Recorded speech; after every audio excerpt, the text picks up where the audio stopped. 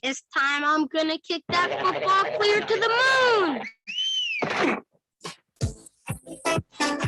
The Armchair Quarterbacks on YouTube Live. We're covering the NHL all the way through the Stanley Cup playoffs. Subscribe and like us today. Your first choice for sports talk live from the First Coast.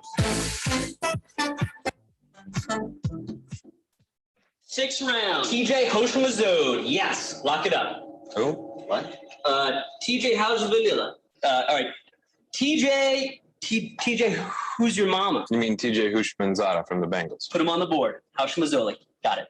Championship. Make sure to join the Armchair Quarterbacks right here. We'll answer all your questions, pickups, trades, you name it. You want to win your league? Then listen to the Armchair Quarterbacks. It's fantasy football time.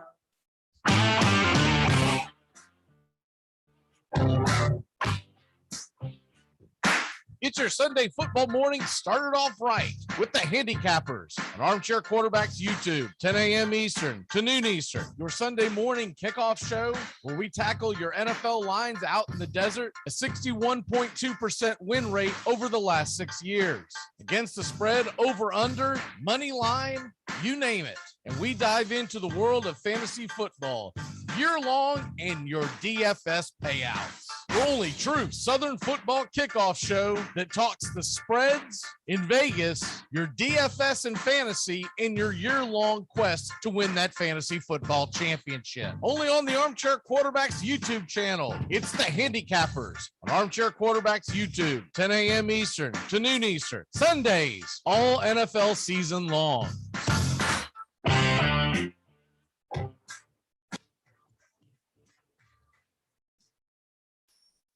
Good morning. Wake up, y'all. It's time to get up with the Armchair Quarterbacks. The world of sports is changing every morning. So wake up, y'all, with the Armchair Quarterback Radio Show. Get up out of bed. I should have gone to law school or high school. Saturday mornings, 8:30 Eastern. Dixie Football Nation is back and better than ever. We've got Tony Agolini, Matt Carr, Tones Ariola, Bobby and Angelo, along with Mac McGee this fall. Dixie Football Nation heads to the gridiron, talking ACC, SEC, the Big Ten, and all the big games throughout the college football land. That's Dixie Football Nation, 8:30 Eastern, 7:30 Central, Saturday mornings on the Armchair Quarterback Show's YouTube channel, going live, or catch the instant replay. It all starts with just one thing. When recycling, rinse out jars and cans, and avoid recycling wax paper or paper soiled with food. This will reduce recycling contamination. Find tips and more at onethingus.com. What's your one thing? They're bringing me back. What about your fact-checking job? Oh, here's the fact. I'm the Wiz.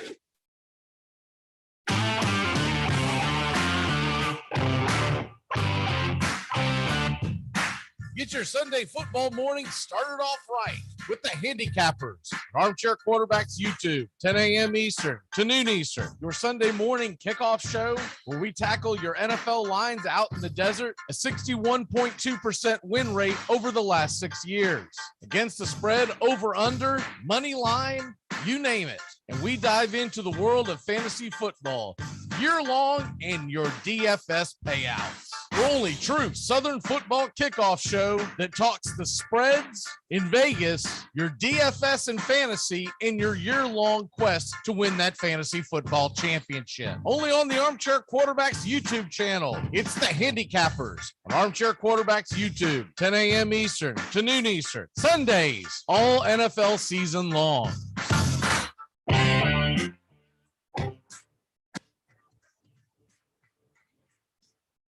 Tom has been a teacher for over 40 years. One day, I think one of the students had asked the question and he didn't remember the answer. And I also noticed that he was letting his class out earlier than they were supposed to let out. I was really starting to worry. Levi and I talked about how it would change our lives, but he was there beside me. When something feels different, it could be Alzheimer's. Now is the time to talk. Visit alz.org/ourstories to learn more. A message from the Alzheimer's Association and the Ad Council.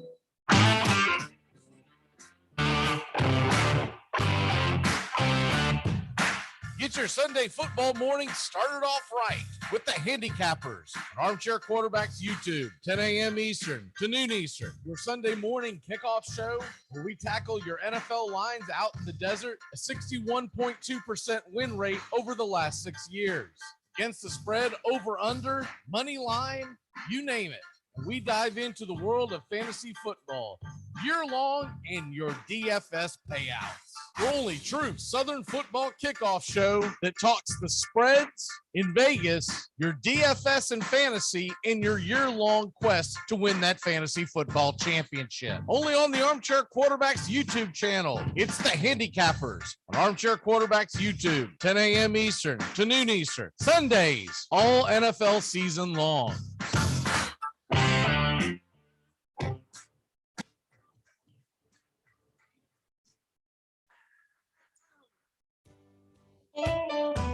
Saturday mornings, 8:30 Eastern. Dixie Football Nation is back and better than ever. We've got Tony Agolini, Matt Carr, Tones Areola, Bobby and Angelo, along with Mac McGee this fall. Dixie Football Nation heads to the gridiron, talking ACC, SEC, the Big Ten, and all the big games throughout the college football land. That's Dixie Football Nation, 8:30 Eastern, 7:30 Central, Saturday mornings on the Armchair Quarterback Show's YouTube channel, going live, or catch the instant replay. I'm Amy Lawrence, and I'm up late, always, after hours, hanging out with you on CBS Sports Radio. Check it out, 2 a.m. Eastern, 11 p.m. Pacific. Enjoy some drink stays, epic stays, and plenty of room to roam in Greater Fort Lauderdale. Our hotels, attractions, and restaurants have taken the Visit Lauderdale's Safe and Clean pledge, so you can relax and explore with confidence. When you are ready for that well-deserved staycation, our 23 miles of golden beaches await. Find wide-open spaces to hike, bike, kayak, and paddleboard. Visit your favorite attractions, then dine out in style in socially distanced dining rooms or al fresco on waterfront patios. Learn more at sunny.org. To protect his family from disaster, Steve used his camera phone. Done. By taking pictures of his important documents, Steve can always have them stored online. Learn more simple disaster prep tips at ready.gov. A message from FEMA and the Ad Council.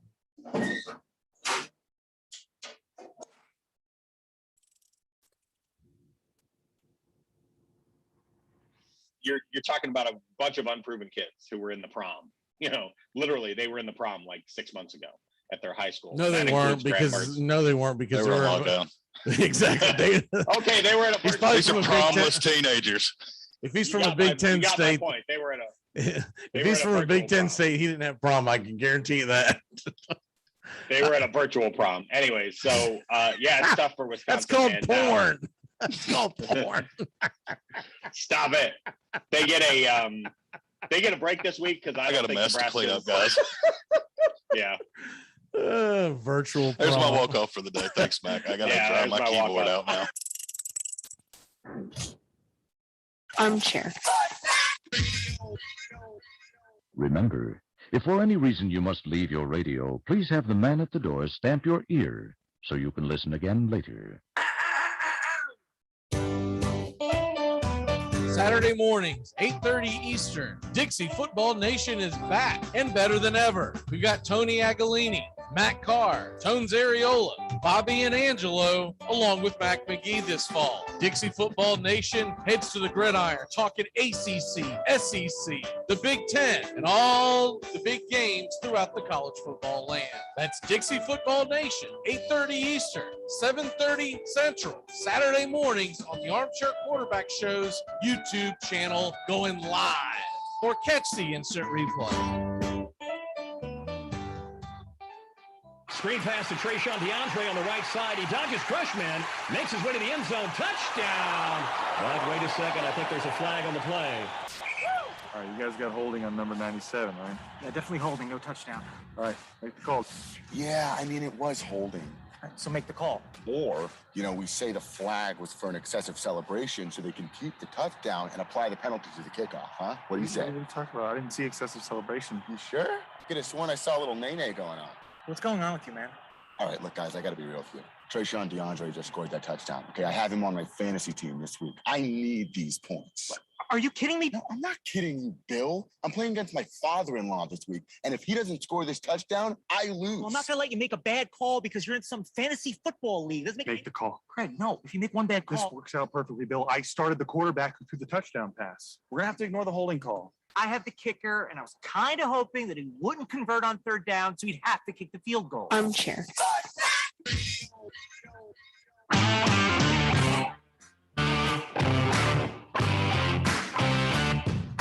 Get your Sunday football morning started off right with the Handicappers on Armchair Quarterbacks YouTube, 10 a.m. Eastern to noon Eastern. Your Sunday morning kickoff show where we tackle your NFL lines out in the desert, a 61.2% win rate over the last 6 years. Against the spread, over, under, money line, you name it. And we dive into the world of fantasy football year long and your DFS payouts. We're only true Southern football kickoff show that talks the spreads in Vegas, your DFS and fantasy in your year-long quest to win that fantasy football championship. Only on the Armchair Quarterbacks YouTube channel. It's the Handicappers on Armchair Quarterbacks YouTube, 10 a.m. Eastern to noon Eastern. Sundays, all NFL season long.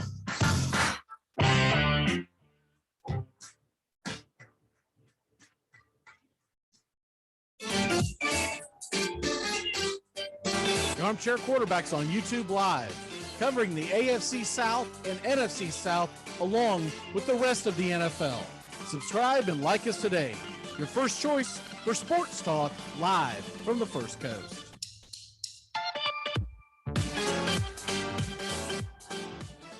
Tom has been a teacher for over 40 years. One day, I think one of the students had asked the question and he didn't remember the answer. And I also noticed that he was letting his class out earlier than they were supposed to let out. I was really starting to worry. Levi and I talked about how it would change our lives, but he was there beside me. When something feels different, it could be Alzheimer's. Now is the time to talk.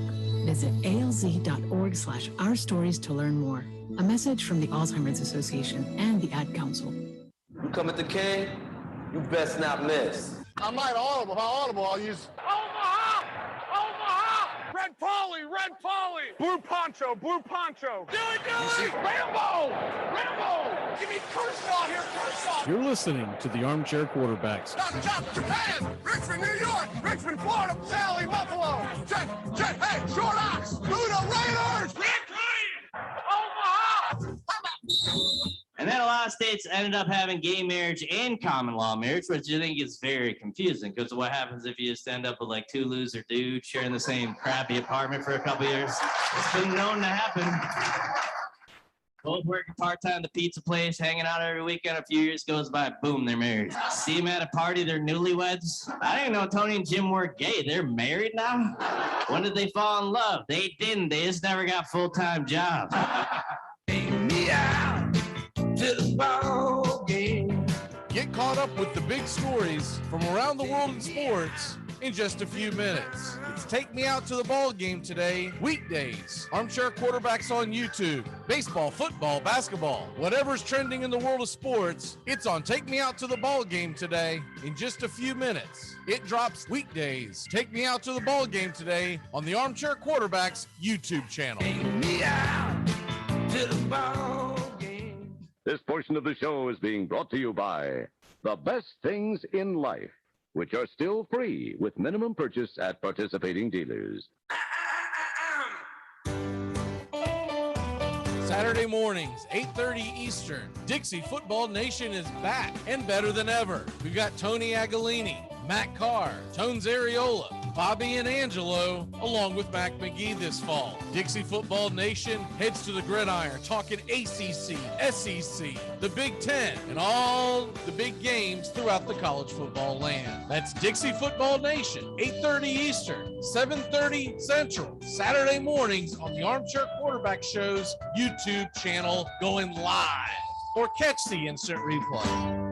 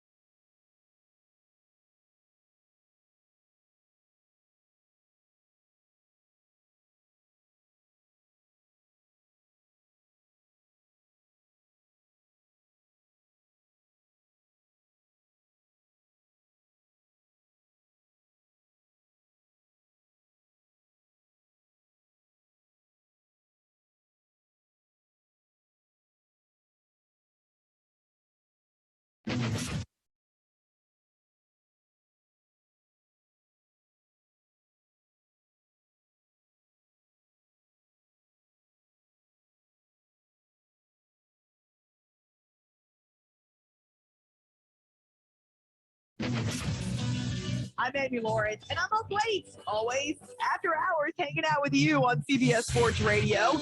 Check it out, 2 a.m. Eastern, 11 p.m. Pacific.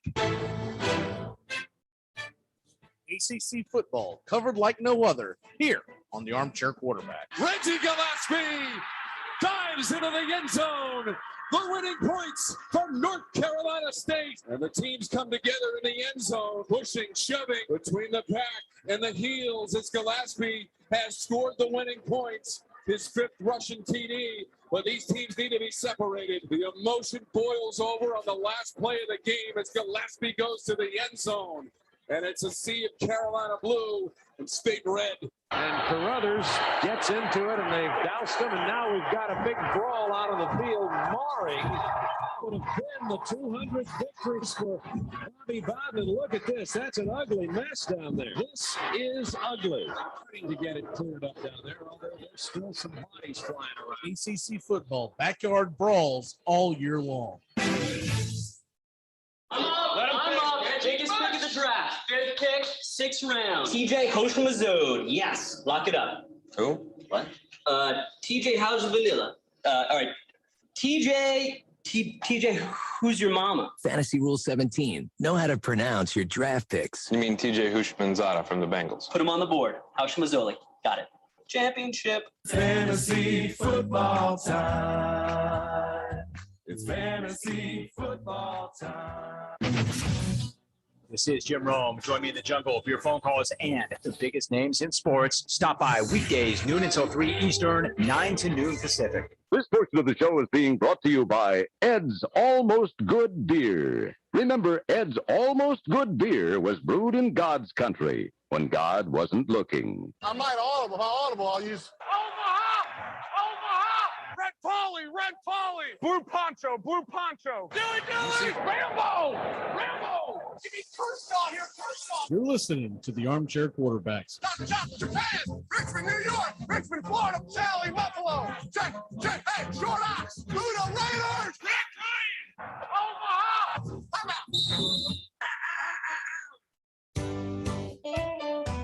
Saturday mornings, 8:30 Eastern. Dixie Football Nation is back and better than ever. We've got Tony Agolini, Matt Carr, Tones Areola, Bobby and Angelo, along with Mac McGee this fall. Dixie Football Nation heads to the gridiron, talking ACC, SEC, the Big Ten, and all the big games throughout the college football land. That's Dixie Football Nation, 8:30 Eastern, 7:30 Central, Saturday mornings on the Armchair Quarterback Show's YouTube channel, going live.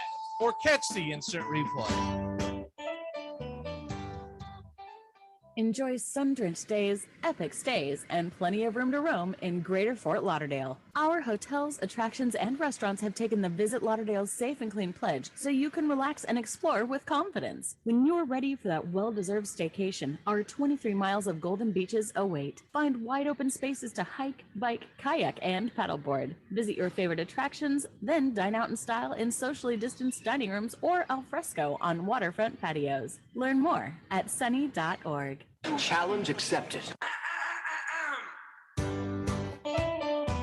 Saturday mornings, 8:30 Eastern. Dixie Football Nation is back and better than ever. We've got Tony Agolini, Matt Carr, Tones Areola, Bobby and Angelo, along with Mac McGee this fall. Dixie Football Nation heads to the gridiron, talking ACC, SEC, the Big Ten, and all the big games throughout the college football land. That's Dixie Football Nation, 8:30 Eastern, 7:30 Central, Saturday mornings on the Armchair Quarterback Show's YouTube channel, going live. Or catch the instant replay. You're listening to CBS Sports Radio. We are all sports 24 hours a day, 7 days a week. Strong opinions and your phone calls. Expect it here. CBS Sports Radio. The Armchair Quarterbacks on YouTube Live. SEC, ACC, and Big Ten coverage like no other. Subscribe and like us today. Your first choice for sports talk live from the First Coast. Hey, Jacksonville, winter is the perfect time to start planning for your healthy, pest-free spring lawn with True Green, America's #1 lawn care company. True Green's science-based approach and local expertise will help give your lawn the year-round care it needs to be thick and weed-free. Go to truegreen.com/radio to save 50% on your first service. Just call 866-946-5956 or go to truegreen.com/radio today and get a lawn to be proud of.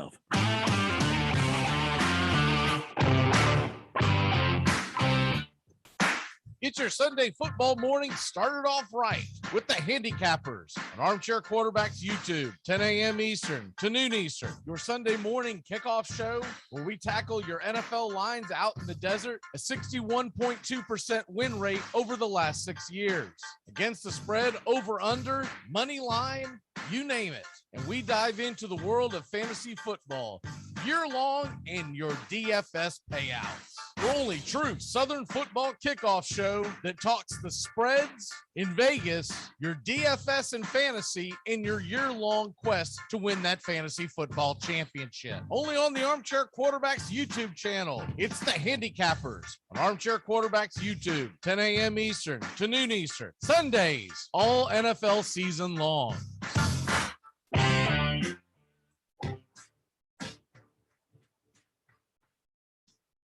At Jewelers Mutual, we're a little obsessed with jewelry. Obsessed like auctioneers with talking fast. 50, we're going to fit so. Pop stars with auto-tune. Yeah. And dentists with asking questions. How did he propose? After they've put their hands in your mouth. Great. Yes, we've made jewelry our obsession for over 100 years. We love it so much, we named our kids Ruby, Amber, and Opal. Venti soy latte for Opal? At Jewelers Mutual, we insure jewelry and only jewelry, which is why people who are also obsessed with jewelry trust us with theirs. Saturday mornings, 8:30 Eastern. Dixie Football Nation is back and better than ever. We got Tony Agolini, Matt Carr, Tones Ariola, Bobby and Angelo, along with Mac McGee this fall. Dixie Football Nation heads to the gridiron, talking ACC, SEC, the Big Ten, and all the big games throughout the college football land. That's Dixie Football Nation, 8:30 Eastern, 7:30 Central, Saturday mornings on the Armchair Quarterback Show's YouTube channel, going live, or catch the instant replay. Take the road less traveled in the newly redesigned Hyundai Santa Fe. With available H-Track all-wheel drive to help you get off the beaten path a little further together. And intuitive safety features that can help you see what's waiting around the bend. Plus, with generous room for 5 and comfortable available Napa leather seating, you can go for more drives as a family without driving each other crazy. Find new adventures together in the Hyundai Santa Fe. I'm Amy Lawrence, and I'm up late, always, after hours, hanging out with you on CBS Sports Radio. Check it out, 2 a.m. Eastern, 11 p.m. Pacific. Me out to the ball game. Get caught up with the big stories from around the world in sports in just a few minutes. It's Take Me Out to the Ball Game today, weekdays. Armchair Quarterbacks on YouTube. Baseball, football, basketball, whatever's trending in the world of sports, it's on Take Me Out to the Ball Game today in just a few minutes. Take Me Out to the Ball Game today on the Armchair Quarterbacks YouTube channel. Take me out to the ball. Like, I don't like winter. Like, I hate winter. Like, I'm originally from North Carolina, and like, look, I hate winter so much, I'm for global warming. I am voting for it, marching for it. I might start buying people SUVs. I don't care. Ladies, start using hairspray again. No ozone. That's our goal. And see, there's people with me, but there's always a couple of crunchy granolas sitting around. Crunchy granolas sitting there thinking, but the polar ice caps are gonna melt and we're all gonna flood. No, we're not. We're not all gonna flood. We're only losing Rhode Island, Long Island, and Jersey. Bye-bye. Here's a canoe. Get to safety.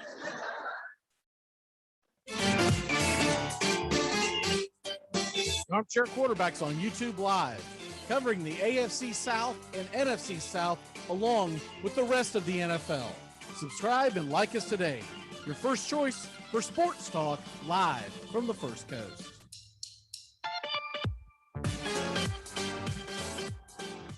You're not sick tonight, are you? Good. Your tongue's going to be hanging out. Tell him to throw up on his own time. CBS Sports Radio, your home for all things sports 24 hours a day, 7 days a week, coast to coast. Great sports talk expected here. CBS Sports Radio. Tom has been a teacher for over 40 years. One day, I think one of the students had asked the question and he didn't remember the answer. And I also noticed that he was letting his class out earlier than they were supposed to let out. I was really starting to worry. Levi and I talked about how it would change our lives, but he was there beside me. When something feels different, it could be Alzheimer's. Now is the time to talk. Visit alz.org/our stories to learn more. A message from the Alzheimer's Association and the Ad Council.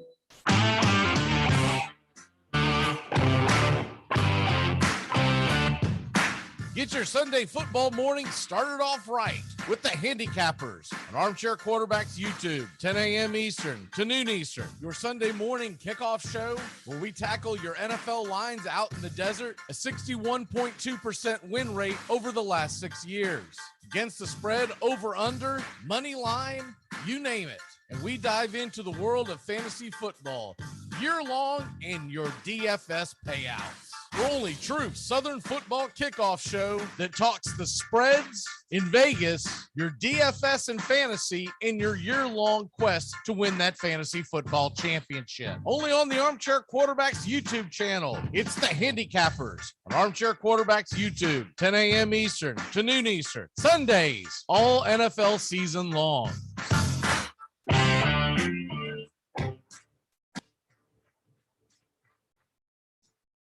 My wife quit sugar in January because she ate cookies like a monster through December. And on January 1st came marching into the kitchen. That's it. I'm never eating sugar again. Yes, you are. And you're going to eat more than you ever ate before. Not because you're weak, but because you're a human being. And you get sad sometimes. And to stop yourself from slitting your own throat, eat a cookie once in a while.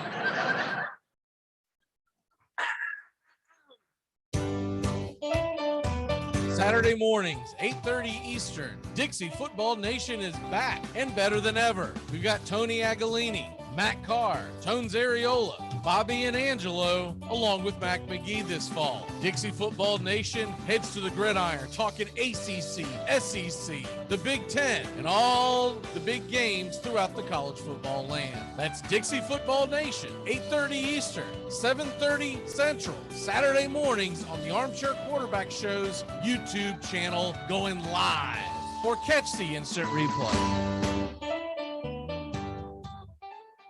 Tom has been a teacher for over 40 years. One day, I think one of the students had asked the question and he didn't remember the answer. And I also noticed that he was letting his class out earlier than they were supposed to let out. I was really starting to worry. Levi and I talked about how it would change our lives, but he was there beside me.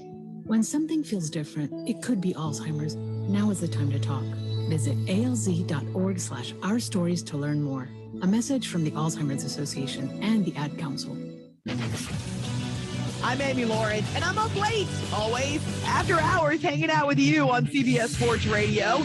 Check it out, 2 a.m. Eastern, 11 p.m. Pacific. Enjoy sun-drenched days, epic stays, and plenty of room to roam in Greater Fort Lauderdale. Our hotels, attractions, and restaurants have taken the Visit Lauderdale's Safe and Clean pledge, so you can relax and explore with confidence. When you're ready for that well-deserved staycation, our 23 miles of golden beaches await. Find wide-open spaces to hike, bike, kayak, and paddleboard. Visit your favorite attractions, then dine out in style in socially distanced dining rooms or al fresco on waterfront patios. Learn more at sunny.org. To protect his family from disaster, Steve used his camera phone. Done. By taking pictures of his important documents, Steve can always have them stored online. Learn more simple disaster prep tips at ready.gov. A message from FEMA and the Ad Council. Remember, if for any reason you must leave your radio, please have the man at the door stamp your ear. so you can listen again later. Screen pass to Trayshawn DeAndre on the right side. He dodges Crushman, makes his way to the end zone. Touchdown! But wait a second. I think there's a flag on the play. All right, you guys got holding on number 97, right? Yeah, definitely holding. No touchdown. All right, make the call. Yeah, I mean, it was holding. So make the call. Or, we say the flag was for an excessive celebration so they can keep the touchdown and apply the penalty to the kickoff, huh? What do you say? What are you talking about? I didn't see excessive celebration. You sure? Could have sworn I saw a little nay-nay going on. What's going on with you, man? All right, look, guys, I got to be real with you. Trayshawn DeAndre just scored that touchdown. Okay, I have him on my fantasy team this week. I need these points. Are you kidding me? No, I'm not kidding you, Bill. I'm playing against my father-in-law this week, and if he doesn't score this touchdown, I lose. Well, I'm not going to let you make a bad call because you're in some fantasy football league. Make the call. Craig, no. If you make one bad call. This works out perfectly, Bill. I started the quarterback who threw the touchdown pass. We're going to have to ignore the holding call. I have the kicker, and I was kind of hoping that he wouldn't convert on third down, so he'd have to kick the field goal. Armchair.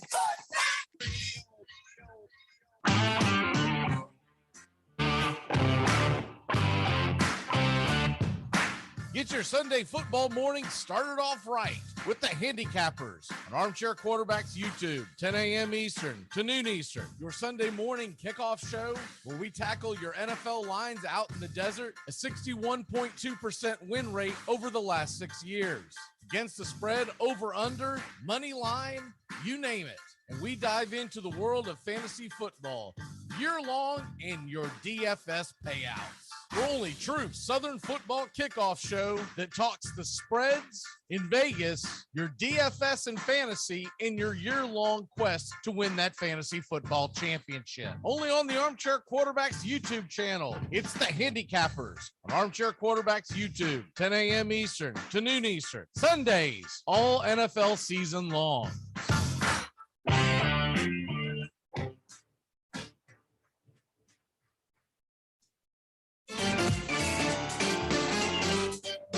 Armchair Quarterbacks on YouTube Live, covering the AFC South and NFC South along with the rest of the NFL. Subscribe and like us today. Your first choice for sports talk live from the First Coast.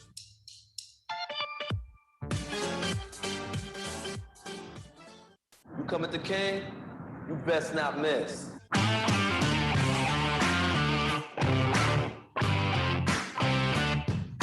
Get your Sunday football morning started off right with the Handicappers on Armchair Quarterbacks YouTube, 10 a.m. Eastern to noon Eastern. Your Sunday morning kickoff show where we tackle your NFL lines out in the desert, a 61.2% win rate over the last 6 years. Against the spread, over, under, money line, you name it. And we dive into the world of fantasy football year-long in your DFS payouts. The only true Southern football kickoff show that talks the spreads in Vegas, your DFS and fantasy in your year-long quest to win that fantasy football championship. Only on the Armchair Quarterbacks YouTube channel. It's the Handicappers on Armchair Quarterbacks YouTube, 10 a.m. Eastern to noon Eastern. Sundays, all NFL season long.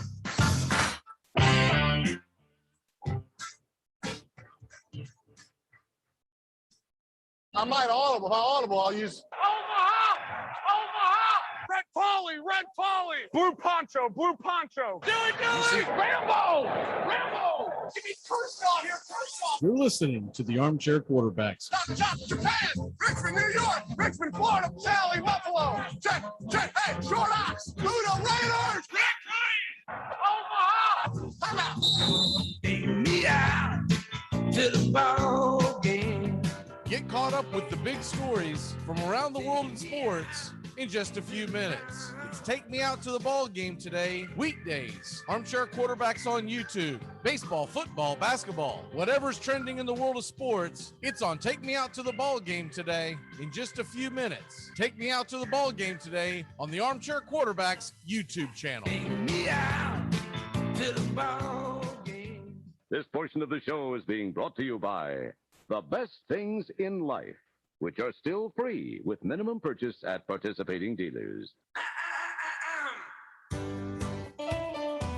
Saturday mornings, 8:30 Eastern. Dixie Football Nation is back and better than ever. We've got Tony Agolini, Matt Carr, Tones Areola, Bobby and Angelo, along with Mac McGee this fall. Dixie Football Nation heads to the gridiron, talking ACC, SEC, the Big Ten, and all the big games throughout the college football land. That's Dixie Football Nation, 8:30 Eastern, 7:30 Central, Saturday mornings on the Armchair Quarterback Show's YouTube channel, going live.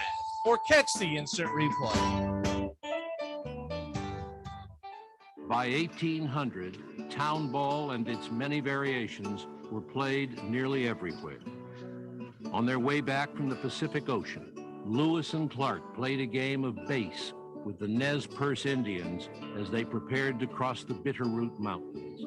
In the 1830s, on the western frontier of Missouri, ball was the favorite sport of Joseph Smith, the founder of a new religious sect called the Mormons. But back east in Cooperstown, New York, city fathers passed an ordinance restricting play after merchants complained about too many broken windows. Meanwhile, in New York City, they were starting to play a brand new version of the game.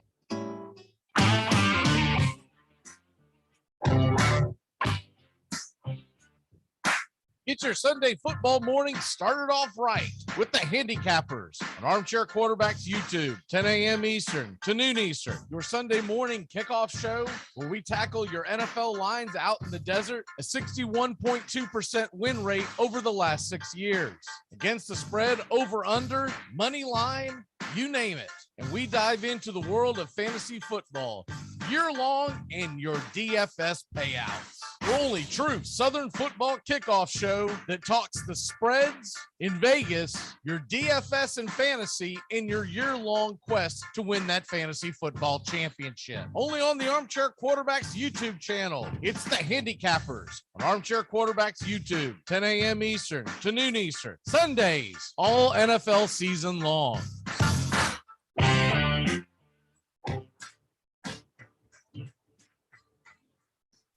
Enjoy sun-drenched days, epic stays, and plenty of room to roam in Greater Fort Lauderdale. Our hotels, attractions, and restaurants have taken the Visit Lauderdale's Safe and Clean pledge so you can relax and explore with confidence. When you're ready for that well-deserved staycation, our 23 miles of golden beaches await. Find wide-open spaces to hike, bike, kayak, and paddleboard. Visit your favorite attractions, then dine out in style in socially distanced dining rooms or al fresco on waterfront patios. Learn more at sunny.org. Saturday mornings, 8:30 Eastern. Dixie Football Nation is back and better than ever. We've got Tony Agolini, Matt Carr, Tones Areola, Bobby and Angelo, along with Mac McGee this fall. Dixie Football Nation heads to the gridiron, talking ACC, SEC, the Big Ten, and all the big games throughout the college football land. That's Dixie Football Nation, 8:30 Eastern, 7:30 Central, Saturday mornings on the Armchair Quarterback Show's YouTube channel, going live.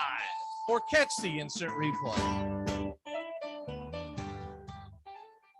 Dread running to the post office? Stamps.com brings post office and UPS services right to your computer. Send letters, ship packages, and get up to 40% off USPS and up to 62% off UPS rates. Nearly 1 million small businesses use Stamps.com to save time and money. It's a no-brainer. So skip the post office and visit Stamps.com. Use promo code LISTEN for a 4-week trial plus free postage and a digital scale. That's Stamps.com, promo code LISTEN.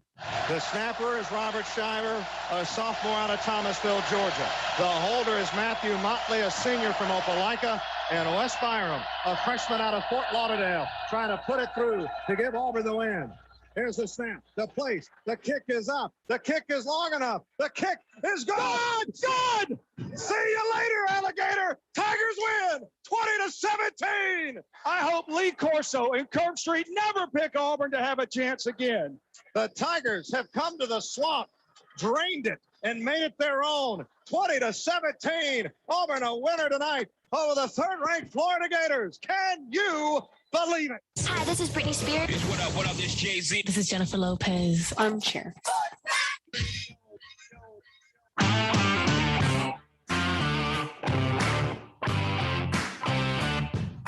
Get Get your Sunday football morning started off right with the Handicappers on Armchair Quarterbacks YouTube, 10 a.m. Eastern to noon Eastern. Your Sunday morning kickoff show where we tackle your NFL lines out in the desert, a 61.2% win rate over the last 6 years. Against the spread, over, under, money line, you name it. And we dive into the world of fantasy football year-long in your DFS payouts. Your only true Southern football kickoff show that talks the spreads in Vegas, your DFS and fantasy in your year-long quest to win that fantasy football championship. Only on the Armchair Quarterbacks YouTube channel. It's the Handicappers on Armchair Quarterbacks YouTube, 10 a.m. Eastern to noon Eastern. Sundays, all NFL season long.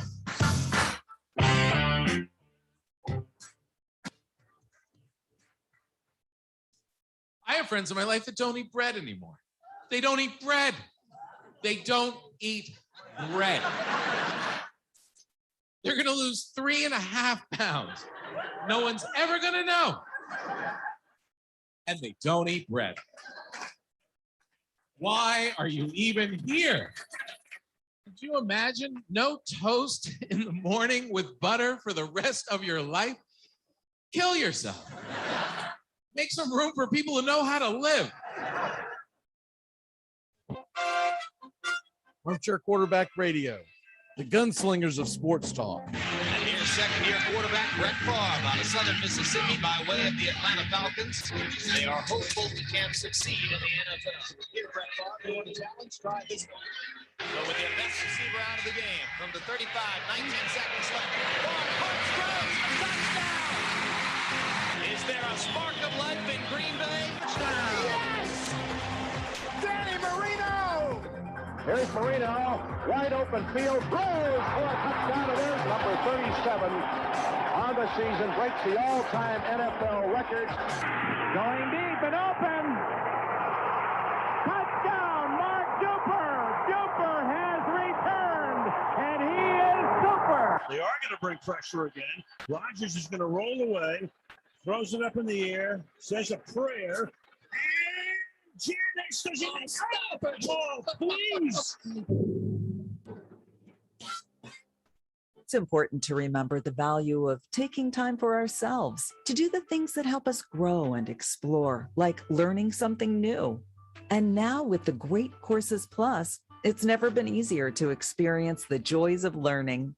The Great Courses Plus offers thousands of streaming videos that cover hundreds of fascinating topics, from World War II to choosing the perfect wine.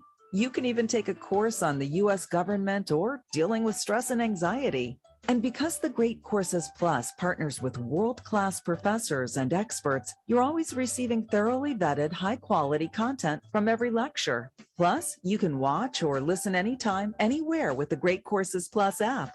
So take a little time for you. Sign up for the Great Courses Plus today for a free month of unlimited access. Visit thegreatcoursesplus.com/radio to get started. That's thegreatcoursesplus.com/radio. Dread running to the post office? Stamps.com brings post office and UPS services right to your computer. Send letters, ship packages, and get up to 40% off USPS and up to 62% off UPS rates. Nearly 1 million small businesses use Stamps.com to save time and money. It's a no-brainer. So skip the post office and visit Stamps.com. Use promo code LISTEN for a 4-week trial plus free postage and a digital scale. That's Stamps.com, promo code LISTEN. Stupid interviews. Hey, you're a member of the Buffalo Bills. How does it feel? Well, it's a blessing. Well, thank God. Going to try to do my best. It's a great organization. And I'll say the last 80 guys said. So, yeah.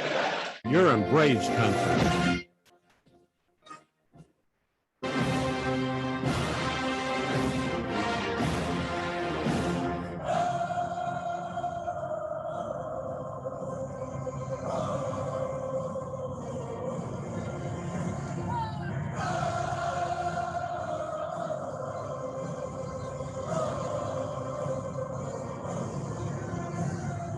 Good evening, and how about it? How about your Atlanta Braves?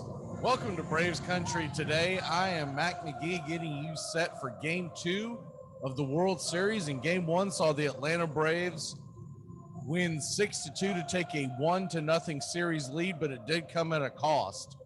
As we found out midway through game one that Charlie Morton had left the game because of a broken fibula, and he is done for the season. Obviously, a broken bone in your leg, you're not going to be able to push and drive and land and do all the things you need to do as a pitcher. As much as your arm, your legs are just as important. So he is done for the season, but it's not all gloom and doom, Braves fans. I know it was a gut punch at the time, and we all kind of had to take a big step back and say, does this mean that we just can't win a World Series this year? Is it just not in the cards because of all the injuries? I think it's going to be even sweeter when it happens, and you've got Charlie Morton out there celebrating with the guys in a leg cast, foot cast, because you look at all what this Braves team has been through. Mike Soroka, the beginning of the season, was supposed to come in fairly early. All the prognostications were he would miss a few starts, but he should join the team and be that frontline ace. At the least, they thought he would make it to the big club by sometime in May. Well, of course, that never happened. Mike Soroka ended up having to have another surgery to repair, and they ended up shutting him down for the season. They hope to have him back next year, but you just never know at this point. So that was the first mighty blow. The second one came right around the same time period. We lost Travis d'Arnaud with the hand injury and Ozuna with his hand injury. And then, of course, Ozuna went on during his absence to get arrested for domestic violence, which he is getting cleared up now with the Atlanta police. The last report I saw was that if he goes through all the proper steps, he's going to get that charge reduced. And then we'll see what happens from the baseball front, Major League Baseball front, on how long he gets suspended. My guess would be somewhere close to a half season. Whether or not they take into consideration that he hasn't been with the team all year, I don't know. But that was a huge blow no matter how you look at it. I know everyone's got their opinions on how that all went down, and I'm not here to dissect that today. I'm just doing the bare bone facts of what the Braves front office had to deal with and what the Braves roster, their clubhouse, and their coaching staff has had to deal with. And then you finally kind of get your head above water. You realize, okay, we're going to get some kind of help at the trading deadline. d'Arnaud's going to come back around that same time. At this point, when this was first going on, you thought Soroka could be coming back, but then it finally became very obvious that he wasn't. Okay, but you got Max Fried, and he's starting to turn the corner and pitch well. Charlie Morton was pitching well. And then the terrible injury to Ronald Acuna Jr., you put his talent aside, he's the spark plug of the offense. Sitting at the top of the order with his power and his speed and just raw natural ability to play the game, Atlanta really got kicked in the stomach. And that was the second time, honestly, for the season that you got kicked in the stomach, because the whole Soroka thing you weren't sure about. But Ozuna, when he first went out and you knew he was going to be gone about 6 weeks, like, okay, we can make it work. This isn't the toughest division in baseball. The Mets are going to Met and the Phillies are going to Philly. And the Nationals just appear not to be that good this year. But then when Acuna went down, that was a gut punch, an absolute gut punch. And everyone around me who knows that I do the games and I follow the games, I've been a Braves fan for, we're talking about 40 years at this point. As a very young child when I first started watching baseball and pulling for the Atlanta Braves. So honest engine, this is my 40th season of being a diehard Braves fan. It began in 82. That's when I first started watching. It's when I first found the TBS Superstation. I was a young boy and didn't understand. I was like, what, we can watch them every night? I was like, what is this? Because you got to understand, back in those days, until cable hit our area, the only baseball games you got to watch typically were your Saturday afternoon game of the week and your Monday Night Baseball. Back then they were doing a version of Monday Night Football, and they were calling it Monday Night Baseball. And that was about it. And then, of course, you would get the postseason on TV. But you didn't get a routine of seeing one team over and over again. So I had just started watching baseball at that point. Around 1980, 81, I was getting accustomed to what baseball was. I was a very young kid, just past toddler age. And though I was playing the game, as far as watching it, it started around late 1980 into 81. And then 82, my dad went out and got the package to get TBS. I think he was getting it for something else, but it added TBS to our cable. Because before that, we had very basic cable in the late 70s and early 80s, in which honestly, a lot of kids back then didn't even have cable. So I started off as a sports fan because in 1979, ESPN was launched, and I remember that. And then it was a few years of getting used to, all right, what the heck is this? You watch a lot of sailing on ESPN. But anyways, back to the whole Braves thing. For 40 years, I've been a diehard Braves fan, and all my friends are sitting there trying to tell me, especially the ones that have jumped on the bandwagon. And I've got friends who are not fans of the Braves per se, but they pull for us when their team is not doing well. And one guy in particularly, he'll jump on any bandwagon at any time. And he went ahead and washed his hands of the whole thing. Told me, it's just not our season. And of course, I remember the first thing I said was, first of all, it's not your season ever. It's the Braves season. It's our season as Braves fans. And we've seen worse. Now, I'm not going to bail on them, but it did seem dark. It did seem gloomy. I'm not going to lie and say that I didn't have my doubts, but I felt like this team had so much talent in the starting pitching department that was going to keep you in most games. And if they could just get some moves offensively to help out Freddie and Ozzie and Riley, this offense could figure it out. So we finally get to the point where we were thinking things could turn around, and then Acuna goes out for the season. And if it weren't for that trade that Anthopoulos made for Jock Peterson to start off the second half of the season past the All-Star break, I think the Braves could have easily spiraled. But Anthopoulos saw the same thing, and he saw that he was in a division. I'm sure if you could talk to him candidly, he would tell you he was in a division that just wasn't any good.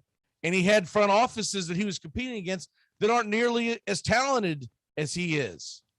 Because Anthopoulos, no matter what you want to think of him, the guy brings in talent because he is talented. So they make the Peterson move, and then we were all wondering, and though the Braves kept going win-loss, win-loss, win-loss, I thought it was key, that it was huge, that at no point did they go on this long losing streak that would have knocked them out of contention. If they do that in that next week stretch, they never bring in Soler. They never bring in Rosario for sure because he was a long-term project. They knew he was injured off the jump, and they probably don't bring in Duvall. They might have brought in Duvall just to try to help the fan base get a little psyched a little bit. But you had to look at the big picture, and the big picture that I kept looking at, even when we were 5 games behind the Mets and behind the Phillies, was that final week of the season, we were going to be at home in Truist Park versus Philly and versus the Mets. And if those games meant something, we had the upper hand. So we just had to get the roster.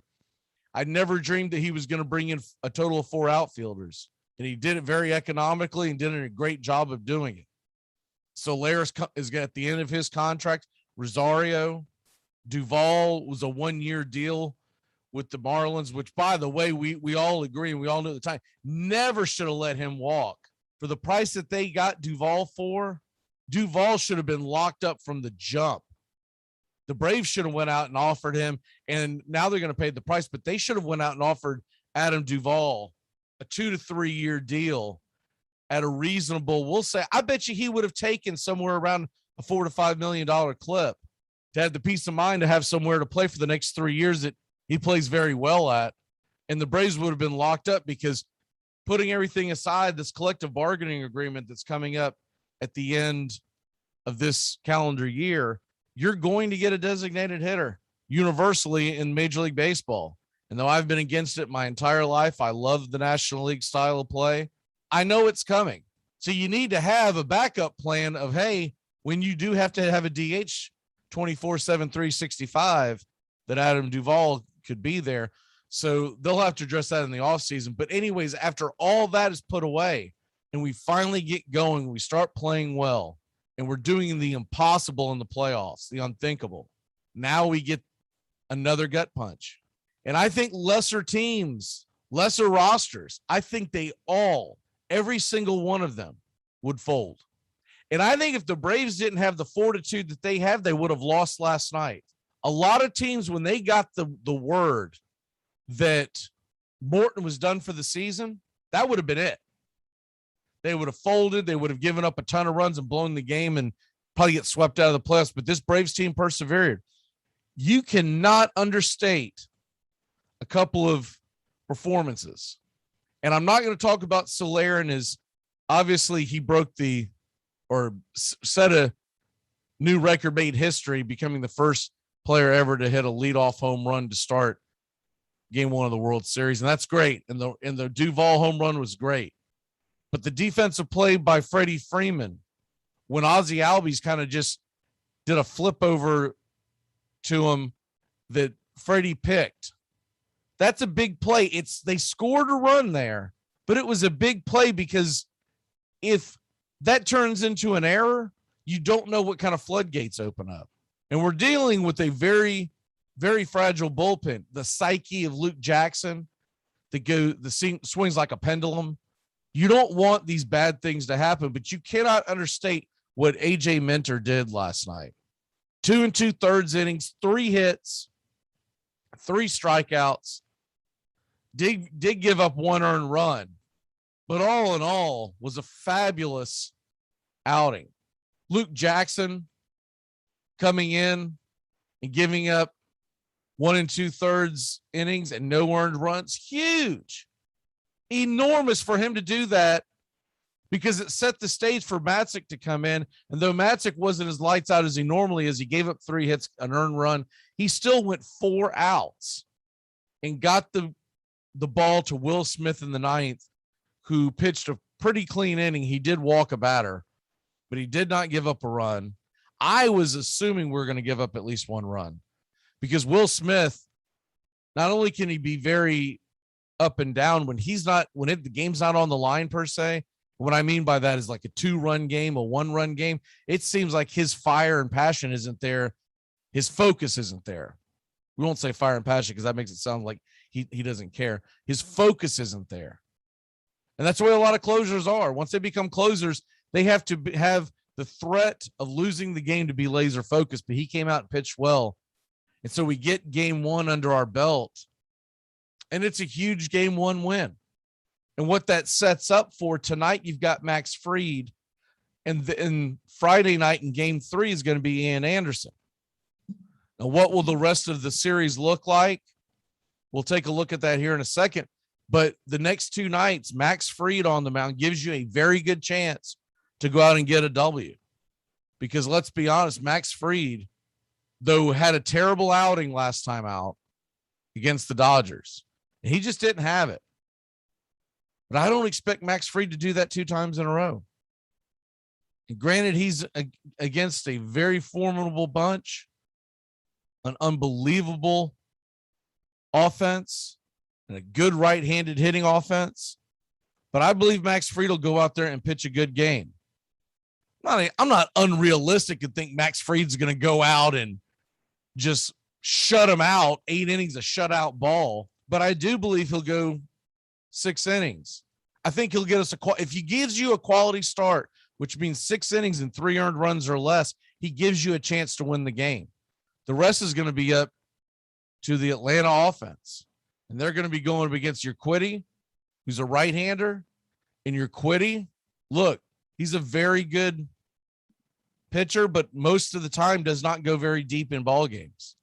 You look at the history of Jose Urquidy, he has been solid in the regular season, but even then he's had his ups and downs. Now let's go backwards. His last outing was the game against the Red Sox in the postseason, and he only went 1 2/3. He gave up 5 earned runs, 6 total, got basically bombed out of the building, and they lost to the Red Sox 12-3.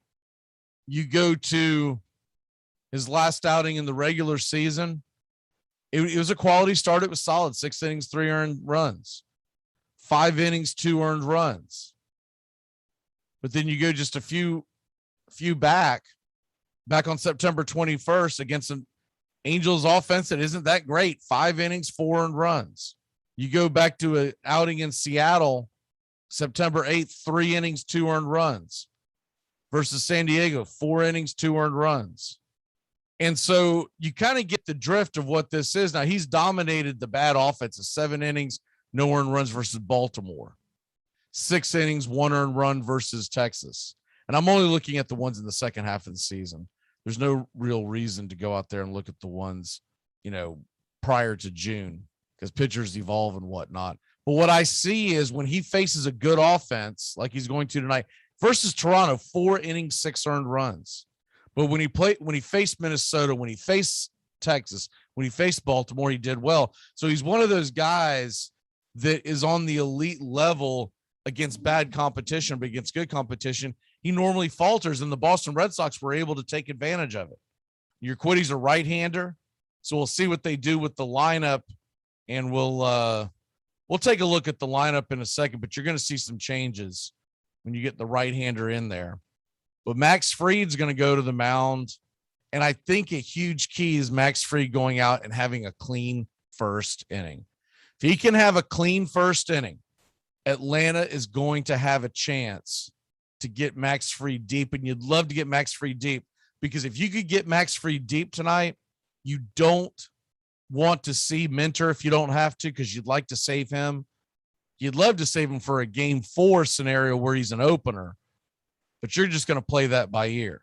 I saw that kind of milled around on Twitter last night, on Braves Twitter, by some of their beat writers and whatnot. And that sounds good. And that sounds great. But game 4 is so far away.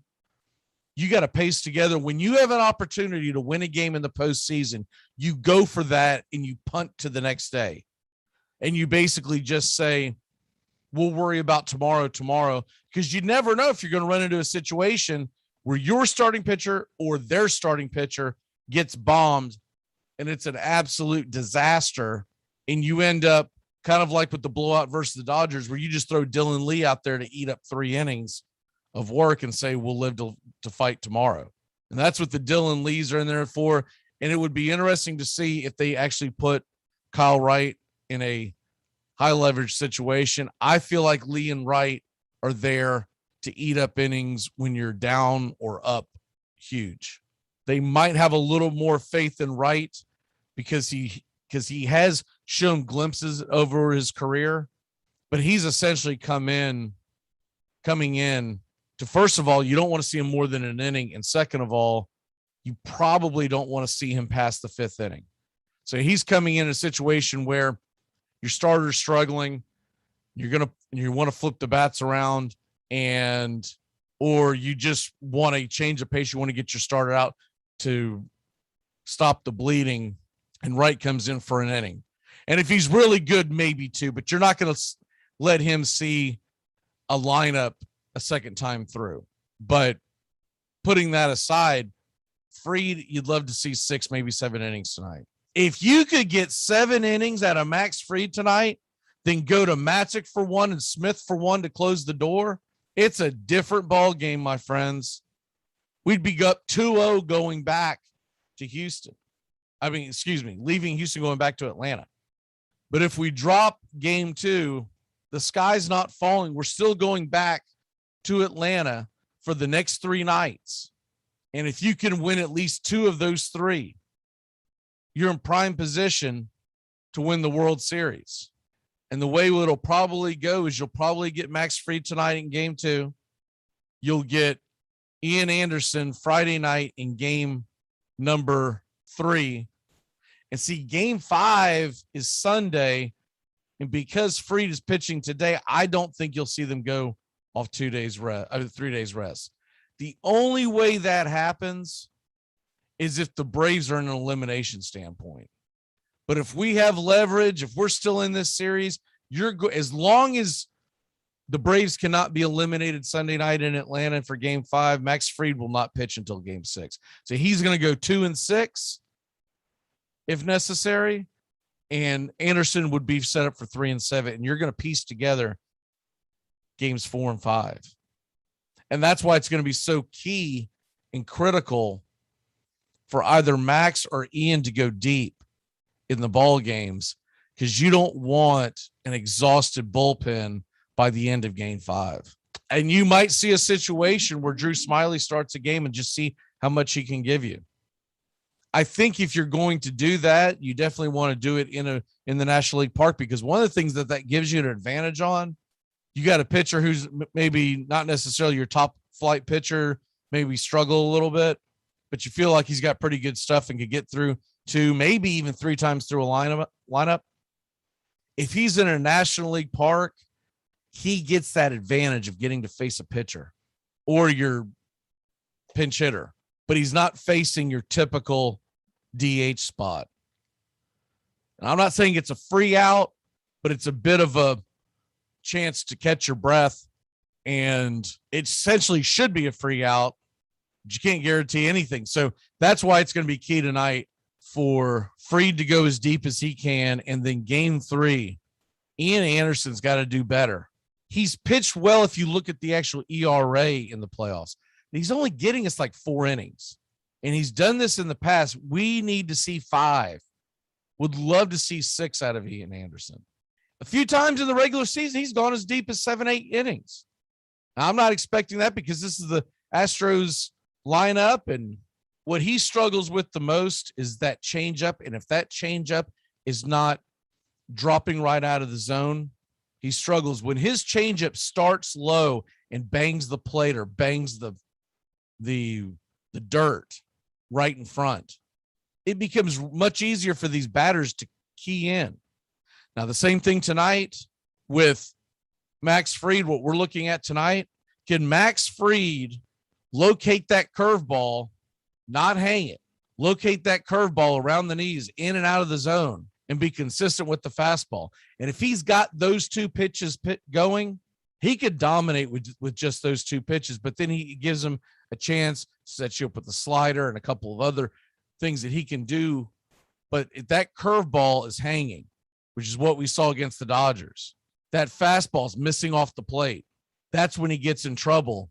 If the Braves are going to win a World Series and Max Fried goes twice, we need a bare minimum of 10, preferably 12 innings out of Max Fried, because you cannot expect this bullpen to go out there and pitch miracle innings night after night after night, because eventually these guys' arms are going to get roasted.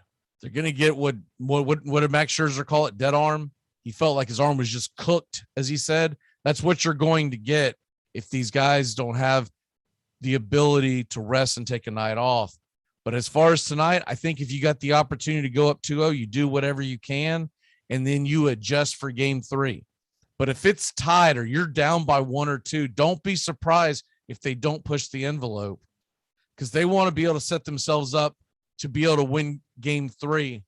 Game 3 is usually one of the most important games of any series. The winner of Game 3 in any 7-game series normally goes on to win, because you're either up 2-0 and you just put a death nail making it 3-0, or you're tied at 1 apiece and you win Game 3.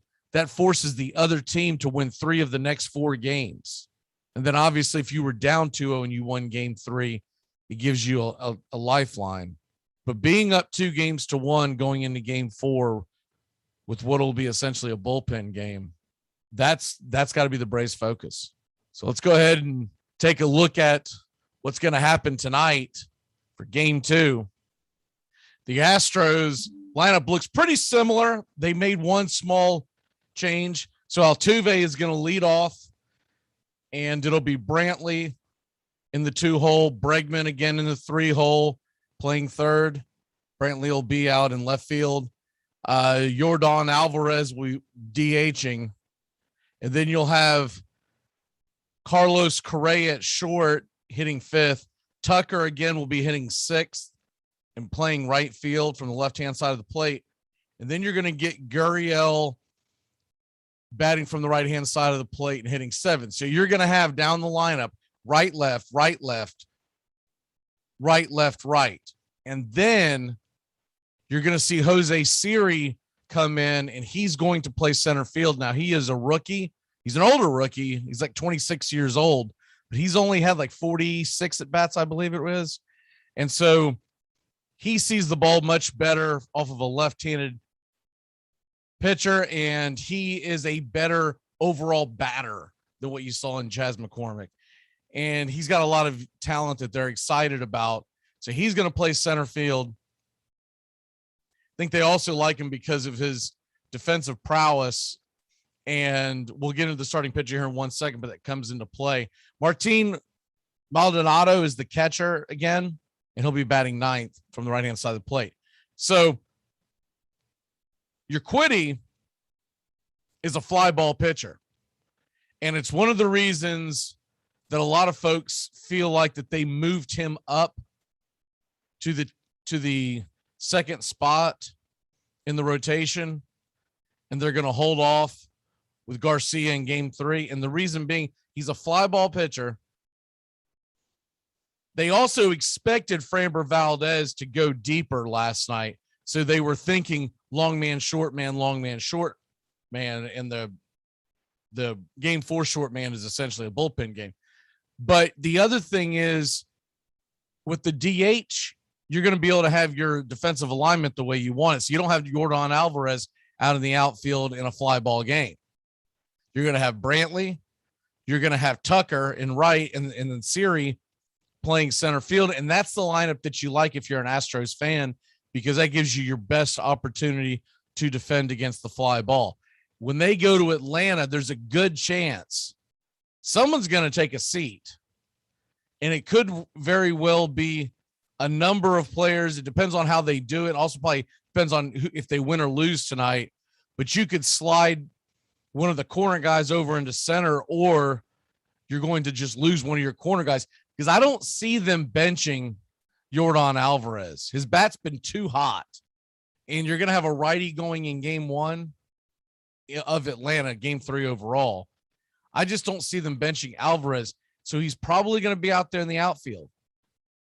And so that's why they wanted your Quiddy to go tonight, because with him being a fly ball pitcher, you just don't want Alvarez making a lot of plays. He's a very good hitter. He is not so much when it comes to being a fielder. And that's the nicest way you can put it. Think David Ortiz. And so that's what you have there. As far as Atlanta, their lineup looks a little different because we're facing no longer a lefty. We're going to the right-hand side of the plate. So they're going to stick with what works. And Eddie Rosario's back at the top of the lineup. So he'll be batting leadoff from the left-hand side. Of course, Freddie's a lefty. He'll be batting second. Rosario will be in left field again, Freddie at first. And Ozzie, switch hitter, in the 3-hole, batting second. And then you got Austin Riley, once again, batting cleanup. He's been there forever from the right-hand side. So you've got lefty, righty, switch hitter, so it'll be a lefty to start off, righty. And then they're going to double up on the righty because Jorge Soler has swung the bat well. They're going to put Soler behind Riley, not Jock Peterson. So Soler is going to DH again, but he'll slide from the 1 spot down to the 5 spot. So that's what you'll have there. And then Jock Peterson will be hitting 6th, playing right field. Adam Duvall in center, batting 7th. And then Darnode and Swanson going down the line. Now, what you don't like about this lineup is that you have more of the, at the very bottom, you've got right. But you technically had that last night when the lineup flipped over. It just doesn't jump out as you as much. Last night, it was right, and then back to the top of the order, right. So either way you look at it, Atlanta has so many right-handed hitters, it's going to happen. But that's the best way that they can do it, because Darnode does a good job of moving the ball moving the base runners over, working the count. So you like him in the 8th spot. And then Dansby, look, if he can get on base, you like the fact that he's not going to clog up the base paths in front of Rosario. So that's going to be the lineup tonight. I've got some audio real quick that I wanted to play for you. And this was the reaction of some of the Braves from the Charlie Morton injury. Here is Brian Snitker first talking about Charlie Morton down in the dugout wanting to continue. He wanted to keep going, because he was down in the tunnel. He was thrown against the wall, and it said, it's just kind of hurts more when I run. I feel good when I throw. And then, obviously it didn't. Yeah, I mean, just the fact that he wanted to keep going. I mean, they were x-raying him, and that's Charlie. I mean, he wants to be on this stage, and God bless him. I hate it for him. Really hate it for him. And then after that, here is AJ Minter talking about the Charlie Morton injury. I mean, it hurts losing Charlie. I mean, what he's been to this team all year. I mean, everyone knows Charlie. His career's he's a hero in the postseason. So it's definitely a blow losing him game 1. But if you've been watching us all year, I mean, we've just been answering the bell and overcoming adversity all year. So that'll be the name of the game. The theme tonight is who answers the bell. Is it Max Fried? Does Max Fried go out there and fire 6 or 7 innings and really elevate this Atlanta team? Because that's the stuff that legends are made of in the postseason, particularly in October, late October in the World Series. When you get to the Fall Classic, you're going to have someone step up and be heroic. Might be an overstretch, but it's from a baseball standpoint, you're going to need someone to do heroic type things. And Max Fried can start it tonight as we focus on getting this win. If we can get this win, we'll have a 2-0 commanding lead heading back to the Battery, heading back to Truist Park. And that place is going to be rocking on Friday. Win, lose, or draw tonight, that place is going to be just rocking with Braves fans. And if we get the win tonight, you talk about someone who's going to start getting a little squirmy. What about Rob Manfred having to think about giving out that championship trophy in Atlanta after taking the All-Star game away from the Atlanta fans? I'd also hope that at some point along the way, if the Braves get that trophy, can somebody bring up to Manfred that we wanted this, even though he believes it's just remember he said just a piece of tin. So there you have that. Let's get ready for Braves Country Radio coming your way. Game 2, the Braves lead it 1-0.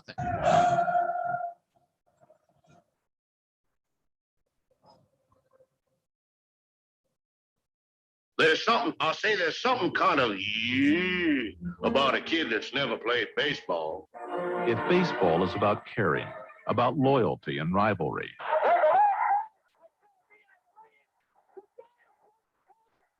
Mayorga is 0 for 3. Left center field. Grissom on the run. The team of the 90s has its world championship. There's a very peaceful thing. It was created and played in pastures and meadows. There's grass, there's outdoors, there's everything that people thought was American and feel about America. You get in a ballpark. And it's the wonder of walking through that dark tunnel and seeing a huge open space where men play the little boy's game.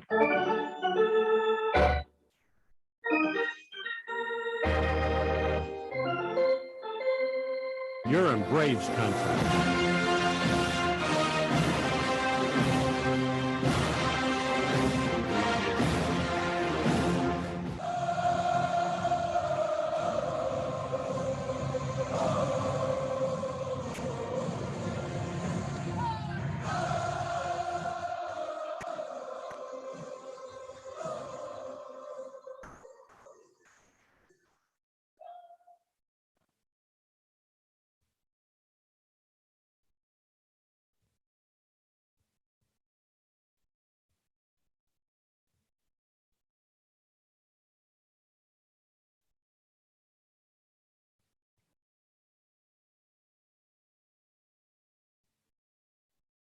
You're listening live, and Minute Maid Park is the scene, the stage, the 2021 World Series in Houston, Texas, for Game 2 of the 2021 World Series.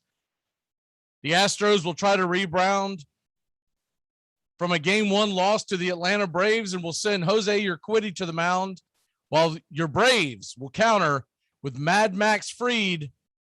So crack you open a cold one and grab an armchair. It's Braves, it's Astros, it's the World Series live right here on YouTube. Welcome, boys and girls. I'm Mac McGee. Thank you for joining us here for Atlanta Braves baseball as we are set to bring you what should be one heck of a game. And we're talking about Max Fried going to the hill versus Jose Urquidy. The Braves will grab the bats first. And obviously, they would love to get the start that they got last night with Jorge Soler slamming one out of the building. As we get ready for the first pitch, we already kind of went over the starting lineups. But real quick to start it off tonight, it will be Rosario, Freeman, Ozzie, Riley, Soler, Jock Peterson, Duvall, Darnode, and Dansby Swanson. When the Astros come up in the bottom of the first, very similar to last night, Altuve, Brantley, Bregman, Alvarez, Correa, Tucker, Gurriel, and it will be Jose Siri at center and Maldonado behind the plate. Urquidy, as we get ready for the first pitch, as he's about to fire one in here any second. Right-hander has a 4.28 postseason ERA, 1-2. On the year, he had a 3.62 ERA and a 0.99 WHIP. So he definitely has the talent. It's what your Urquidy Houston will get tonight. There are times where he goes out and he can't find the strike zone. There are other times he goes out and they can't touch him. So we'll find out pretty early on if Urquidy's got it or if he doesn't have it, as Rosario steps up to the plate and we get ready for the first pitch of Game 2 of the World Series. Here's the first pitch, and it's swung on, fired and missed. 93-mile-an-hour fastball down and low, and it's 0-1. Rosario batting .465 in the postseason from the left-hand side of the plate. He's hoping to get something going here and get it going fast. And here's the pitch from Urquidy. It swung on, fouled back, 94 miles an hour, and it's quickly 0-2. Braves hoping to get going early again like they did last night. Here's the 0-2 pitch, once again fouled back to the screen, and we'll do it again at 0-2.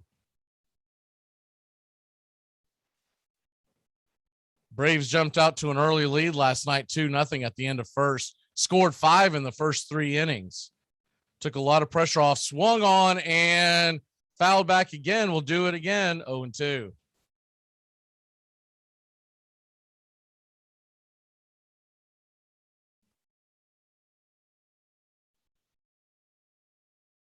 Rosario fighting off pitches left and right, and here's the next delivery from Urquidy. And he fires it, swung on and missed, strike 3, and Urquidy quickly has the first strikeout of the game as he faces Freddie Freeman.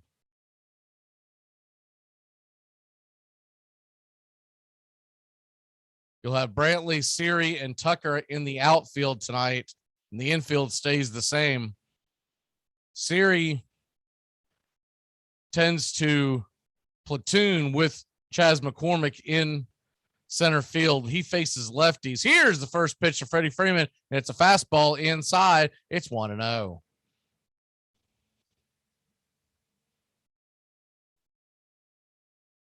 Here's the 1-0 pitch to Freddie, and wide and outside, and it's 2-0. Freddie Freeman batted 300 this season with 31 home runs and an 896 OPS. Here's the 2-0 pitch, and it is a fastball on the outside part of the plate. And it's 2-1. 2-1 pitch to Freddie, and it is on the outside part, just off the plate, but they'll call it a strike, and that'll even it up at 2-2. Your home plate umpire tonight, here's hoping he's a little better than the one we got last night. Here's the 2-2 pitch fastball outside, same area, but this time they'll give him the ball. It's now 3-2.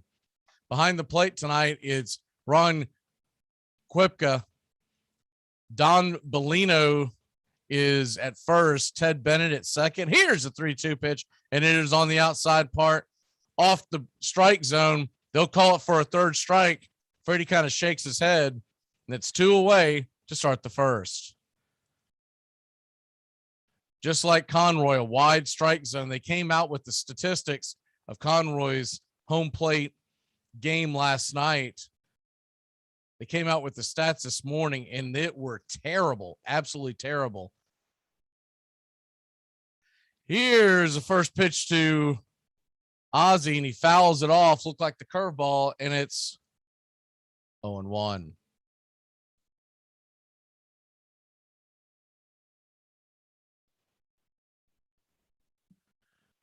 Braves nothing, Astros nothing. We're just getting going here in the top of the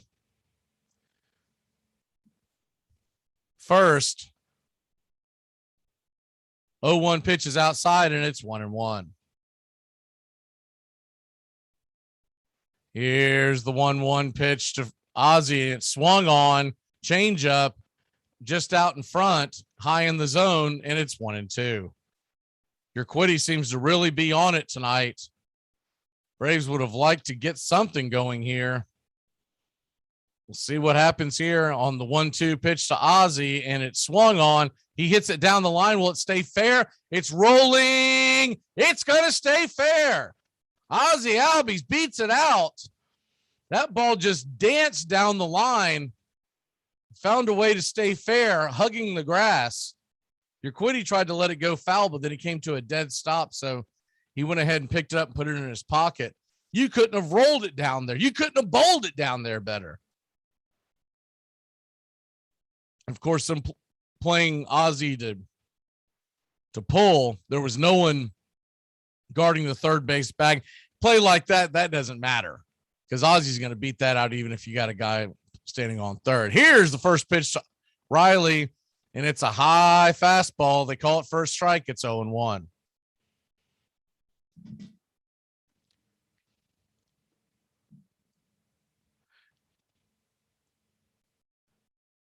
Here's the 0-1 pitch to Riley, and it's a fastball swung on, fouled back. We'll do it again at 0-2.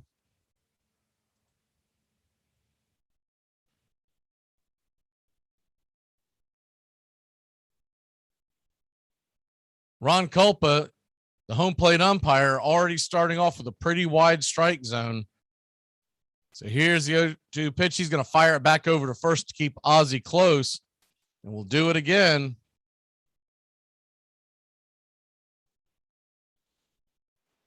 is the count. Ozzie's leading off first. Might be looking to get into scoring position. Here's the 0-2 pitch, and it's wide and outside the zone. High fastball, and it's 1-2. That'll bring the 19th pitch of the inning. You'd love to get into that Astro bullpen once again. They had to deploy quite a bit of their bullpen last night. Here's the 1-2 pitch, swung on and roped into right field. Riley is going to be on first. Ozzie will slam the brakes and stay at second. And you got runners on first and second, 2 away. And the dangerous bat of Jorge Soler. Got to love this first inning from the Braves, even if they don't score. Putting this kind of pressure on your Quiddy. And Riley just went with the pitch. It was outside. Looked like it might have been a cutter that he just kind of stepped in with and guided it into right field. Good piece of hitting by Riley.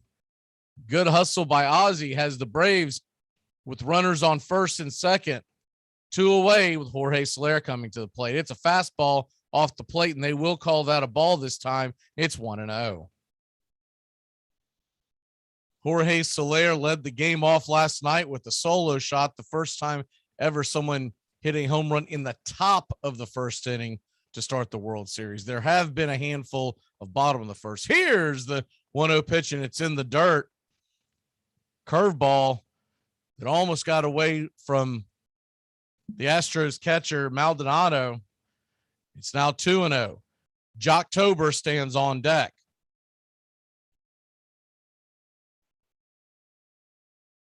Jorge Soler stands at the plate waiting for the action to return.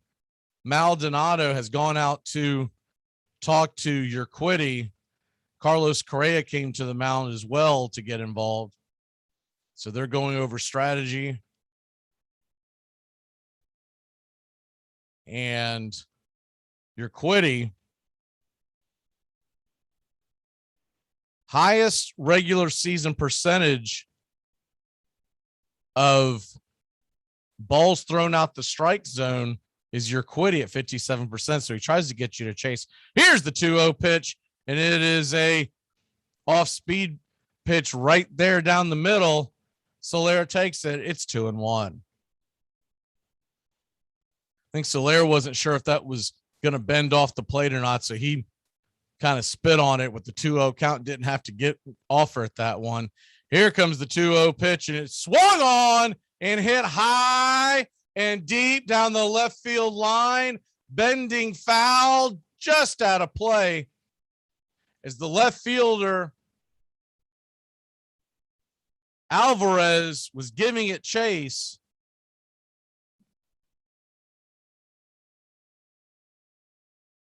Brantley, excuse me, gave it chase, and it bent back, I'd say about 3 or 4 rows backwards. So here's the 2-2 pitch to Soler, swung on and missed strike 3, 94 miles an hour right down the pipe, and Soler could not catch up. So that'll do it. The Braves threaten, but leave 2. We head to the bottom of the first. Astros grab the bats. You're listening to Braves baseball. Now, if you want to crown them, but they are who we thought they were, and we let them off the hook. ACC football covered like no other here on the Armchair Quarterback. Against the blitz, touchdown, Florida State. Preston scores the touchdown, and now it's Bowden's decision, and he sends Maury onto the field right away. Danny Cannell is the holder. Maury. This game is over. A 31-31 tie. A 31-31 tie. A deep throw by Lawrence, a lot of contact. Justin Ross broke free from it. He's down in the end zone. Touchdown, Clemson. Justin Ross, a freshman wide receiver, big, rangy. If you're a fan of the ACC, pull up an armchair. You're home. To protect her home and family in a disaster, Karen was willing to wade through water, mud, and insurance paperwork. Yeah, I can do this. You go, Karen! By simply understanding and updating what her insurance covers and doesn't cover now, she'll be better prepared no matter when disaster strikes. Learn other simple ways to protect your home and family before a natural disaster at ready.gov. That's ready.gov. A message from FEMA and the Ad Council. Sit shot. It travels 60 feet 6 inches from the pitcher's mound to home, and it can cover that distance at nearly 100 miles an hour. Along the way, it can be made to twist, spin, curve, wobble, rise, or fall away.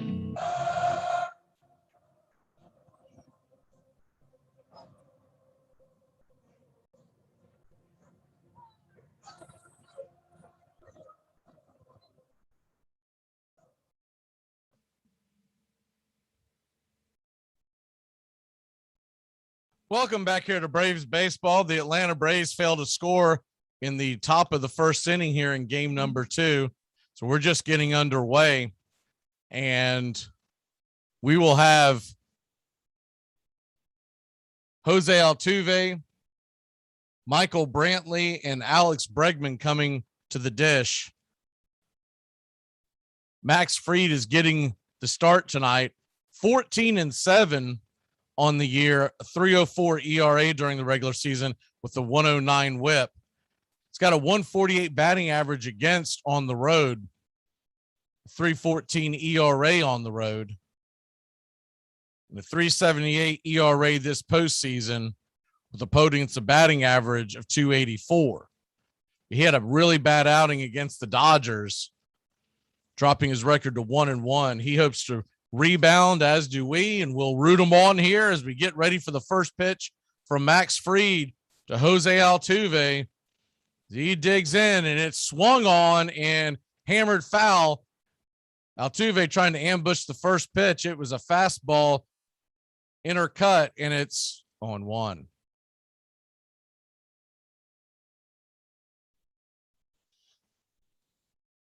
Braves and Astros off tomorrow. We'll be back at it Friday night. Here's the 0-1 pitch, and it's a slider down. 0-2. He bangs it foul again. We'll do it again. 0-2 is your count.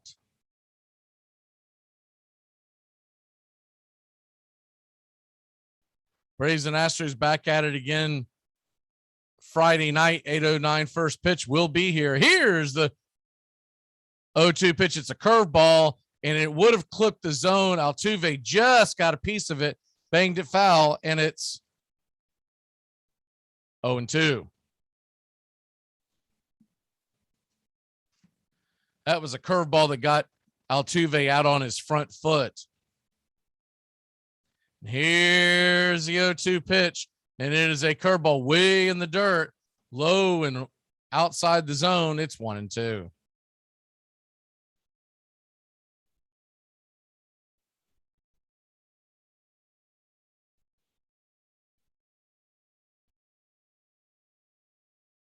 Here's the 0-2, the 1-2 pitch to Altuve.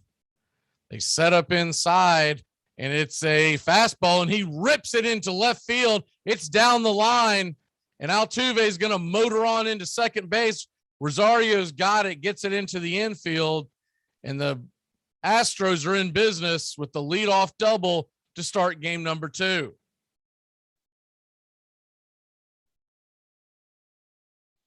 Same location. The first 2 pitches of the at-bat were that Altuve pulled it foul. This time he kept his hands inside and waited on it. He just ripped it down the left field line. It bounced around. Rosario got it on it pretty quick, but you're not going to get the fast-footed Altuve. So they've got a threat going here. Runner on first, trying to jump out to an early lead themselves, as Atlanta did in game number 1. Michael Brantley digs into the plate, the left-hander fastball on the outside part of the zone, kissed the black, and it's 0-1.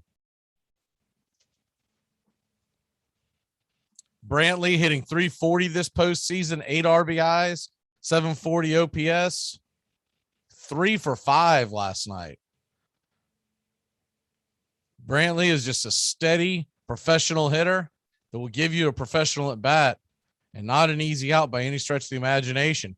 Here's the 0-1 pitch from Fried, and it swung on, popped high and deep into left center. Duvall's on it, but Altuve's going to tag up. Duvall slings it back into the infield to Riley, but not before. Altuve takes third, and Houston's got the go-ahead run at third with 1 away.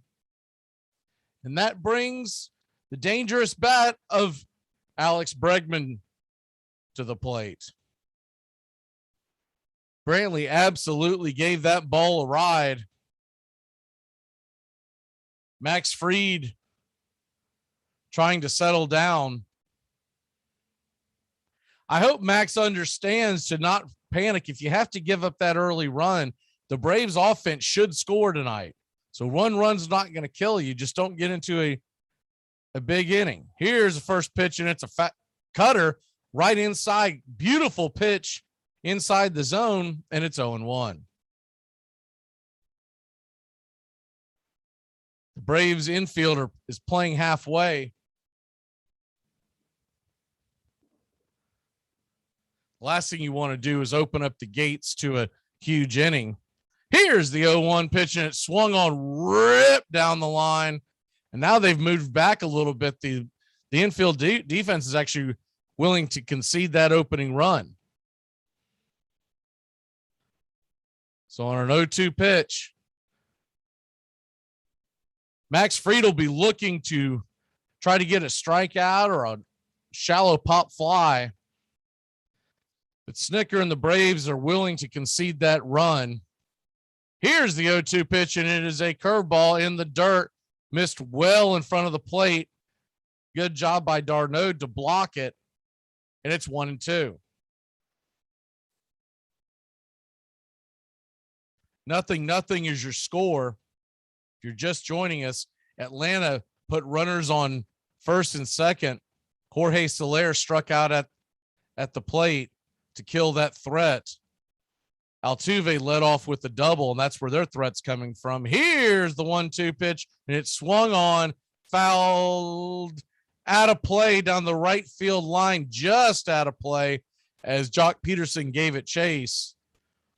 Good piece of hitting by Bregman to try to make sure that ball gets launched.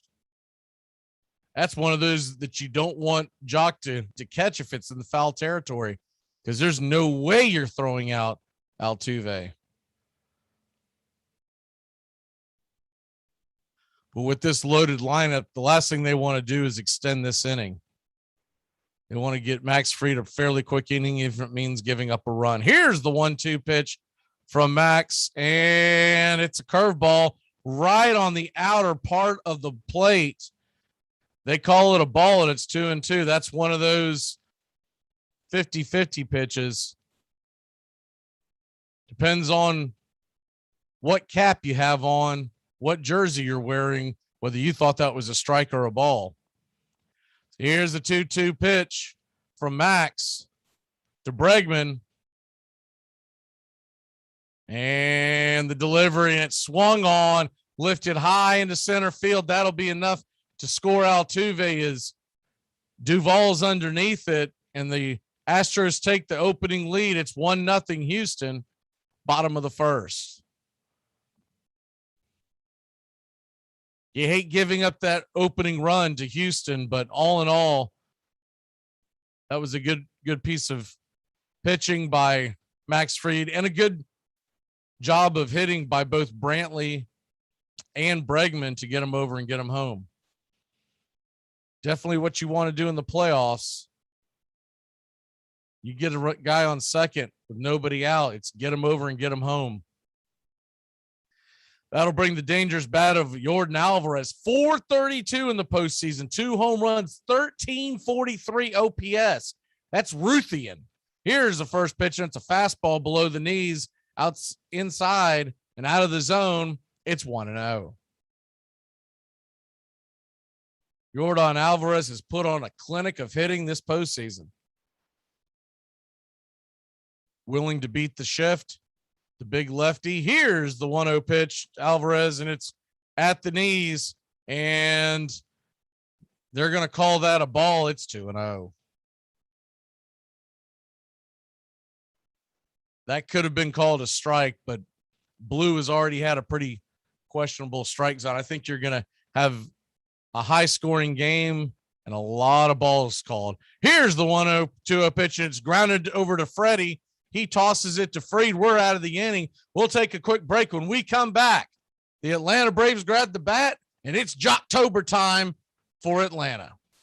Dread running to the post office? Stamps.com brings post office and UPS services right to your computer. Send letters, ship packages, and get up to 40% off USPS and up to 62% off UPS rates. Nearly 1 million small businesses use Stamps.com to save time and money. It's a no-brainer. So skip the post office and visit Stamps.com. Use promo code LISTEN for a 4-week trial plus free postage and a digital scale. That's Stamps.com, promo code LISTEN. She always says that I don't like the way she talks. It's the information that she chooses to tell me at times.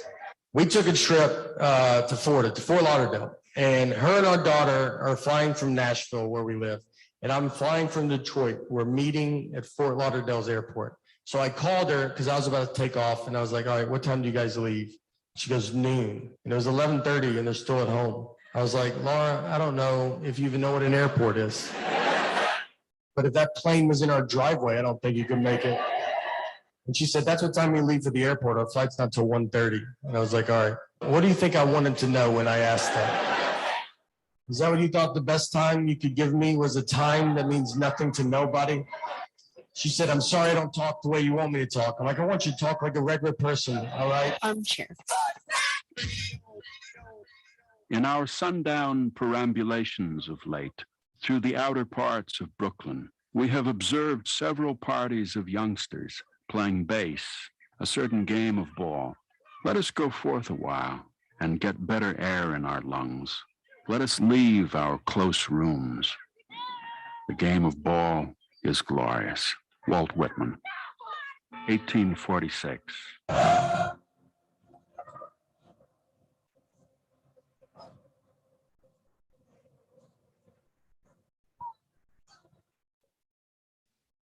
Welcome back here to Braves baseball. The Atlanta Braves trail Houston 1-0 as we head to the second inning.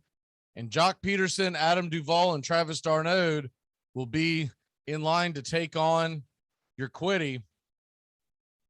Your Quiddy so far, 1 inning pitched of no run ball. But he did allow 2 Braves hits. So we'll get it going here in a second with Jock Peterson coming to the plate.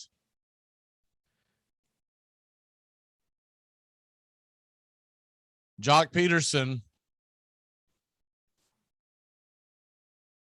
hit 238 on the year, 18 home runs, 61 RBIs, and a 732 OPS. But has been a bit of a catalyst, especially in the early rounds of the playoffs for Atlanta. Here's the first pitch, and it's a called strike at the knees just off the zone, and it's 0-1. Looked like the curveball from your Quiddy. Here's the 0-1 pitch, fastball at the letter, swung on and missed, and it's 0-2. Peterson's hitting 273 in the postseason.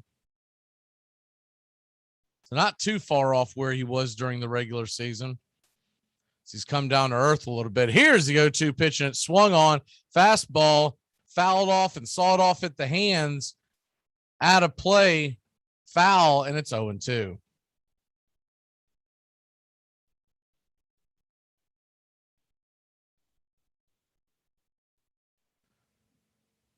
The Atlanta Braves, 0-2 count to Peterson. It swung on and missed, strike 3, and Peterson looked lost in that at bat, way behind on that swing, and he'll walk to the bench, walk to the dugout, try to figure something out there, and that'll bring Adam Duvall to the plate.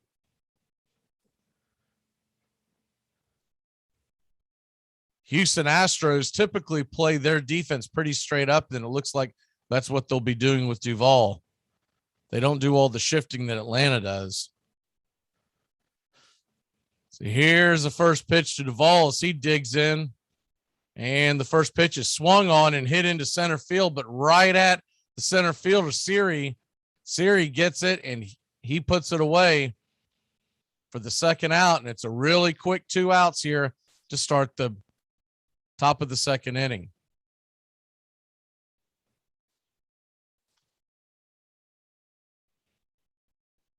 First pitch swinging by Duvall. Your Quiddy's now just at 29 pitches. So he had a pretty good pitch count in that first inning. But here comes Travis d'Arnaud, and he takes the first pitch strike, try to make your Quiddy work a little bit. And there's 0-1.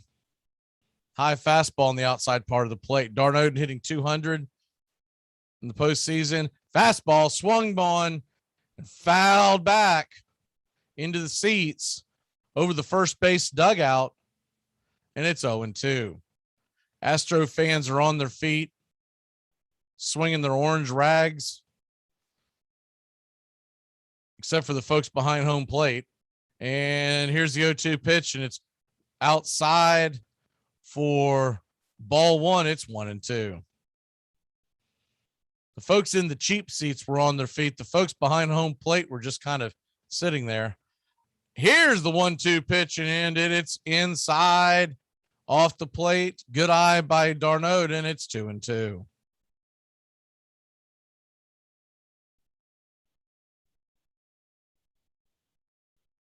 The Atlanta Braves franchise, the oldest baseball franchise. Here's the 2-2 pitch off the zone, and it's 3-2 fastball. We got a full count to Darnold.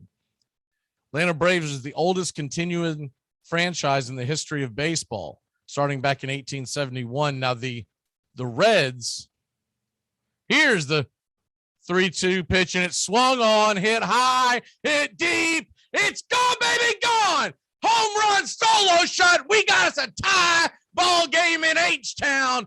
The Braves just tied it up with Travis Darnold going yard. Wake up, Atlanta. It's 1-1. 3-2 pitch, and he just laid it in there, tried to get it past Darnold, and it looked like a batting practice swing. Darnold just stepped into it. He did not miss it, and it was on a line. Didn't get a lot of height, but it was on a shuttle, getting out of town fast. Went about 6 or 7 rows back. It's a pretty short porch. Here's the first pitch to Swanson. He swings wildly at a slider off the plate, and it's 0-1. Here's the 0-1 pitch to Dansby, and it is a slider high, swung on and fouled back, and it's 0-2. Great piece of hitting by Travis Darnold, and we've got a tie ball game. Here's the 0-2 pitch, and it swung on, ripped into left field.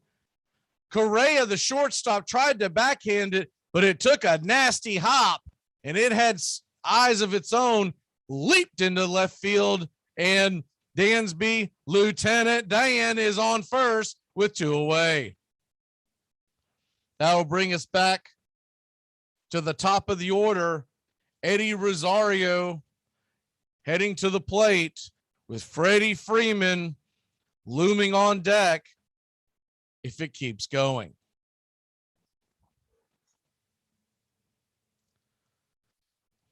It's like we're getting a quick mound visit, and they're done, and they'll go back behind the plate. Here comes Rosario digging in from the first pitch, and it swung on and ripped right to the glove of Uriel for out number 3. He absolutely roasted that ball. It was on the line. Gurriel hadn't been holding on a runner. That would have been a double for sure. So that'll end the inning, but not before your Atlanta Braves tie the game. It's 1-1 in Houston. The Astros coming up to bat. Take the scenic route in the new Hyundai Santa Fe, the family SUV with available H-Track all-wheel drive to help you travel way off the beaten path. Find new adventures together in the Hyundai Santa Fe. I'm Amy Lawrence, and I'm up late, always after hours, hanging out with you on CBS Sports Radio. Check it out, 2 a.m. Eastern, 11 p.m. Pacific. Make 2021 your year. Learn with purpose with the Great Courses Plus. You'll have unlimited access to enlightening, engaging, in-depth video and audio courses on hundreds of topics taught by incredible professors. And you can learn anywhere, anytime with the Great Courses Plus app. What purpose awaits you? Find out today with a free trial. Sign up at thegreatcoursesplus.com/radio. Remember, thegreatcoursesplus.com/radio.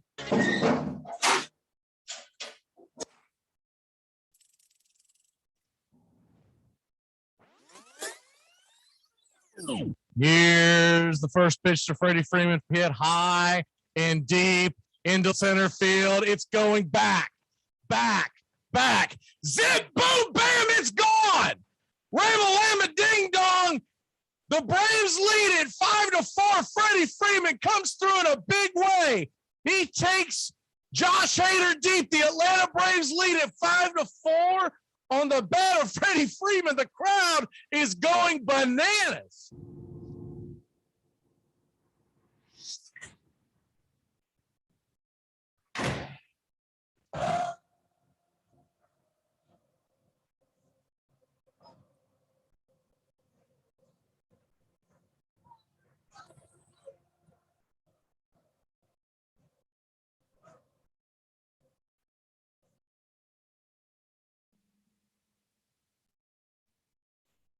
Welcome back here to Atlanta Braves baseball as the Atlanta Braves tied it up 1 apiece. Travis d'Arnaud went deep on a 3-2 pitch. Your Quiddy, I talked about in the pregame, he is a fly ball pitcher. He throws a lot of pitches up in the zone. So you got a chance to take advantage of that. He's banking on his defense, bailing him out. And the Braves have to be banking on that they can hit that pitch. So we head to the bottom of the second inning. And Atlanta, Max Fried's got a tie game again. Curveball falls off the table and in the dirt, swung on and missed, and it's 0-1. Here's the 0-1 pitch from Fried, and it's curveball way out in front of the plate, and it's 1-1. Fried is going to become a dangerous customer when he can consistently put that curveball just about 3 inches deeper. Here's the 1-1 pitch, curveball banged foul, and it's 1-2. When he gets to the point where he can command that curveball and they don't know if it's going to fall in the zone or out of the zone instead of dropping right in front of the plate, he is going to be devastating. Here's the 1-2 pitch, swung on and missed, strike 3, curveball just on the inside part of the outer plate. And Correa tried to make contact to stay alive. He could not, and there's one away. First strikeout for Max Fried. It is a nasty pitch. That Uncle Charlie from a lefty, when he can command it, along with that mid-90s fastball. Here's the first pitch from Fried, and it is a slider right on the knees. Should have been a strike, but Blue missed the call, and it's 1-0. Ron Culpa, the culprit, is Tucker from the left-hand side of the plate, hitting .295 this postseason. Here's the 1-0 pitch, and it is same pitch, very close to the same location. It's called to strike, and it's 1-1.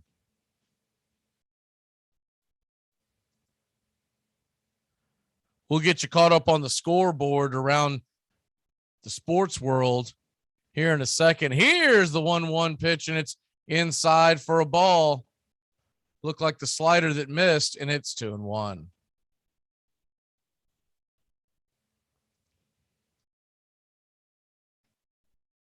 Here's the 2-1 delivery to Tucker, and swung on and ripped into center field. Fastball that was about letter high, and he just ripped it in between Ozzie and Dansby. And there's one aboard with one away here in the bottom of the second.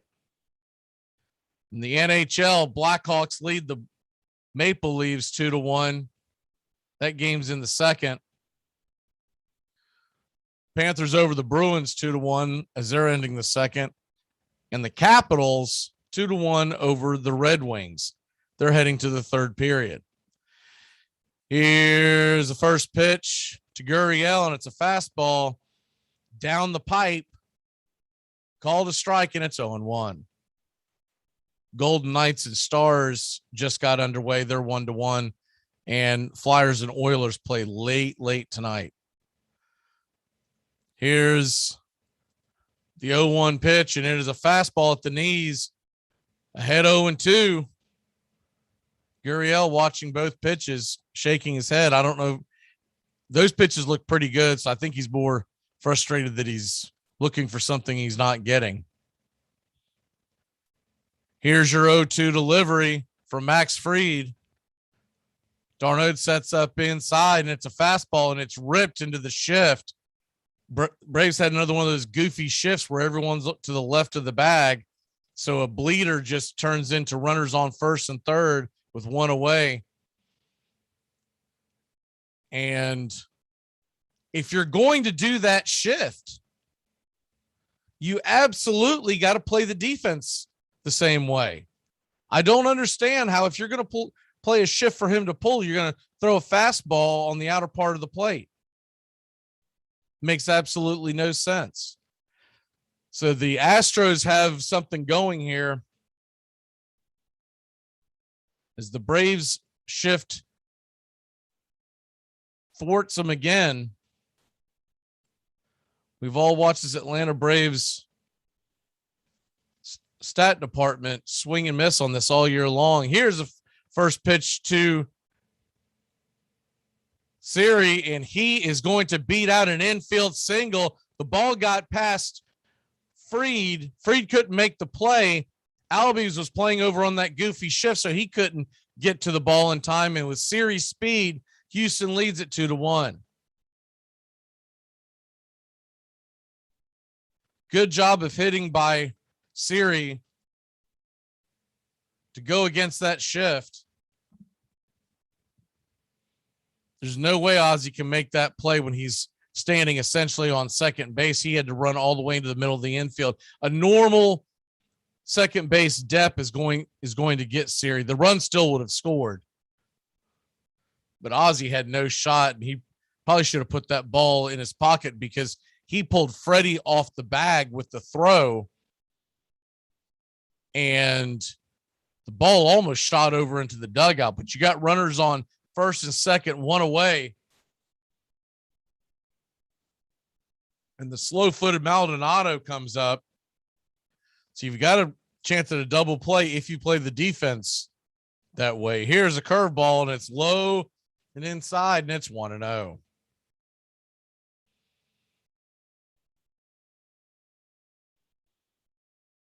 Maldonado batting .065 in the postseason. Wasn't much better in the regular season. 172 hitter, 12 home runs and 36 RBIs. He's there for his defense. Here's the 1-0 pitch, and it is a curveball swung on and missed, dropped off the table and into the bottom of the zone. Then it's 1-1. Wizards lead the Celtics in the NBA 63-52 in the third. Lakers all over the Thunder. And the Hornets and Magic head to the fourth in a 2-point game. Here's the 1-1 pitch to Maldonado. Runners on first and second. He pulls it to the right-hand side, and that's going to get through, and you're going to get a runner on. I don't know what in the world that was. The runner's going to come around to score, and there's two things that were going on there. A, Rosario throws it to third, and Riley had his head straight up his rear. He was standing off third base. I don't know what he was doing. I guess he's got the best seat in the house. Houston now leads it 4-1, but that ball was thrown to the third base bag. Nobody was standing there, as Rosario would have had him. The throw was going to beat him. And I think he thought Riley was standing there. Swanson let the ball go by. And this is very reminiscent of the Dodgers series last year, where poor fundamentals did the Braves in. So a bad job by Riley not covering third base. He's got egg on his face. He'll have to wear it. The Braves trail 4-1. Runner on second. I guess the only good news of that entire thing was that Maldonado was the runner, so he couldn't make it all the way to third. Any other runner, including yourself, would have been standing on third, but Maldonado is about the slowest player in baseball. So Fried has given up 4 runs, but you can't blame it all on him. Terrible, terrible defensive lapse there by the Braves. And here's the first pitch to Altuve. He's swinging out of his shoes. Curveball high and outside, and it's 0-1. Fried trying to settle down, only 32 pitches in. And it's the type of situation here where if Fried can't settle down, you almost might need to let Fried just eat one tonight. Here's the 0-2 pitch, and it's a 0-1 pitch, and it's a curveball swung on and hammered foul, and it's a 0-2.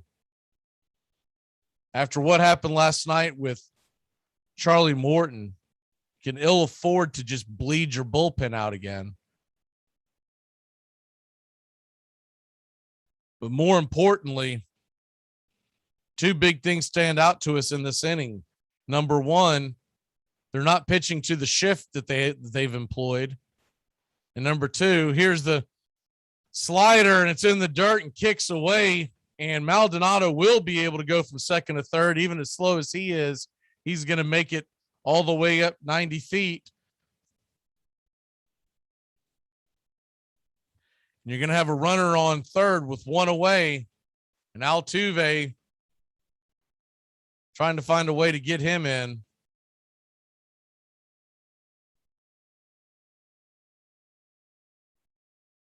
Now, a typical fly ball depth will not get Maldonado in. He's not a fast runner, but this is a big ballpark. And the Braves are playing about halfway in on the defense. Here's the 1-2 pitch, and it swung on, popped up into center field. Duvall's underneath it. He's going to fire it home. There's no way Maldonado's going to try to stop that. Fried cuts it off, and Maldonado slams on the brakes after 2 steps, and he's back to third base. So there's 2 away. Nobody believed Maldonado was making that run. They would have had to chase him up the line to tag him because that ball was shallow. Braves trail at 4-1, but we can still got plenty of time to get back in this, especially with your Quiddy on the mound. Michael Brantley steps in.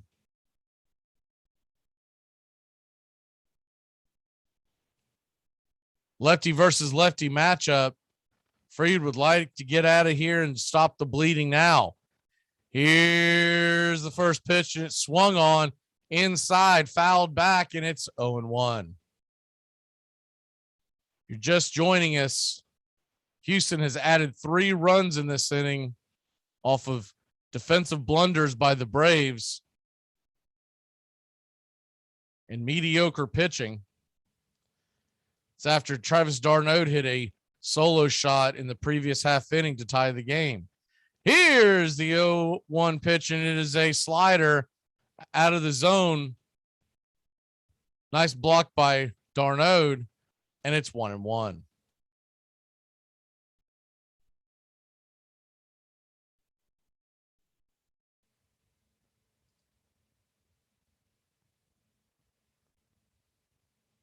Braves in the top of the third will have Freddie Freeman, Ozzie Albies, and Austin Riley.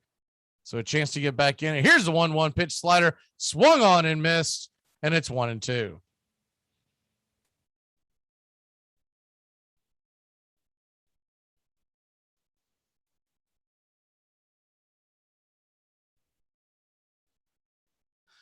One-two delivery, getting set for Brantley. 39th pitch of the evening for Max Fried. Darnold sets up outside, and it swung on and fouled back. Just got a piece of it, and we'll do it again at 1-2.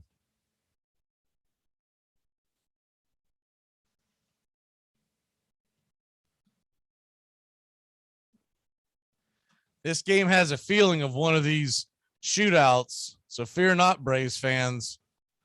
I think we're in for a long night, but it could be an exciting one. If Atlanta can find a way to come back and win this game, they would have a commanding 2-0 lead. Here's the 1-2 pitch. Slider on the outside. Just missed off the plate and at the knees. It's 2-2. Taking commanding 2-1 lead back to Atlanta with Ian Anderson on the mound would be a huge advantage. We got a lot of work to do to get to that point. Bottom of the second, 2-2 count, 2 away. Deuces are wild. Here's the pitch, and it is swung on and roasted into right field through the teeth of the defense. And Houston leads at 5-1. Max Fried, 41 pitches into the evening.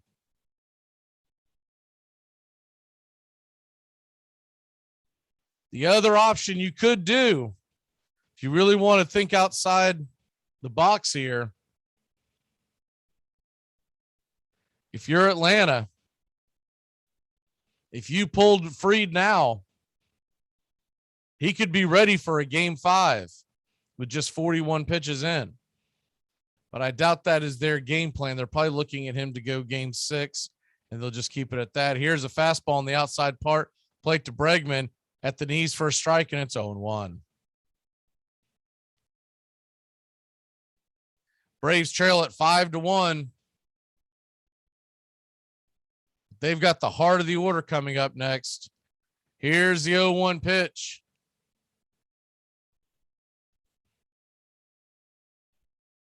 And delivered, swung on, and ripped to the right-hand side. Riley's got this one. He fires it over to first, and that'll get us out of the inning mercifully.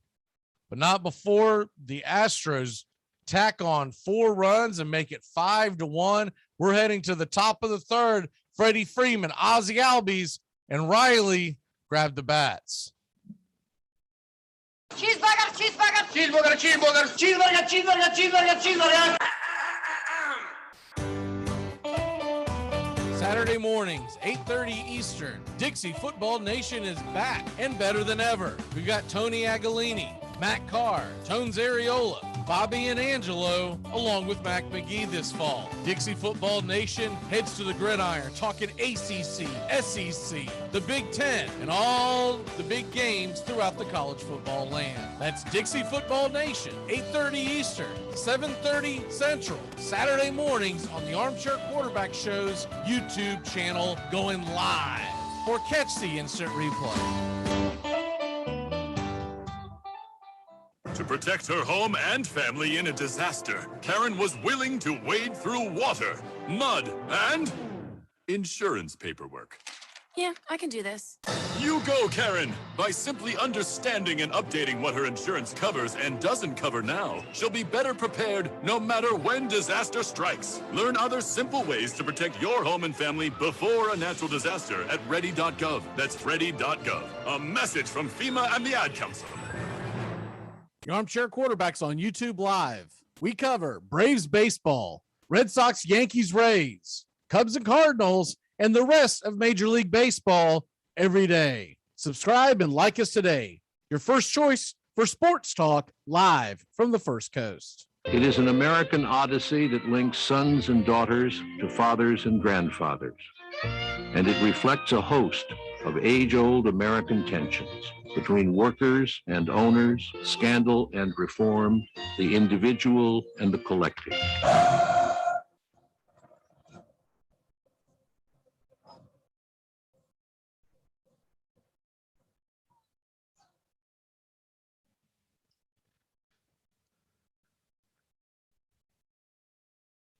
We are back here with Braves baseball. The Atlanta Braves trail 5-1, but it ain't over yet, y'all. Atlanta's going to send Freddie, Ozzie, and Riley to the plate, excuse me. And they've gotten some good hits on Urquidy. They've already gotten 4 hits on Urquidy in 2 innings. So you'd like to get to him. Here's the first pitch to Freddie, and it's taken for a strike. High fastball. It's 0-1.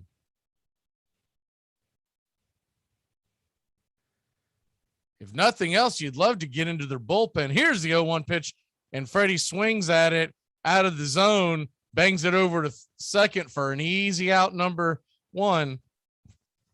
1 away with Ozzie Albies coming to the plate. You'd like to see if you can get Urquidy out fairly early, make Houston exhaust their bullpen options. Atlanta's facing a game 4 and game 5 where they're most likely going to do some version of a bullpen game unless they pull Max Fried right now. Here's the first pitch to Albies outside, 1-0. Fastball way off the plate.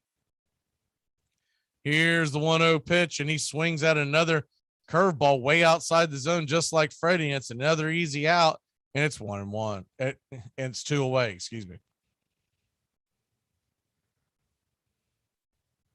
Freddie and Ozzie easy outs once again. They love to ambush those early pitches, but there's a price to pay when you're not connecting. That'll bring Austin Riley to the plate. His defensive gaff cost Atlanta at least 2 runs. Here's a fastball at the knees and outside the zone. But Culpa calls it a strike, and it's 0-1.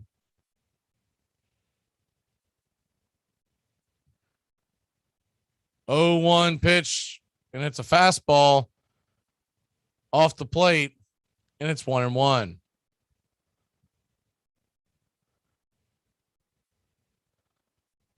1-1 delivery from Urquidy, and it is swung on, but hit high and harmlessly into center field, very shallow, and it's a can of corn. That'll end the 3rd inning, and just like that, 3 up, 3 down.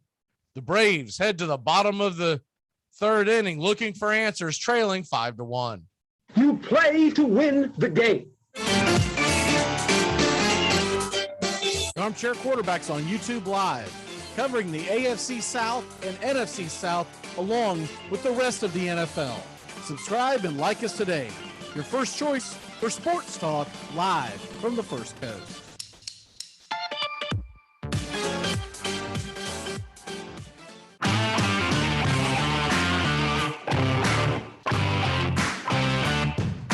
Get your Sunday football morning started off right with the Handicappers on Armchair Quarterbacks YouTube, 10 a.m. Eastern to noon Eastern. Your Sunday morning kickoff show where we tackle your NFL lines out in the desert, a 61.2% win rate over the last 6 years. Against the spread, over, under, money line, you name it. And we dive into the world of fantasy football year-long and your DFS payouts. Your only true Southern football kickoff show that talks the spreads in Vegas, your DFS and fantasy, in your year-long quest to win that fantasy football championship. Only on the Armchair Quarterbacks YouTube channel. It's the Handicappers on Armchair Quarterbacks YouTube, 10 a.m. Eastern to noon Eastern. Sundays, all NFL season long.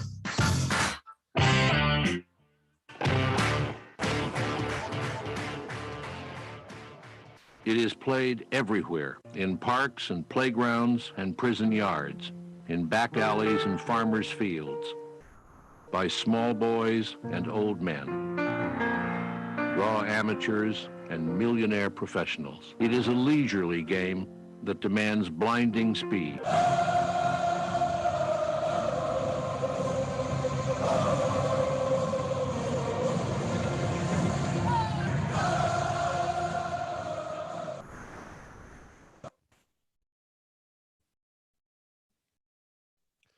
Welcome back here to Braves baseball as the Atlanta Braves trail 5-1. And all of a sudden, Max Fried has forgotten how to pitch on the road in the playoffs. He got absolutely pummeled by the Dodgers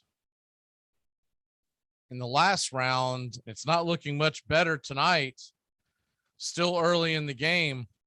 If you're going to leave Max in, I think you're going to have to ride him pretty far. And that's kind of the game that you would have to play there. If you were going to go to the bullpen, I think you need to do it now and save Max for a short rest on game 5.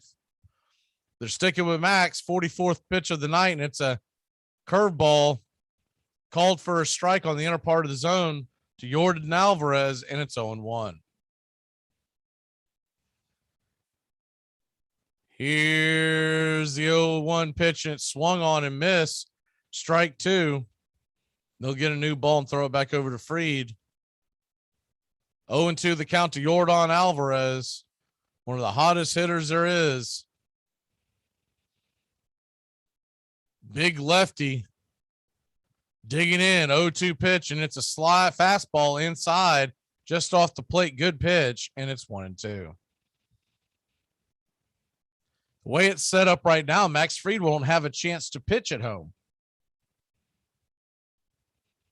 where I think he's much more comfortable. Here's the 1-2 pitch, and swung on. Fastball hit high and out of play, and it's 1-2. If you missed it earlier, Tucker Davidson was added to the Atlanta Braves roster this morning because of the season-ending injury to Charlie Morton. So with that being said, Davidson, Drew Smiley, here's the 1-2 pitch, and it's a slider. Did he go around? He did go around. Strike 3. d'Arnaud applies the tag, and there's one away in the bottom of the third. Davidson could be in line for either a start or a piggyback in a bullpen game, along with Drew Smiley in some kind of version of this for games 4 and 5 in Atlanta. The other option you would obviously have would be to send Fried. Here's the first pitch to Correa, fastball at the knees, maybe a tad low, and it's 0-1.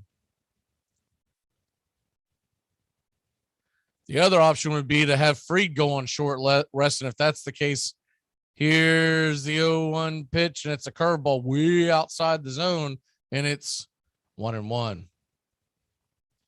You wouldn't want Fried to go terribly long in this game. So there's a lot of chess game going on here. Here's the 1-1 pitch, and it's a curveball grounded into the shift over to the left-hand side of the infield. Dansby has it, scoops it up, fires it over to first, and there's 2 away.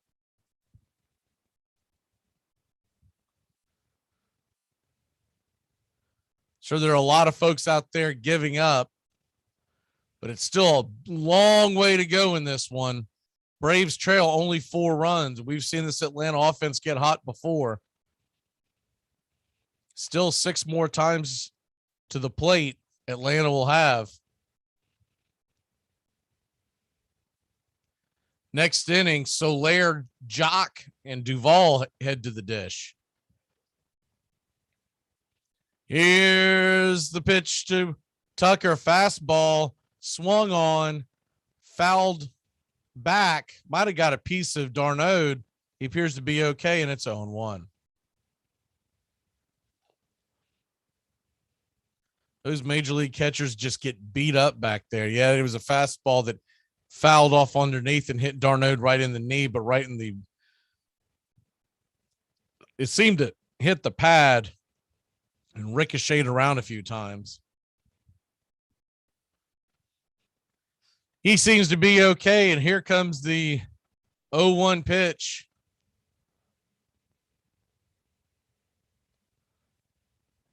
Delivery to Tucker, and it's a slider right off the plate, and it's 1-1. 2 outs, bottom of the third. The Braves trail by 4.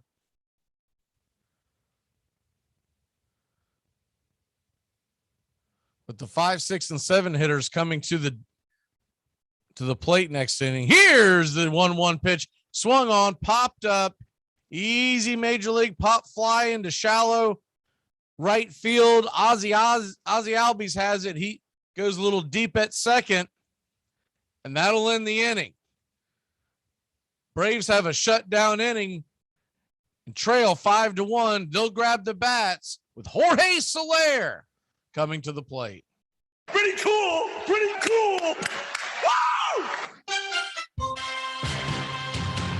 Make sure to keep it locked in here on Armchair Quarterback Radio. We're not one-trick ponies. We cover the entire NFL, past and present. 3rd down and 6 at the 9. And Bo Jackson to the 20 and out in front. And only one man to beat him. Easily can't run him down. He had the angle, but there goes Bo. And nobody catches Bo. Touchdown. Dion. Back when he started and then turns the corner into Giant territory and leave it to Dion to break it open for a touchdown. What a run! Dion comes in as a receiver. Sanders.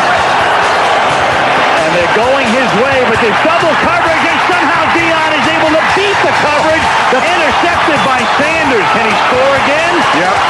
There he goes, Deion Sanders, 71 yards. And so for Deion tonight, a 59-yard punt return for a TD, a 55-yard pass reception, a 39-yard punt return, and a 71-yard interception return. Dread running to the post office? Stamps.com brings post office and UPS services right to your computer. Send letters, ship packages, and get up to 40% off USPS and up to 62% off UPS rates. That's Stamps.com, promo code LISTEN. I see great things in baseball. It's our game, the American game. It will take our people out of doors, fill them with oxygen, give them a larger physical stoicism, tend to relieve us from being a nervous, dyspeptic set, repair these losses, and be a blessing to us. Walt Whitman.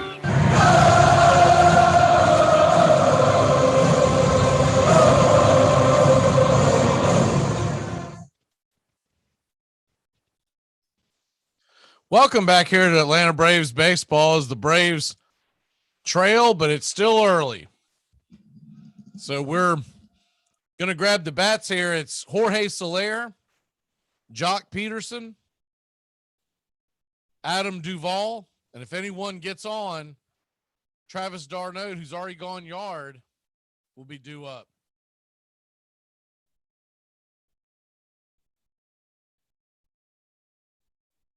Urquidy heads back out to the mound. Jose Urquidy, 3 innings, 1 earned run, 4 hits. Here's the first pitch, and it is a curveball way inside, and it's 1-0.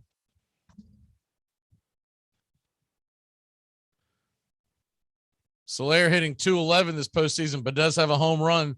Fastball swung on, popped up high and into the stands, and it's 1-1.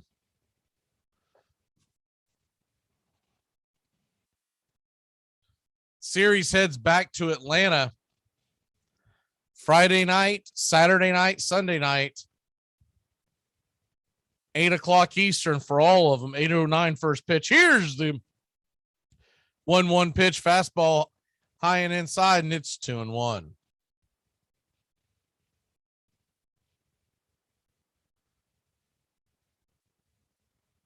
Here's the 2-1 pitch, and it's swung on.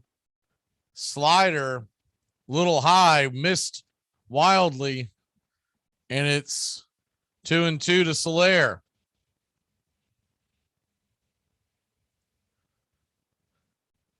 Two pitch to Soler,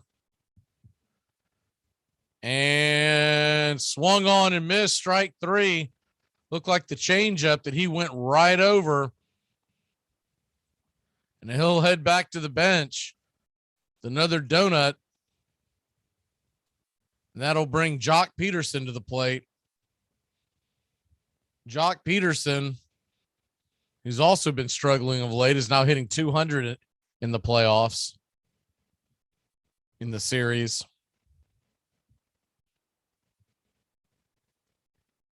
Here's the pitch to Peterson. Fastball, blew it right by him for a strike. It's 0-1. If Atlanta holds serve at home, which they have not lost yet in Truist Park in the playoffs, they can win it on their own soil. Here's the 0-1 pitch. Fastball fouled off. Not a play, and it's 0-2. That'll be a tall task. They will face Garcia, who looked really good last time out versus Boston. Some version of a bullpen game with Zach Greinke. Here's the 0-2 pitch, and it is swung on, fouled back up against the screen. We'll do it again at 0-2.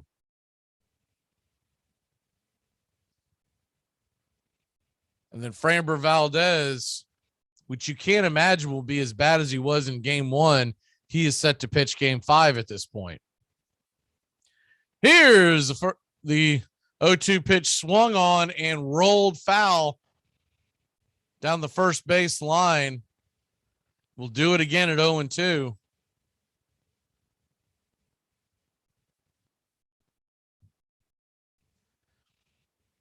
Braves really need to get something out of either Peterson or Soler.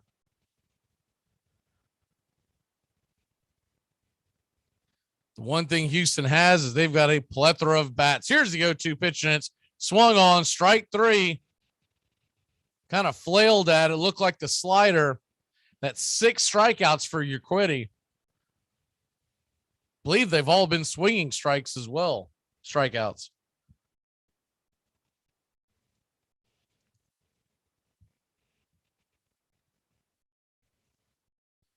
So that's going to bring Adam Duvall to the plate.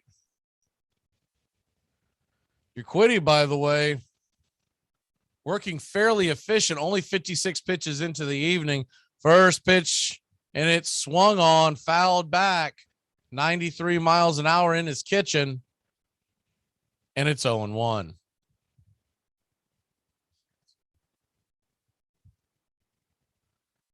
Braves batters are getting very, very impatient at the plate. Last night, we're working the count much better. Here's the 0-1 pitch, swung on and popped up, and it's a harmless fly ball to right. And that'll do it. We'll head to the bottom of 4. Atlanta trails 5-1. Gurriel, Siri, and Maldonado head to the plate. You're a cop, huh? No, what I am, Sonny, is about 50 pounds heavier and one hell of a lot meaner, so you better straighten up your act. I don't think I like you.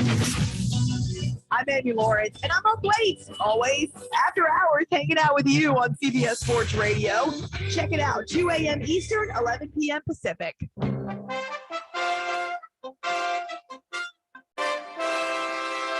Don't miss a moment of heart-stopping NFL coverage on Armchair Quarterback Radio. He's going to go all the way, unless Blackwood can catch him, and he can't. 3rd and 3. We'll see a pickup sometime on the right side, possibly. Montana looking, throwing in the end zone. Clark caught it. Dwight Clark. Only 12 seconds left to play third quarter. Here's Marcus Allen cutting back upfield, and Marcus Allen could be gone. 74 yards for Marcus Allen.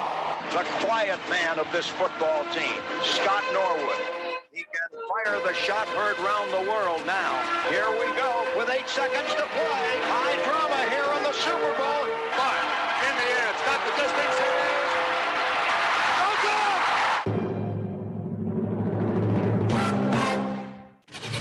CBS Sports Radio, your home for all things sports 24 hours a day, 7 days a week, coast to coast. Great sports talk expected here. CBS Sports Radio. It's a pastime, something you do. It's entertainment, something you watch. And it's a shared experience, something you talk about and read about. And that's marvelous. But you can apply those same 3 criteria to other things. What makes baseball special is that it's the best game that's ever been devised.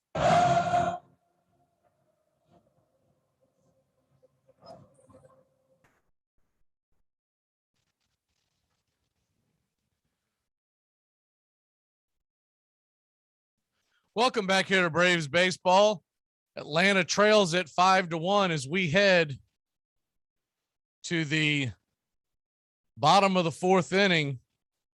The bottom of the order for the Astros, Gurriel, Siri, and Maldonado are due up.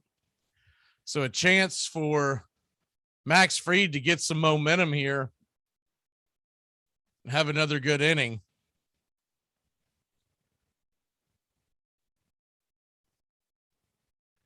And here comes the first pitch from Fried, and it's outside. It's 1-0.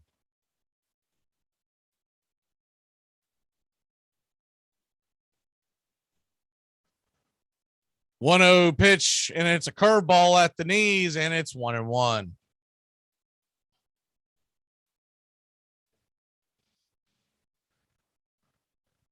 1-1 pitch and slider off the plate, and it's 2-1. 2-1 delivery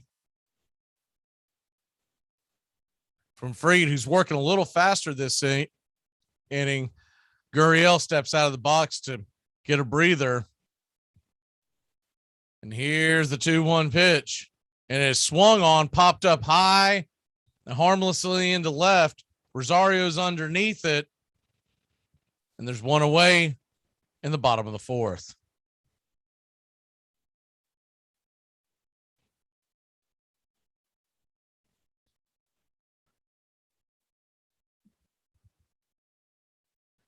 That's going to bring up the bat of Jose Siri.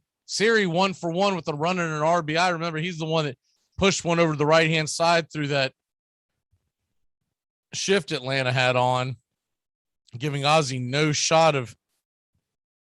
Here's the first pitch, and it is a first strike blown right by him, and it's 0-1.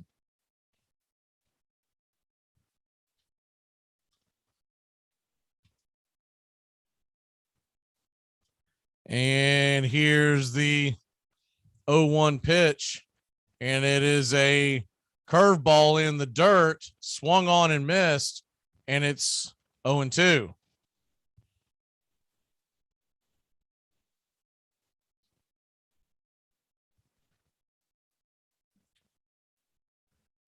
Siri had that fister that, and honestly, he didn't get a hold of the ball very well at all, but he was able to run it out. Here's the 0-2 pitch curveball, and he just gets a piece of it, bangs it foul. We'll do it again at 0-2.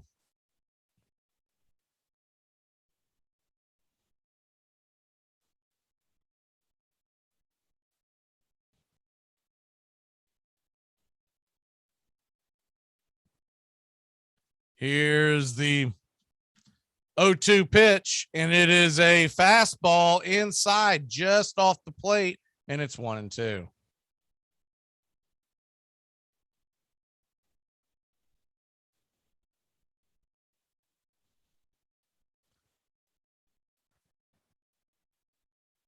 One-two pitch to Siri and swung on and missed, strike three in the dirt.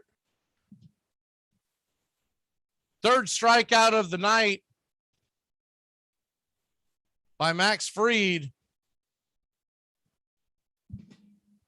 Siri will head to the bench, and that'll bring Maldonado to the plate.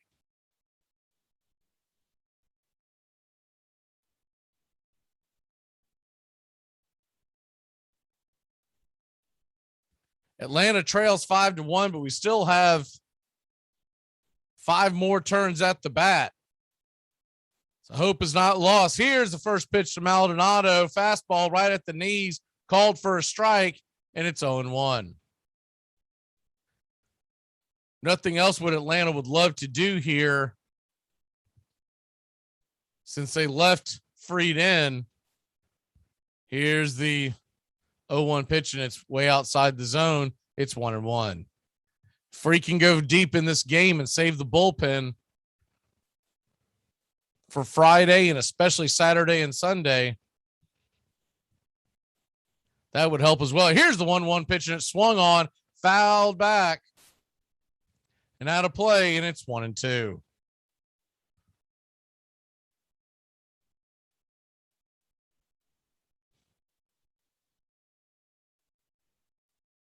One-two pitch.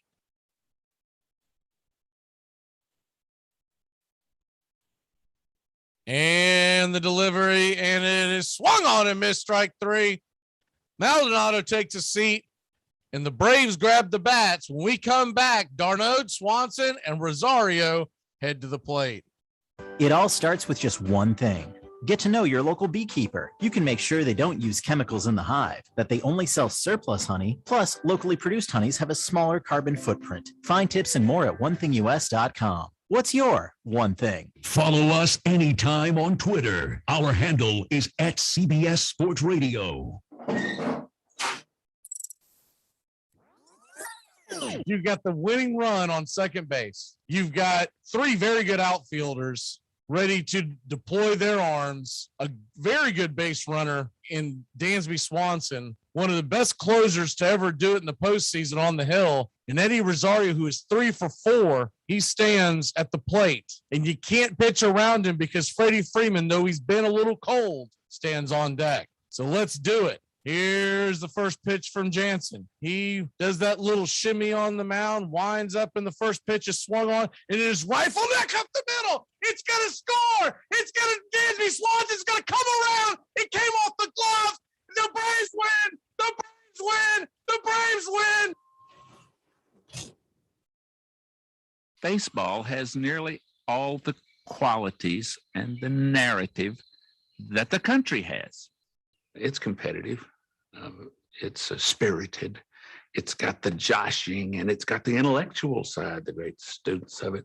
It's also got labor unions and management and gimmicks and promotion and venality and great public fools in baseball and great public heroes and self-serving people and generous people.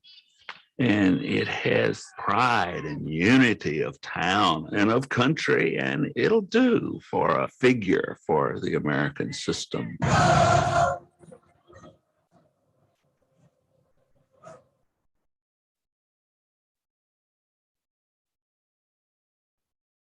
Welcome back here to Braves baseball. The Atlanta Braves trail 5-1.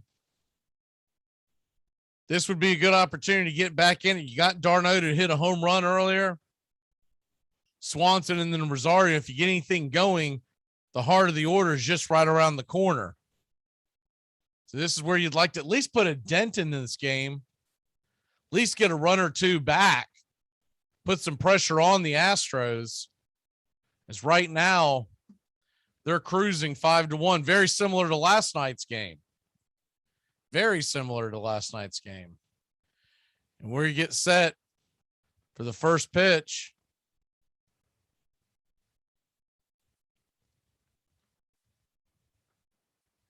And digging into the plate is Darno, and it's a ball, curveball, high and outside the zone. It's 1-0. 1-0 pitch to Darno. It's now a slider off the plate, and it's now 2-0. 2-0 pitch from Urquidy to Darno, and it's a fastball ripped up the middle for a single. We got a leadoff single going here to get it started. In the top of the fifth in Atlanta, looking to threaten.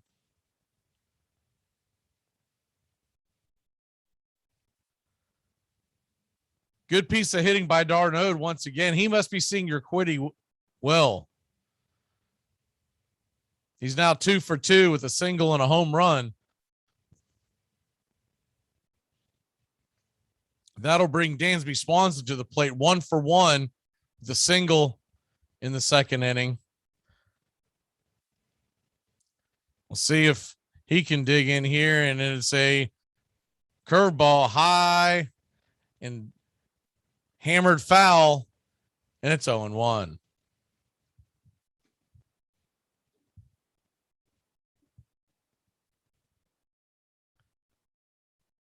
Oh, 0-1 is the count to Swanson.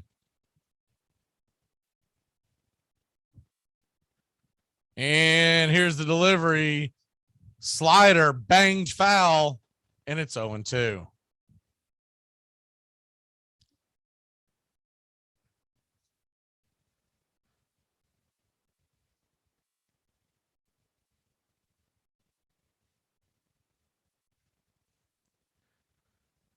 Braves trail 5-1. They got something cooking here with the runner on first. And here's the 0-2 pitch to Dansby. And swung on and missed strike three. Slider just fell right out of the zone. That's the 7th strikeout by Urquidy. Guy that normally doesn't rack up the strikeouts like this. He's just mowing through this Atlanta lineup as they've been flailing. I don't know if they're not picking him up or just being impatient.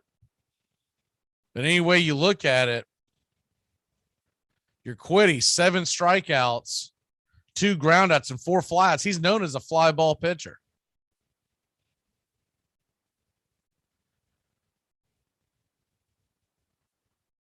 So here comes the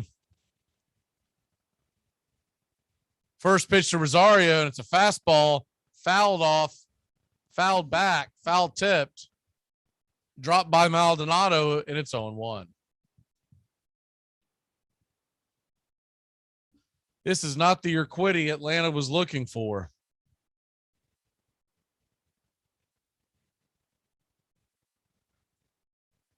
Atlanta was hoping that they were going to get the guy that struggled down the stretch. Here's the 0-1 pitch, and it's a changeup in the dirt outside the zone, and it's 1-1.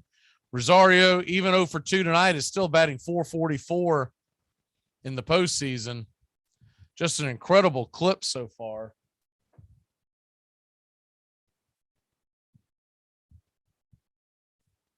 Here's the 1-1 pitch to Rosario, swung on, fouled back, just got a piece of that slider, and it's 1-2.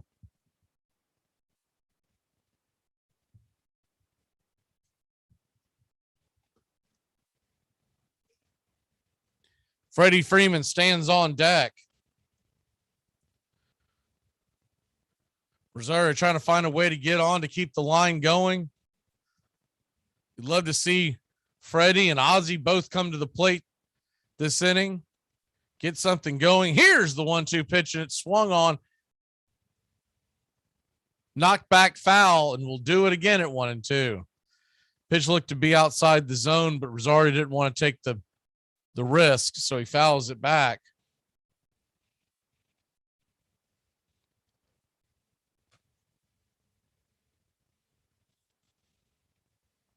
And here's the 1-2 pitch.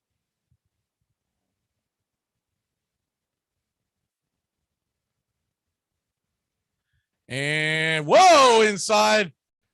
Fastball got away from Maldonado, almost hit Rosario. That's going to send the runner down to second. So we'll set this up again. That ball almost got Rosario in the hands.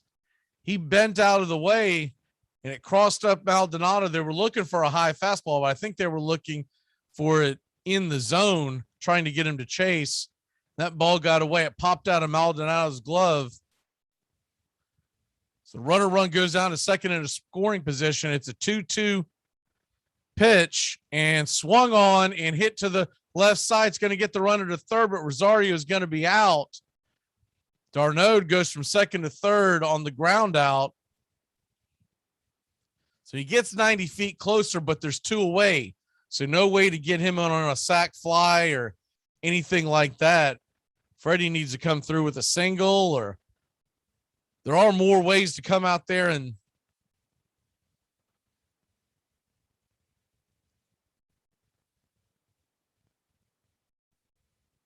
to score when you're at third. But conventionally, with 2 away, you're going to have to get a base hit. Another wild pitch, a balk, an error, infield single. Here's the first pitch to Freddie, and it's way outside the zone, 86 miles an hour off the plate. Change up, and it's 1-0. Ozzie Albies stands on deck. Here's the 1-0 pitch, and it's a change up once again, drop down, and it's 1-1.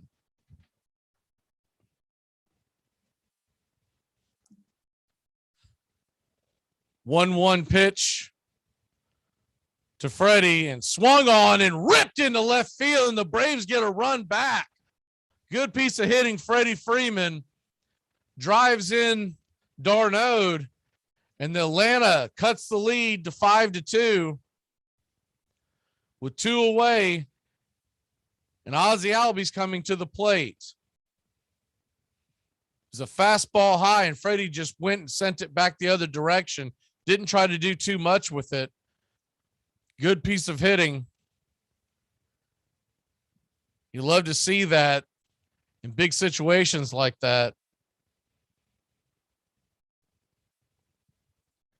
Freddie Freeman coming through with an RBI. Now they're going to go out and talk to your Quiddy.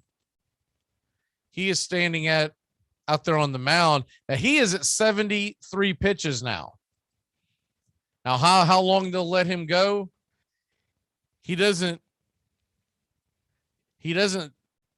typically go deep into games. This is about where he is, around the 5th inning. They do have Yimi Garcia warming up in the pen. Remember, Yimi Garcia came in last night. Here's the first pitch to Albies, left-hand side of the plate, and he swings at it and takes the first pitch and swings it and bangs it over to first, and he's an easy out once again, but not before the Braves score a run. So Atlanta cuts into that lead. It's 5-2 Houston. We head to the bottom of 5. I was going to Colombia, for Christ's sakes. Wants to be some kind of a professional woman like you. A psychiatrist? And I have to listen to guys like me whine all day. Saturday mornings, 8:30 Eastern. Dixie Football Nation is back and better than ever. We've got Tony Agolini, Matt Carr, Tones Ariola, Bobby and Angelo, along with Mac McGee this fall. Dixie Football Nation heads to the gridiron, talking ACC, SEC, the Big Ten, and all the big games throughout the college football land. That's Dixie Football Nation, 8:30 Eastern, 7:30 Central, Saturday mornings on the Armchair Quarterback Show's YouTube channel, going live, or catch the instant replay.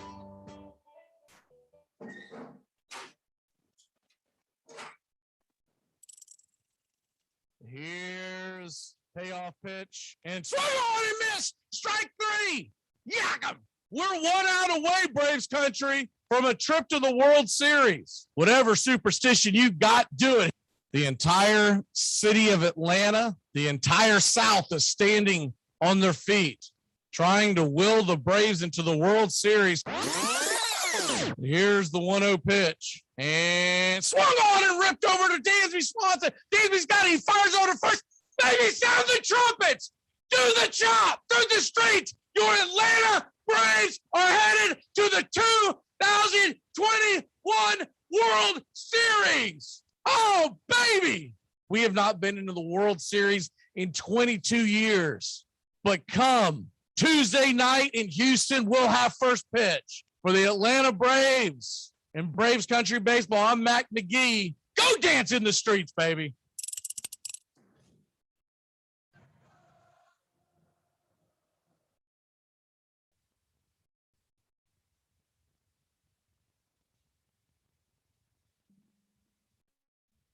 Welcome back here at Atlanta Braves Baseball, as the Braves have cut into that lead, gaining a run. And they trail now just 5-2 as we head to the bottom of 5, and Houston will grab the bats. They'll have the top of the order due up: Altuve, Brantley, and Bregman.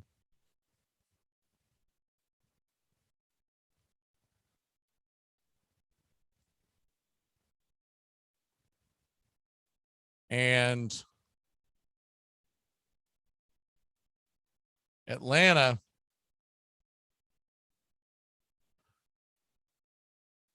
Dusty Baker looks like he's talking to Urquidy on the bench. Here comes the first pitch to Altuve, and it's called for a strike high in the zone, and it's 0-1.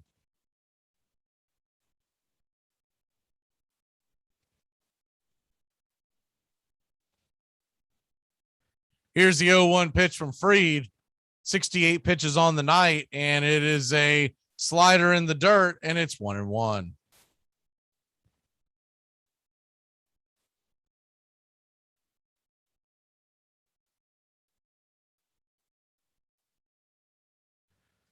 Astros 5, Braves 2. Swung on and ripped over to the left side. They play that defense straight up this time, right into Riley, and Riley fires it over to first for the first out.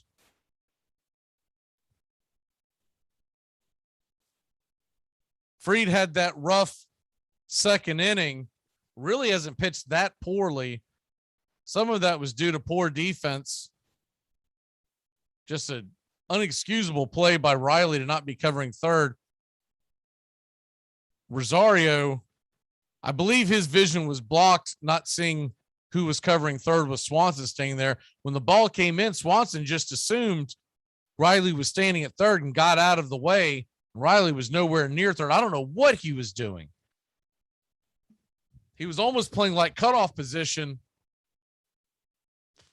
but there was no need to do it. You got to be covering third in that position, in that situation. So that led to at least one run, probably two, because he's probably meat standing at third. Here's the first pitch, and it's a curveball in the dirt to Brantley, and it's 1-0.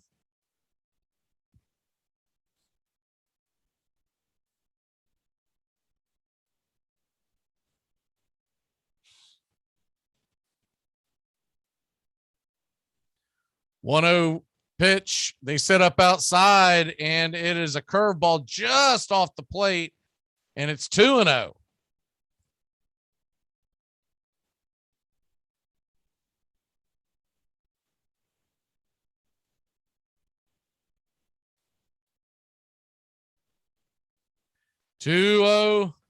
Count to Brantley, setting up outside again. Slider swung on and missed, just dropped out of the zone. Good pitch by Fried, and it's 2-1. Nice pitch right there. I mean, you're talking about a pitch that just dropped off the table, the slider. If he can do that slider on the regular, he'd be darn near unhittable. Here's the 2-1 pitch, and it is a fastball. Brantley thinks it's a little high. It'll tie, even up the count at 2-2. He might have had an argument there.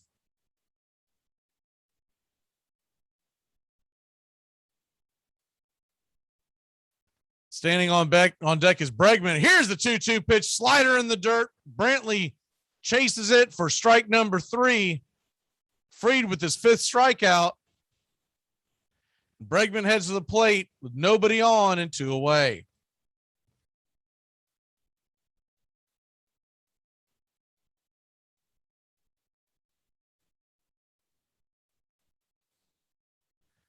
Games 3, 4, and 5, Friday, Saturday, Sunday. We will be here every evening, bringing you every pitch of Atlanta Braves World Series baseball. The first trip to the World Series in 22 years. Here's the first pitch to Bregman. It's a fastball just below the knees, and it's 1-0.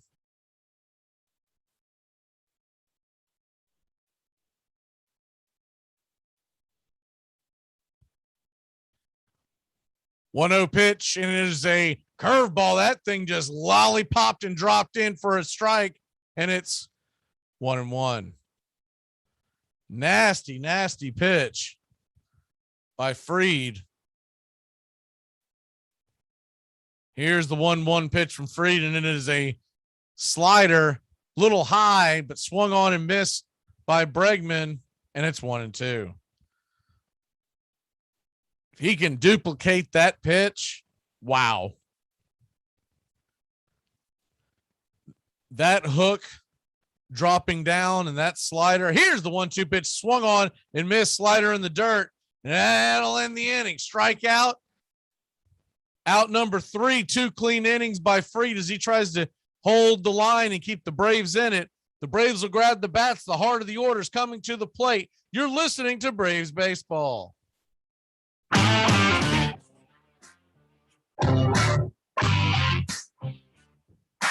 Get your Sunday football morning started off right with the Handicappers on Armchair Quarterbacks YouTube, 10 a.m. Eastern to noon Eastern. Your Sunday morning kickoff show where we tackle your NFL lines out in the desert, a 61.2% win rate over the last 6 years. Against the spread, over, under, money line, you name it. And we dive into the world of fantasy football year-long and your DFS payouts. The only true Southern football kickoff show that talks the spreads in Vegas, your DFS and fantasy in your year-long quest to win that fantasy football championship. Only on the Armchair Quarterbacks YouTube channel. It's the Handicappers on Armchair Quarterbacks YouTube, 10 a.m. Eastern to noon Eastern. Sundays, all NFL season long.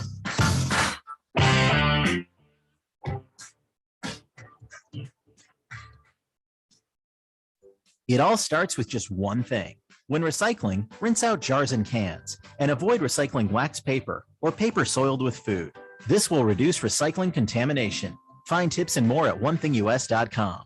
What's your one thing? Slide here is your ex. But if that's the call, Mike, Will, and Sam all have to know they're shifting. Open palms to post, thumbs ups across her, thumbs downs and out. Trevor, why don't you get up here and draw that for us? Playing in the NFL is hard, but playing Armchair.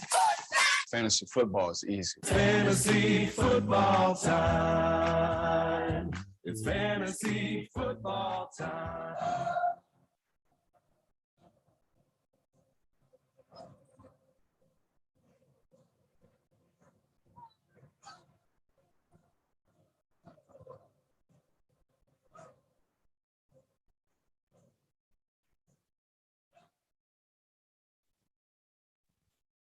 Welcome back here to Atlanta Braves baseball. The Atlanta Braves trailing by just 3 as we head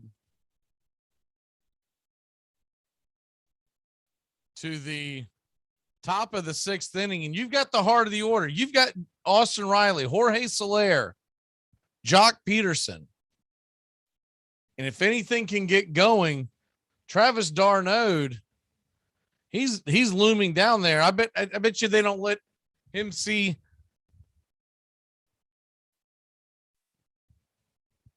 starting pitcher a third time through because he's 2 for 2 with the home run.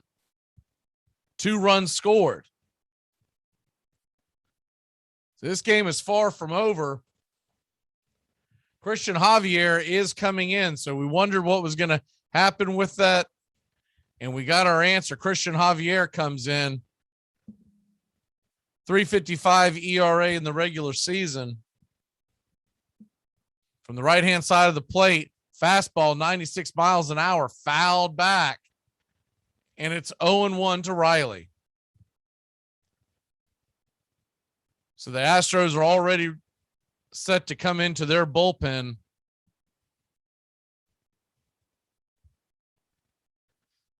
Atlanta trying to find a way to. Here's the 0-1 pitch, and it's a fastball on the outside part of the plate, and it's 1-1. He definitely throws a lot harder than the starting pitcher tonight. Here's the 1-1 pitch, and it is a changeup. Nice pitch, 80 miles an hour at the knees. And it's now 1-2.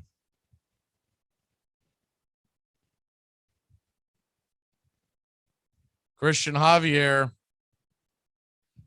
gets the sign, rocks and delivers, and it is high and missed the zone. It's now 2-2.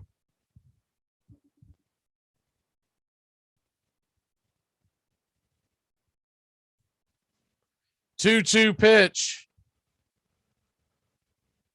from Javier to Riley. Here's the delivery and swung on and missed. Slider way off the plate. And Riley went chasing. And there's one away in the Braves' sixth.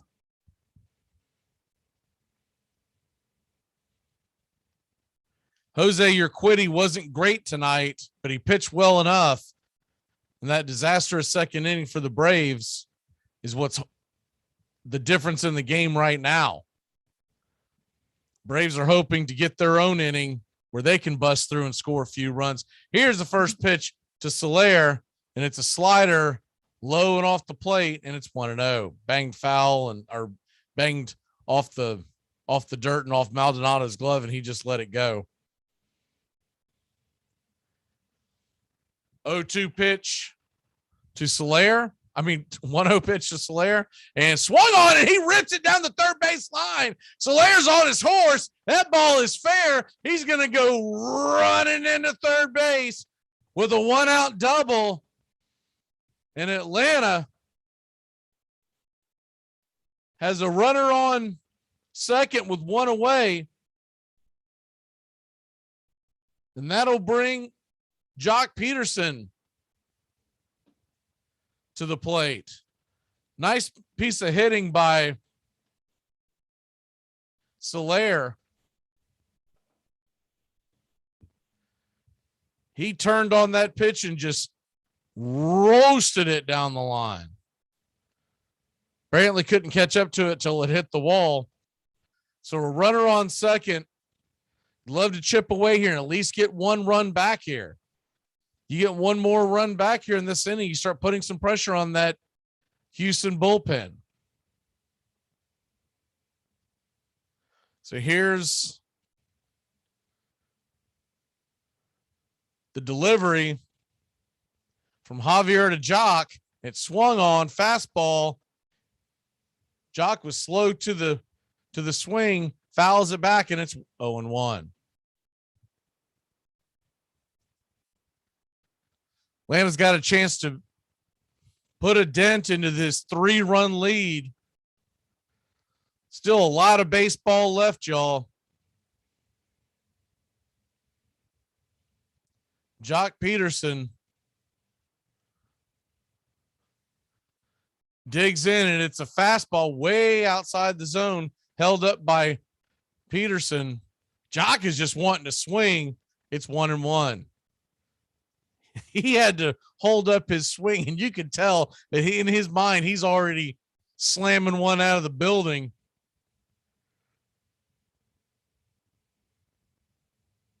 Love to see some patient hitting here. Get to Javier. Duvall's on deck. Here's the 1-1 pitch, and it is a slider. Popped up high, but it will get out of play. And Jock will live to fight another day. It's 1-2. Adam Duvall sits on deck. And if they can get past Duvall, Darno, who's swinging a good bat tonight, is in the hole. 1-2 pitch to Jock. It was cooled off quite a bit. Here's the 1-2 pitch, and it is outside. Curveball, good take by Peterson, and it's 2-2.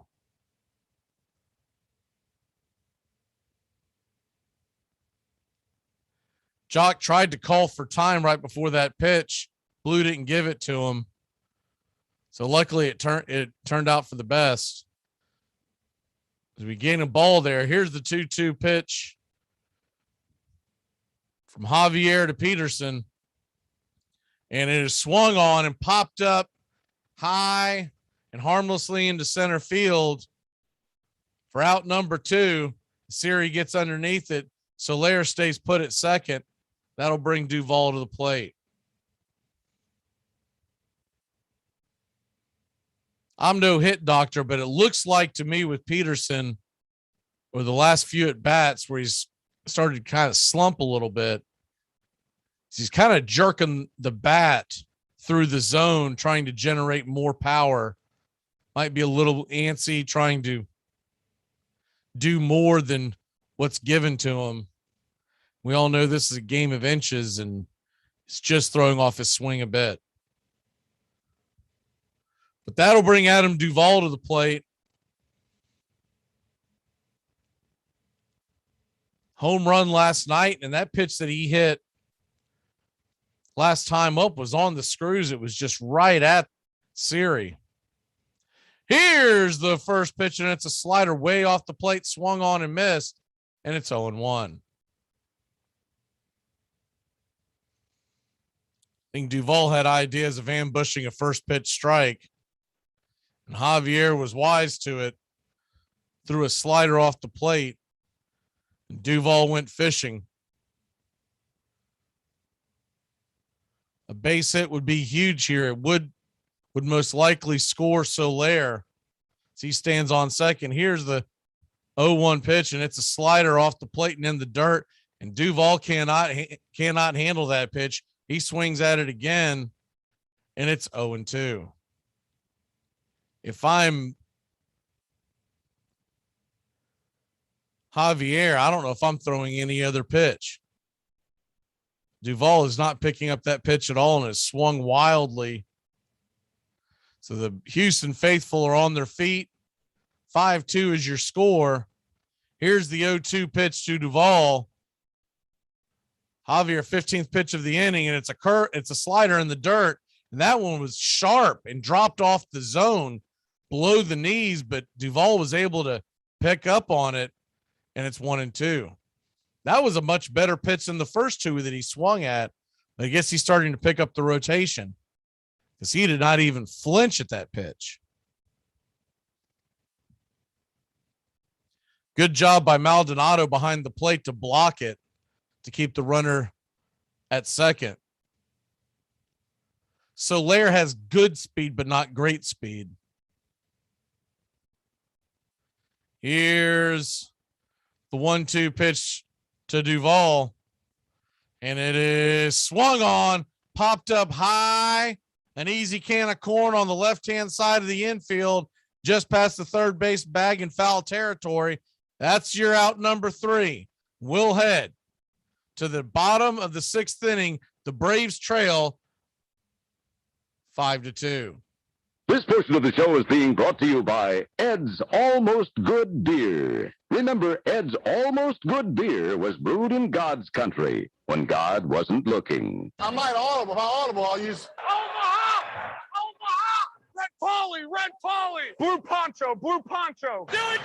Rambo! Rambo! Give me Kershaw here, Kershaw! You're listening to the Armchair Quarterbacks. Chop, Japan! Richmond, New York! Richmond, Florida! Cali, Buffalo! Hey, Short Ox! Luda Raiders! Omaha!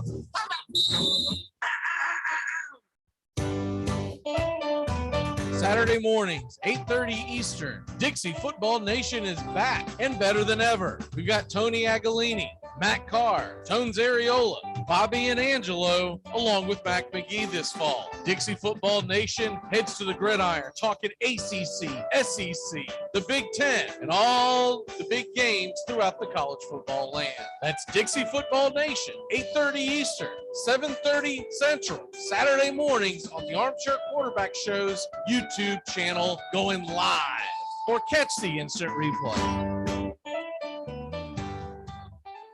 Enjoy sun-drenched days, epic stays, and plenty of room to roam in Greater Fort Lauderdale. Our hotels, attractions, and restaurants have taken the Visit Lauderdale's Safe and Clean pledge, so you can relax and explore with confidence. When you are ready for that well-deserved staycation, our 23 miles of golden beaches await. Find wide-open spaces to hike, bike, kayak, and paddleboard. Visit your favorite attractions, then dine out in style in socially distanced dining rooms or al fresco on waterfront patios. Learn more at sunny.org. Challenge accepted.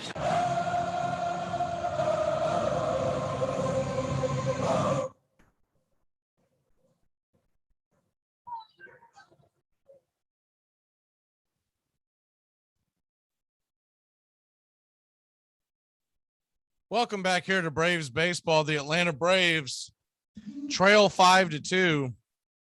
So we head to the bottom of the 6th. Atlanta will be looking to try to keep that score right where it is. Still with 3 more at bats. And Max Fried is coming back out. He'll face Yordan Alvarez, Correa, and Tucker.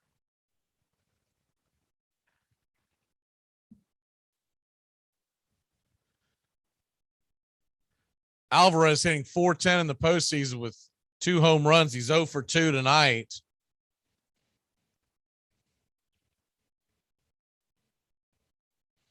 And here's the first pitch by Fried, and it is a called strike, slider at the knees, and it's 0-1.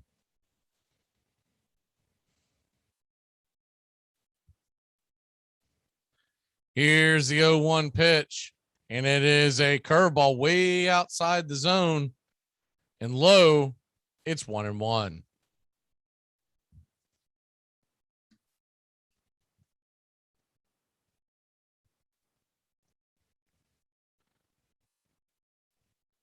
This is a matchup of 2 franchises. Here's the 1-1 pitch, and it's a fastball inside, almost clips Alvarez, just misses him at 2-1.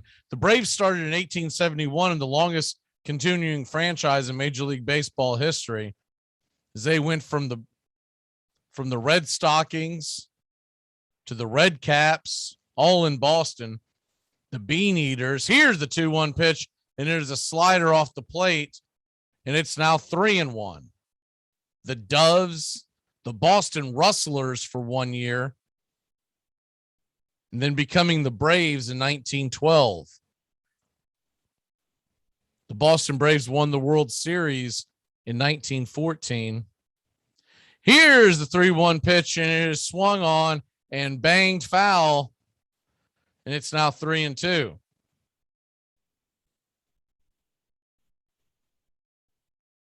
They were the Boston Bees from 1936 to 1940, then went back to the Boston Braves before moving to Milwaukee and Atlanta, being the Braves ever since the Boston Braves in 1941. Here's a 3-2 pitch to Alvarez, and it is a slider way and high outside the zone, and it's a leadoff walk to Alvarez. I think Fried just missed that pitch altogether.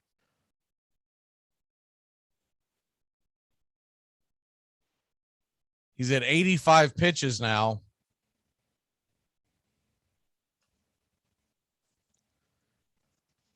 The Houston Astros, they came into the league in 1962 as the Colt 45s and changed to the Astros when they went to the Astrodome in 1965. Here's the first pitch to Correa, and he rips it into left field, and it is a single.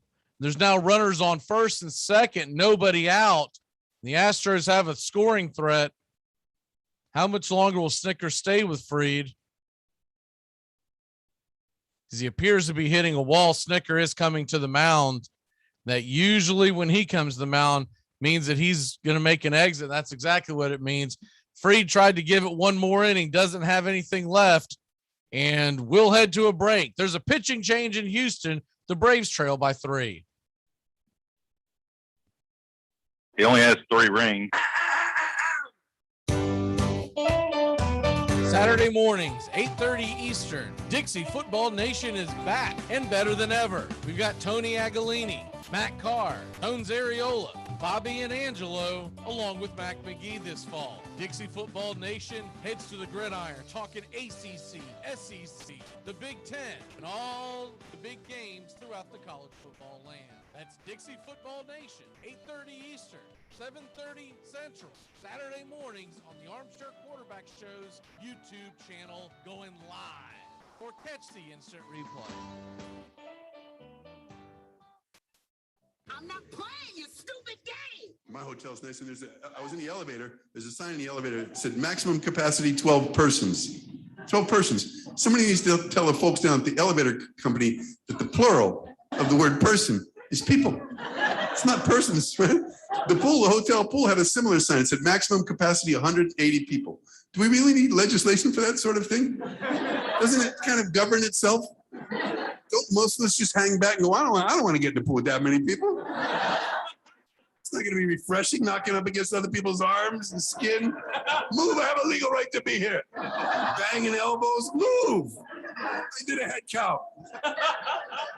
Like in the bathroom stall, we don't put a sign that says maximum capacity 1 person. I just see the shoes and I keep on moving. I'm Amy Lawrence, and I'm up late, always after hours, hanging out with you on CBS Sports Radio. Check it out, 2 a.m. Eastern, 11 p.m. Pacific.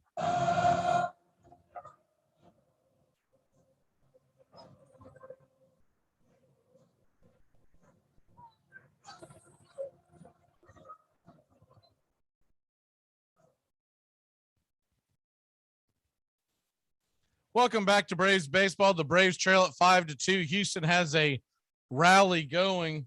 So they got runners on first and second, nobody out. Max Fried has been pulled out of the game, and he will make room for Dylan Lee, who's here for mop-up duty.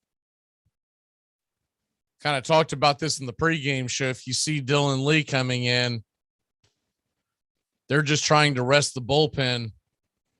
They've got 3 more games they're trying to win.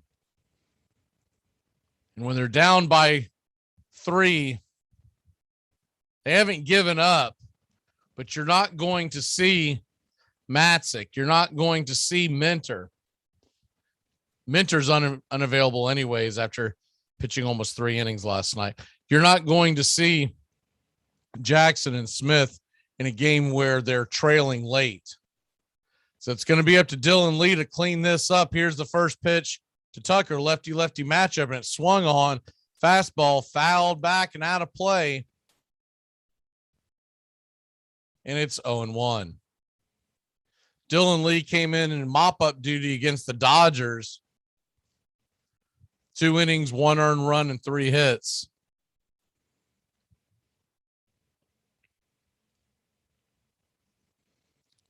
And here's the 0-1 pitch from Dylan Lee. Fastball swung on and fouled back, and it's 0-2. If the game continues to where Lee gives up more runs or whatever have you, you might see Kyle Wright tonight. They'll be trying to hold on to all their big bullets for the weekend series where there's most likely 2 bullpen games. Here's a fastball ripped over to second base. Ozzie gets it, flips it over to short, but it was a bad throw by Ozzie, and you get the force out at second, but the throw was going to pull Swanson off the back, so he had to stretch for it almost like a first baseman type. And as soon as he did that with the speed of Tucker, there was no way they were going to turn 2. So Swanson just put it in his pocket. So you get the force out at second, but now runners on the corners. That's going to bring up Gurriel in a lefty-righty matchup. Here's the first pitch to Gurriel, and it's a fastball on the outside part of the plate. Just missed it. Fouled back, and it's 0-1. Gurriel, 356 this postseason, is 1 for 2 tonight. Lee looking for that double play. Gurriel is a double play candidate if you can get that first part of Tucker, who does run well. Here's the 0-1 pitch, and it swung on, hit over to Dansby. Dansby flips it to Ozzie, and Ozzie drops the ball. Ozzie drops the ball, and another fielding error by the Braves. He was trying to turn 2, and I think Snicker wants to argue that he did get the out, just wasn't able to transfer the ball.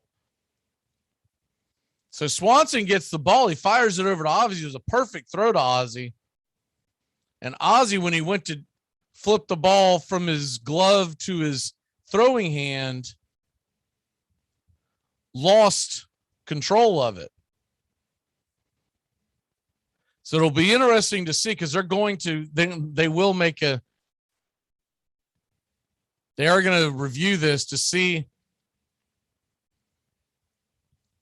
if that's an out. It looks like an out, but there's always the question of whether or not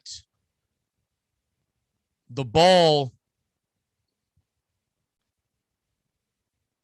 made it. And during the transfer, typically the rule is during the transfer, if you drop the ball, you'll usually see them give you the force, but they're going to not give him the force here. Then they're going to call everybody safe. And so a run comes in. The Braves now trail 6-2 from the error from Ozzie Albies. That could have been an inning-ending double play. Gurriel, who does not run well. Ozzie had plenty of time. He just panicked. And the ball came out, and the run scores. So now there's runners on first and second. There's only one away. And that'll bring up the right-handed bat of Surrey. Lee will stay in the game after Sirius Maldonado. Here's the first pitch, and they're going to try to steal, and Tucker's going to take third base.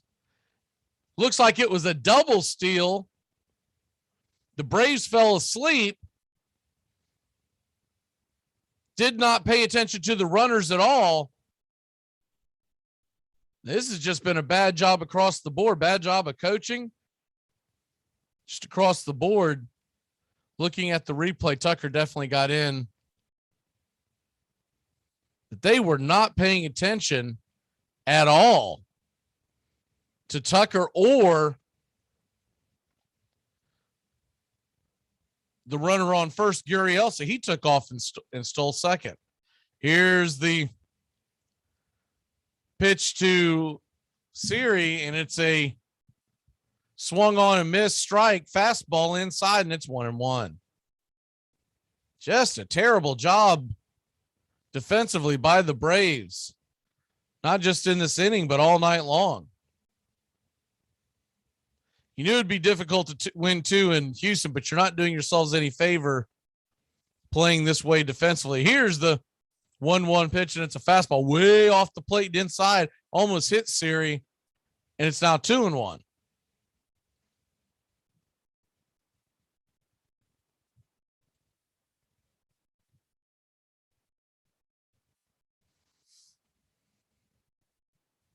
Atlanta trails 6-2.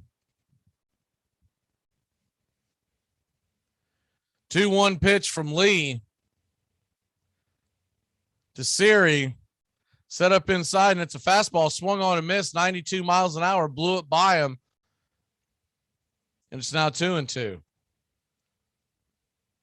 One thing about Lee is he's got a 92 mile an hour fastball from the lefty. But man, it is a sneaky 92 miles an hour.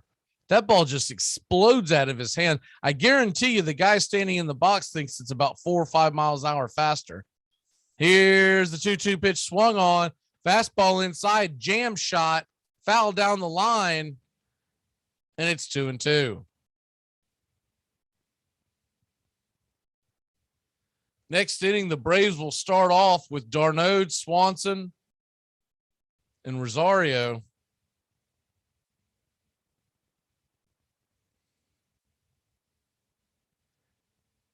Here's the 2-2 pitch.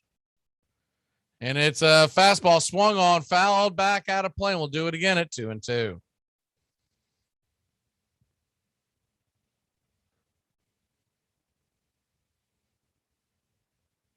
On deck, the slow-footed Maldonado. The Braves infield is playing in, not wanting to give up any more runs. So any kind of a hard hit ball in the infield, will probably get through for a 2-run single. Here's the 2-2 pitch, and it is a slider just off the plate, missed. And it is now 3-2, full count. Jose Siri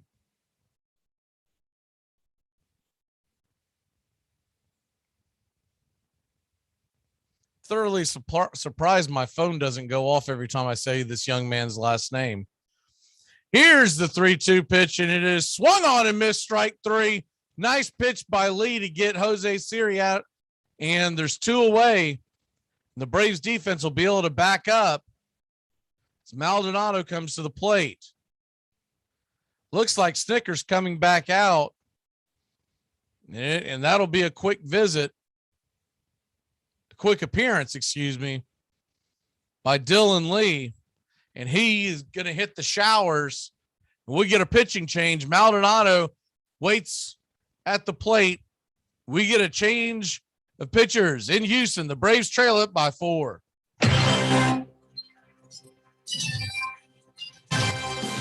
Armchair Quarterbacks Radio covers the whole SEC the whole season long. Dobbs heaves it. They're bunched up in the end zone. It's tipped up. It's caught. It is caught. Jawan Jennings. Just the start of things. First quarter at the Gita Bowl in Jacksonville. And Walker deep to the right. Gets outside. The 35. Look out. He's past midfield and he's got a blocker. Cuts to the inside. Herschel Walker. There he goes again. Straight up the middle. Touchdown. Delayed reaction, but Tebow got in. Oh, jump pass. How about that? Oh, my gosh. That looks like 1955. Holy cow. Are you kidding me? Armchair. SEC!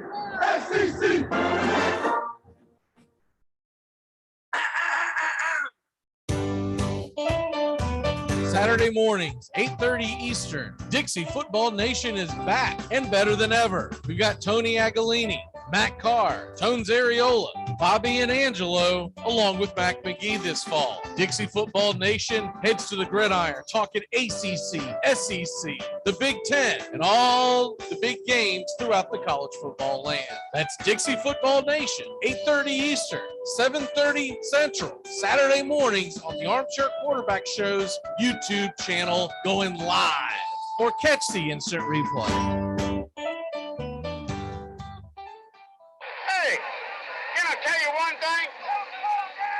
That's 3 holding penalties on one football team in a quarter and a half. That ain't funny.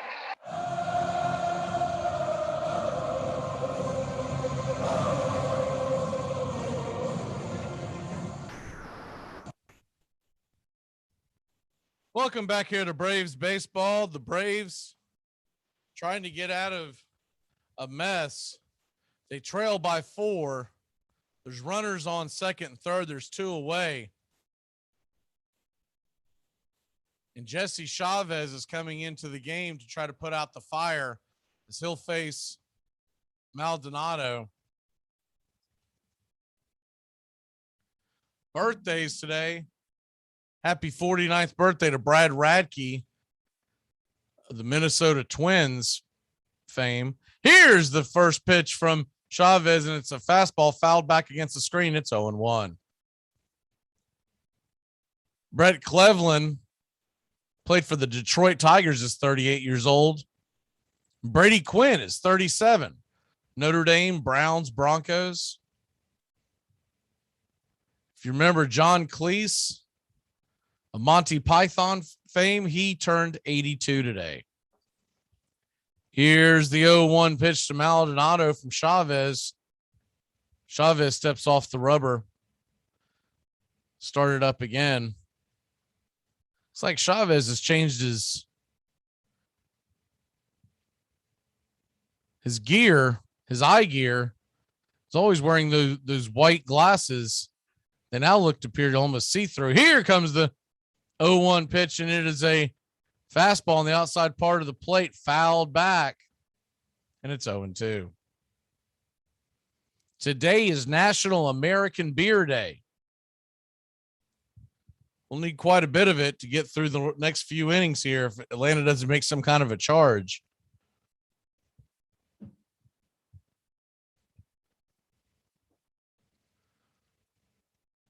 National Domestic American Beer Day. Here's the 0-2 pitch, swung on and popped up high and into left field. Dansby Swanson's underneath it. He'll make the play, and the Braves are out of the inning, but not before the Astros score another run. We'll be back in a flash here on Braves baseball. They grab the bats, and Darnode is coming to the plate. Enjoy sun-drenched days, epic stays, and plenty of room to roam in Greater Fort Lauderdale. Our hotels, attractions, and restaurants have taken the Visit Lauderdale's Safe and Clean pledge, so you can relax and explore with confidence. When you're ready for that well-deserved staycation, our 23 miles of golden beaches await. Find wide-open spaces to hike, bike, kayak, and paddleboard. Visit your favorite attractions, then dine out in style in socially distanced dining rooms or al fresco on waterfront patios. Learn more at sunny.org.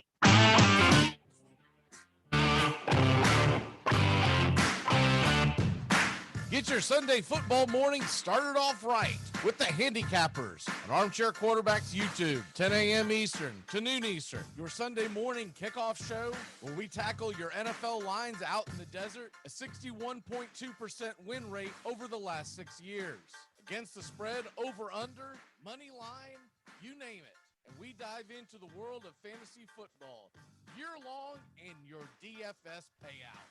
The only true Southern football kickoff show that talks the spreads in Vegas, your DFS and fantasy, in your year-long quest to win that fantasy football championship. Only on the Armchair Quarterbacks YouTube channel. It's the Handicappers on Armchair Quarterbacks YouTube, 10 a.m. Eastern to noon Eastern. Sundays, all NFL season long.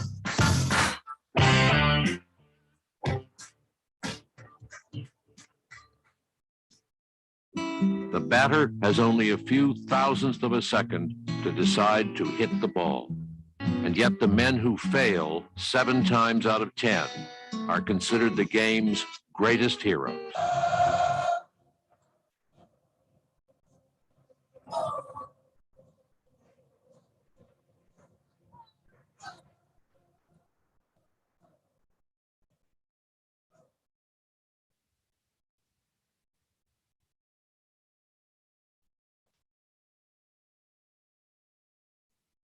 Welcome back here to Atlanta Braves baseball. As the Atlanta Braves are trailing 6-2.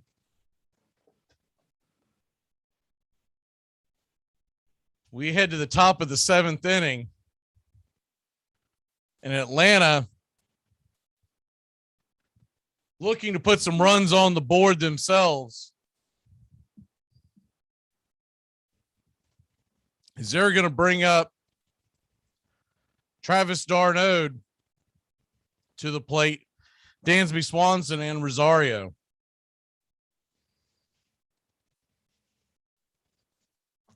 Here's the first pitch. Javier's back out there. Fastball high and inside. It's 1-0. Christian Javier now at 17 pitches on the evening. Darnode's 2 for 2. Solo home run, a single, 2 runs scored. The only run scored by Atlanta. The one bright spot in tonight's game has been Travis Darnode. Here's the 1-0 pitch, and it's fouled back. Fastball, and it's 1-1. Today is the 35th anniversary. 1-1 pitch, and it is a slider dropped off the outer part of the zone, and it's 1-2. Today is the 35th anniversary of the New York Mets beating the Boston Red Sox in Game 7. Ray Knight named the MVP. Here's the 1-2 pitch, and it is a slider. Darnode went chasing and fishing for it. That's a strikeout, and there's one away in the 7th.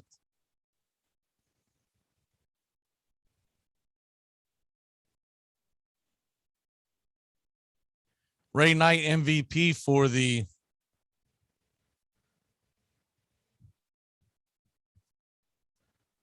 New York Mets in that series.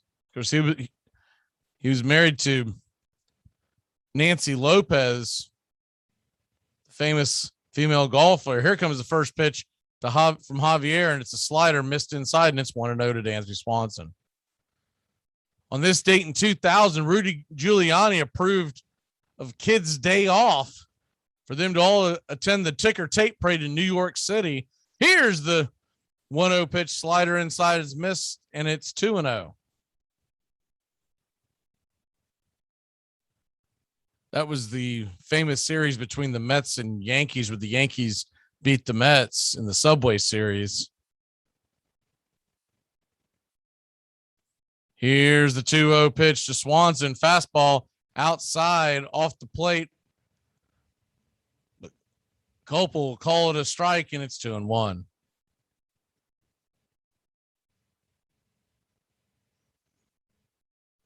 This date in 2002, the Los Angeles Angels. Here's the 2-1 pitch, fastball at the knees, and in the zone, it's 2-2. The Angels beat the Giants in Game 7. That was the year of the Rally Monkey, if you remember that. And here's the 2-2 pitch.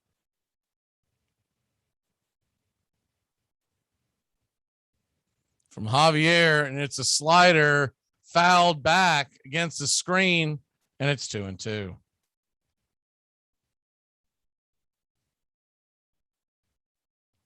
The Red Sox finished their sweep against the Cardinals in 2004 on this date.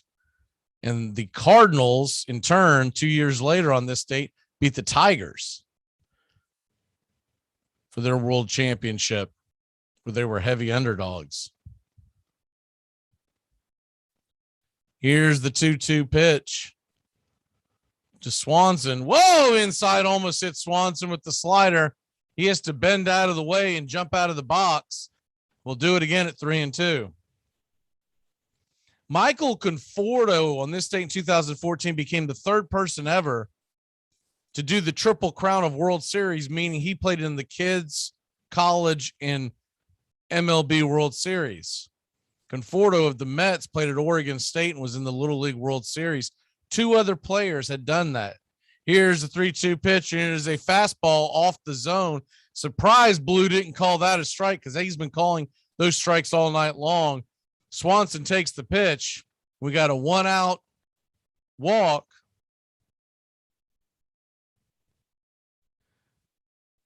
With Eddie Rosario coming to the plate. 2 other people had done that to that point. Veritek of Georgia Tech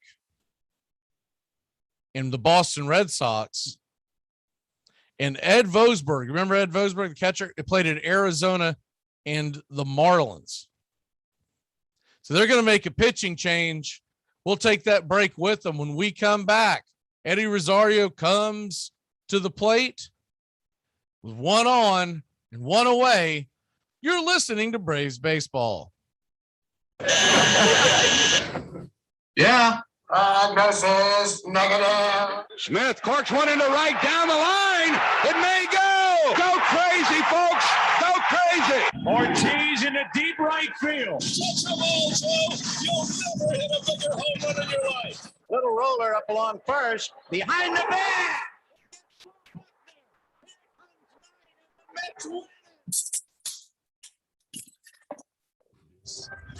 Armchair.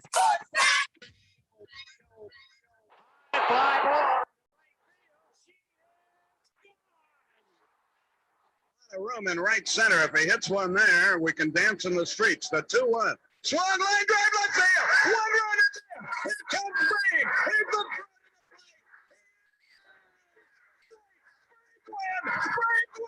Braves win. Oh, wow. I'm pretty sure that's going to be there it is. Another flag on the play. Multiple flags on the play. Holding. Offense number 97. That penalty was declined. Touchdown. After the play, unsportsmanlike conduct. Offense number 22. Penalty will be applied to the kickoff.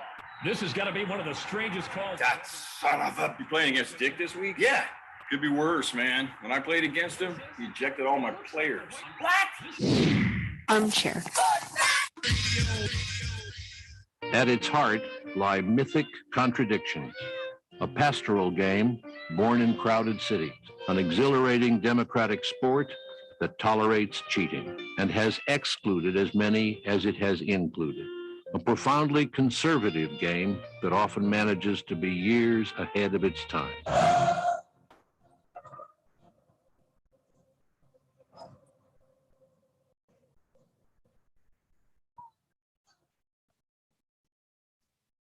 Welcome back here to Braves baseball.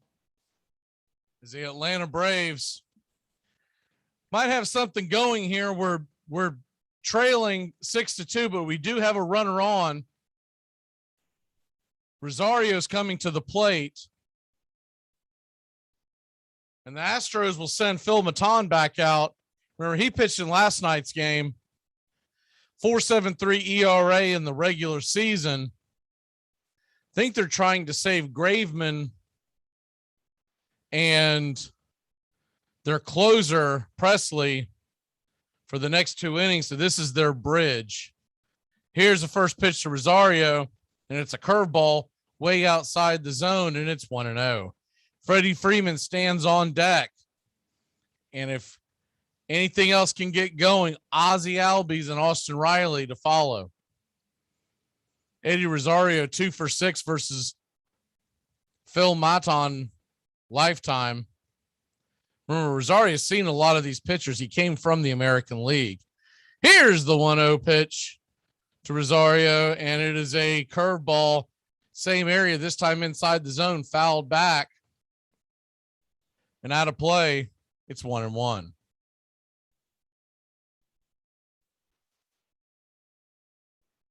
The Astros haven't done this much, but they do have a shift on.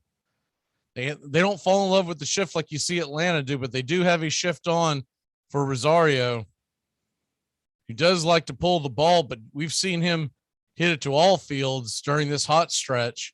Here's the 1-1 pitch, swung on, fastball, blew it right by him, 92 miles an hour, high in the zone, and it's 1-2. Looked to be the four-seam fastball, and he just rocked and fired it. Rosario probably looking for that curveball that they started the at bat out with the first two pitches. So caught a little bit on his heels. Here's the 1-2 pitch, and it is a fastball swung up, popped up high and harmlessly into center field. Underneath it is the center fielder, Siri.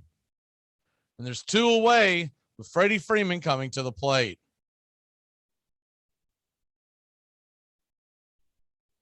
Freddie Freeman's been pretty quiet tonight. He is 1 for 3 with an RBI, batting .300 in the postseason with 3 home runs and 8 RBIs. They'll leave the shift on for Freddie with the fast-footed Dansby Swanson. If he can get one down the line, here's the first pitch to Freddie, and it's a fastball at the knees, outer part of the plate, and it's 0-1. Dansby would probably score if he shot it down the third base line. Now, down 4, whether or not Washington would send him, we know how aggressive Washington's been, but down 4, he might be less likely to send him. Here's the 0-1 pitch swung on, and it's a curveball, and Freddie just got a piece of that. It's 0-2. Dragged it foul to the right-hand side, and the Astros fans are on their feet. Some of them are. They don't have quite the passionate fan base you see in Atlanta and other cities. But I'd say about half of them are standing on their feet. Here's the 0-2 pitch swung on and ripped over to the right side, but right into the teeth of the shift. And that'll do it. We'll head to the bottom of the 7th. The Braves trail by 4. You're listening to Braves Baseball. Saturday mornings, 8:30 Eastern. Dixie Football Nation is back and better than ever. We've got Tony Agolini, Matt Carr, Tones Ariola, Bobby and Angelo, along with Mac McGee this fall. Dixie Football Nation heads to the gridiron, talking ACC, SEC, the Big Ten, and all the big games throughout the college football land. That's Dixie Football Nation, 8:30 Eastern, 7:30 Central, Saturday mornings on the Armchair Quarterback Show's YouTube channel, going live. Or catch the instant replay.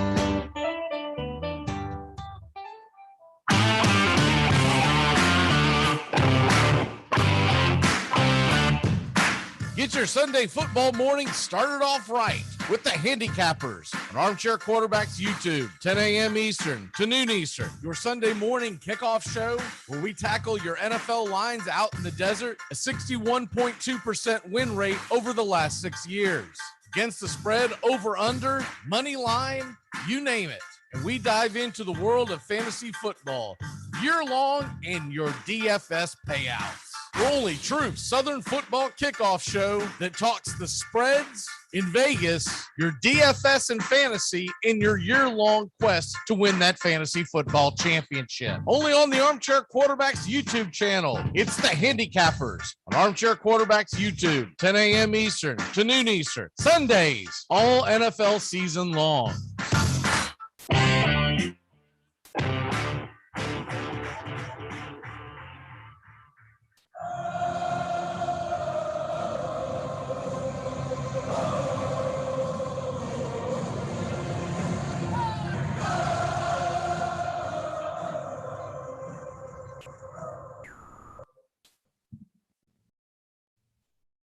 Welcome back here to Atlanta Braves baseball. As it's getting late, the Braves are trying to mount a rally. They need to shut down the Astros this next half inning.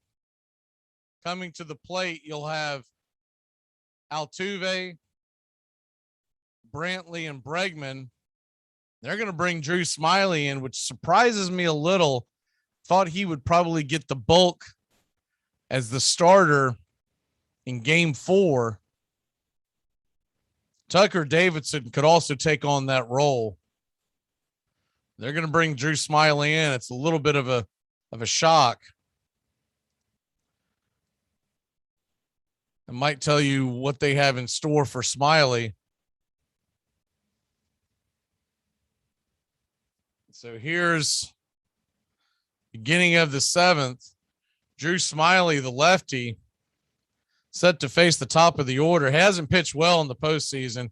3 2/3 and 2 earned runs. The first pitch, and it's a fastball, and that thing is cranked out of the stadium. Good gracious.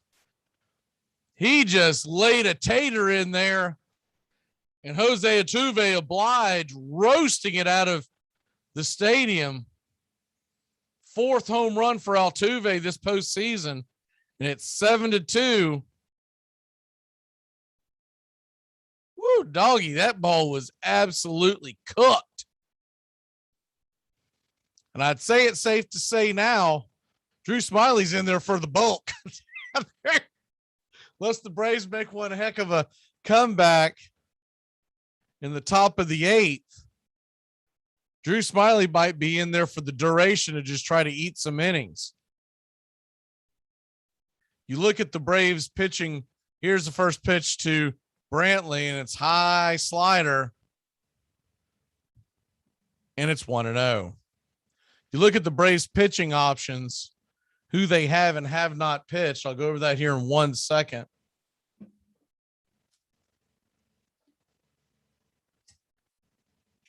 One-zero pitch is a slider that snaps the zone, and it's 1-1. Dylan Lee, who's already pitched tonight, and I don't believe you're gonna see Minter or Matzik or Smith. Smiley gets set for the 2-1 delivery. And here's the delivery, and it swung on and missed. Fastball at the knees, and it's 2-2. You might see Kyle Wright, and you might see Chris Martin But I think that would be extreme situations. I think when it's all said and done, Smiley's here to eat the innings. Here's the 2-2 pitch, and it is a slider that is banged foul to the first base side and out of play. Do it again at 2-2. The Braves trail 7-2. We'll be back here on the call Friday night, 8 o'clock. 8:09 is your first pitch. The pregame show begins at 7:30 Eastern. Here's the 2-2 pitch swung on, and he rips that into right field. And then the ball just kind of dies. That was a strange ball. Jock Peterson grabs it, picks it up, throws it into the infield. Peterson was heading to the gap because it looked like the ball had been hit hard. And then it just kind of rolled to a dead stop, and Peterson had to chase it up. And I think essentially there might have been some backspin on that ball.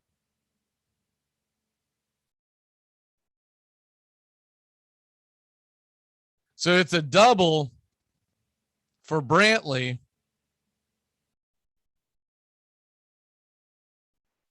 And Drew Smiley has given up a home run and a double to start this off. Here's a fastball at the knees to Bregman, and it's 0-1.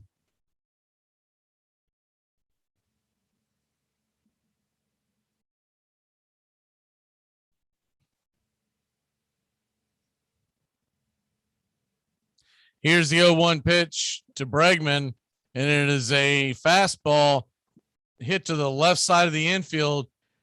Riley's got it, scoops it up, fires it over to first, and for the first out of the 7th inning, Brantley stays at second. There's one away. Jose Altuve now tied Bernie Williams for second most all-time home runs in the postseason. Two things you got to take into consideration there. A, there's many more rounds, so many more games to be able to hit those home runs.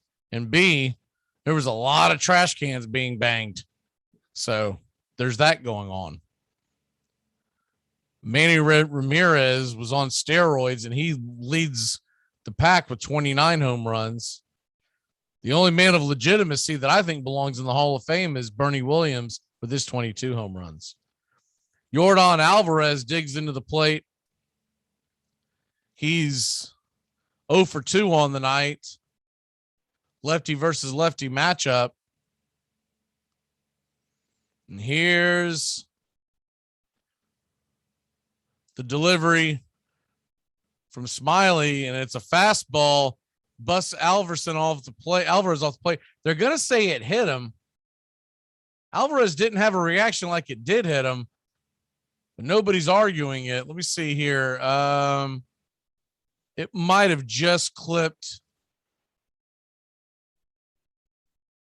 Just hit what looks like above the elbow area. So almost in the tricep area, maybe just below. It just skipped. I don't think it got him flush, so he seems to be okay. He heads down to first, and there's runners on first and second, one away.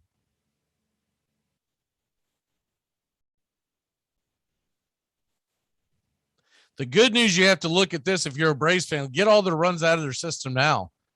Here's the 1-0 pitch.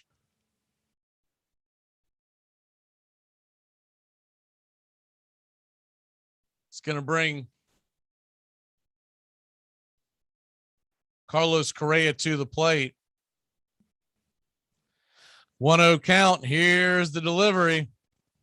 And it's a fastball in the dirt, and it's 2-0.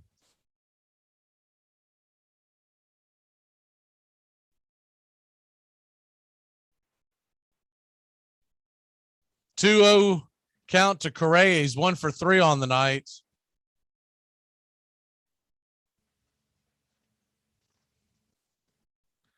Here's the delivery to Correa, 2-0 pitch, and it's swung on and hammered down the left field line, but way foul, and it's 2-1.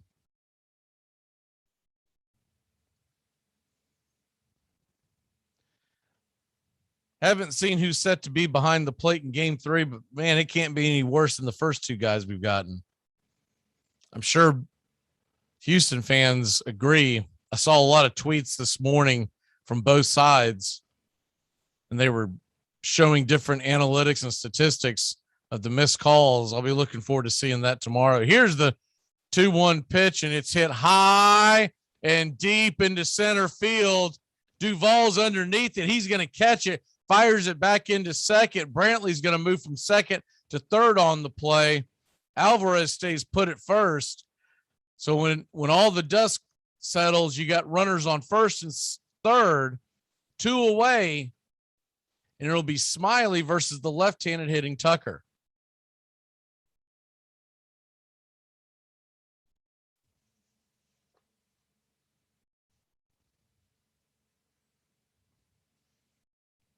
Atlanta Braves have won 18 pennants. Been to the World Series. Now that's now their 10th time. And to of note, those first 8 pennants back then, there was not a World Series, so those were World Championships. Here's the first pitch to Tucker, and he pulls it foul. It's 0-1.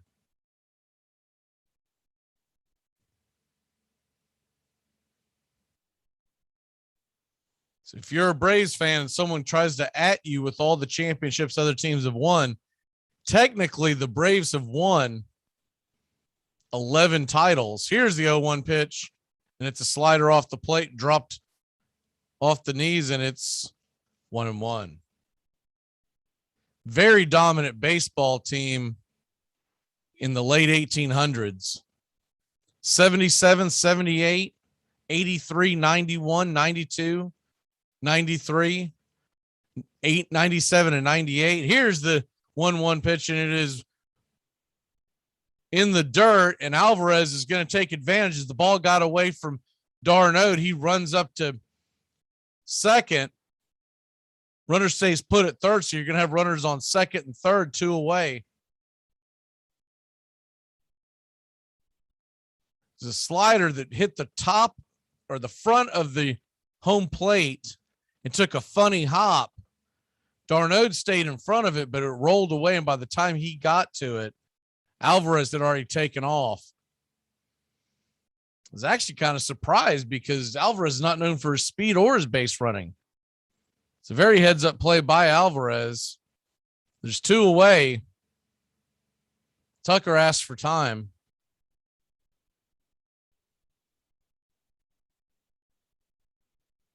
So, yeah, 8 titles as Darnode is going to the mound to talk to Smiley. 8 titles between 1877 and 1897. And back then there was no World Series, so those were considered world championships.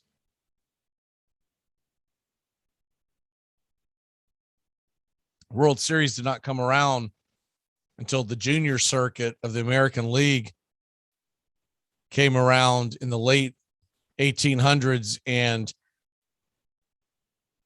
1903 was the first World Series between the Boston Pilgrims, who became the Red Sox, and the Pittsburgh Pirates. Here's the 2-1 pitch, and it's a slider. Did he offer? Looked like he did, but blew down the third base line. Is going to say he held up, and it's now 3-1.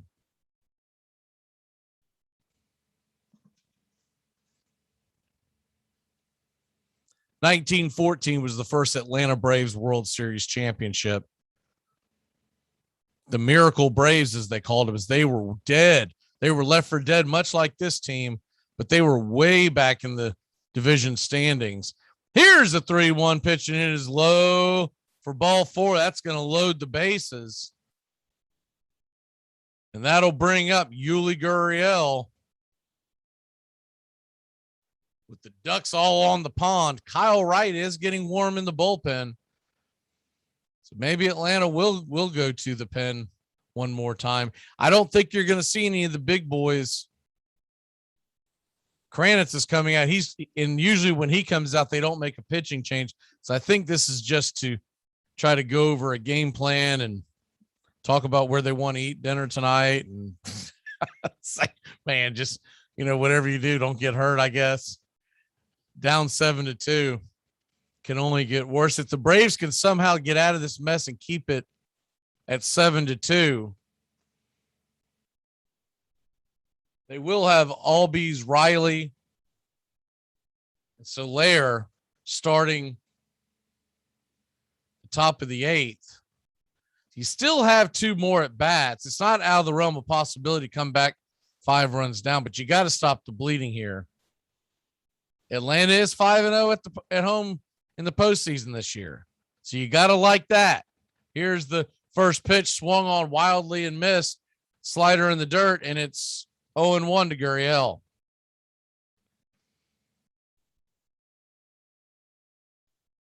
If Atlanta can hold serve at home, they'll be your 2021 world champions. The next 3 nights, starting Friday night, are in Atlanta. Here's the 0-1 pitch, and it's another slider swung on and missed. Gurriel not picking that up as well as the other hitters, and it's 0-2. Gurriel, listen to this. Career with the bases loaded, 481. Whoa, what? That is insane. 54 career at bats. I'd like to see a breakdown of that. Here's the 0-2 pitch, swung on and missed, strike 3. Smiley struck out the man that appears to be invincible with the bases loaded, and we'll head to the top of the 8th with the Braves still within sniffing distance. It's 7-2 Astros, and the heart of the Braves order is coming up. It all starts with just one thing. When recycling, rinse out jars and cans, and avoid recycling wax paper or paper soiled with food. This will reduce recycling contamination. Find tips and more at onethingus.com. What's your one thing? That's the sound of NyQuil Severe hard at work. NyQuil Severe is the best sleep with a cold medicine. No tossing and turning, just rest and recovery. So you're ready to take on tomorrow. For powerful relief of your worst cold and flu symptoms, try NyQuil Severe. The nighttime sniffling, sneezing, coughing, aching, stuffy head, best sleep with a cold medicine. Use as directed. Keep out of reach of children.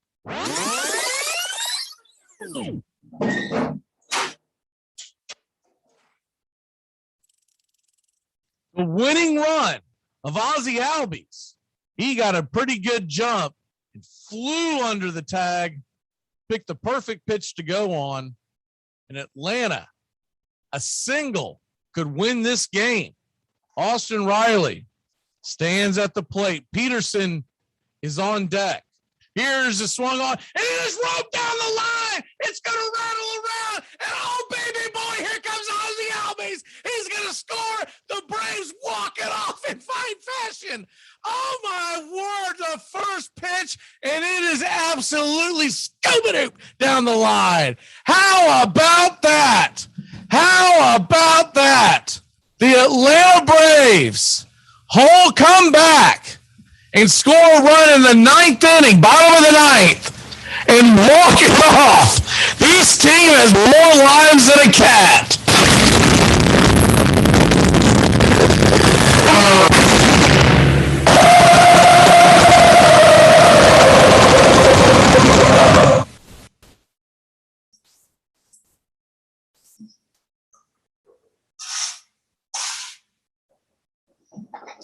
Welcome back here to Braves Baseball.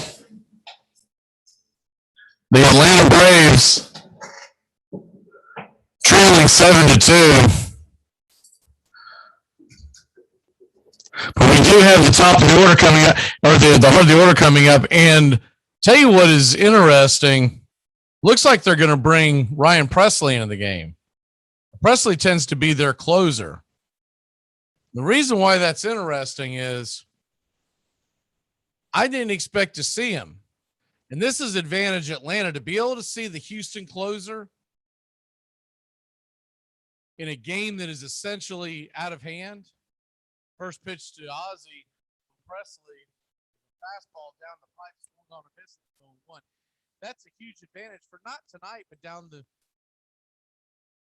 the rest of the road. They kind of tag team it between him and Graveman.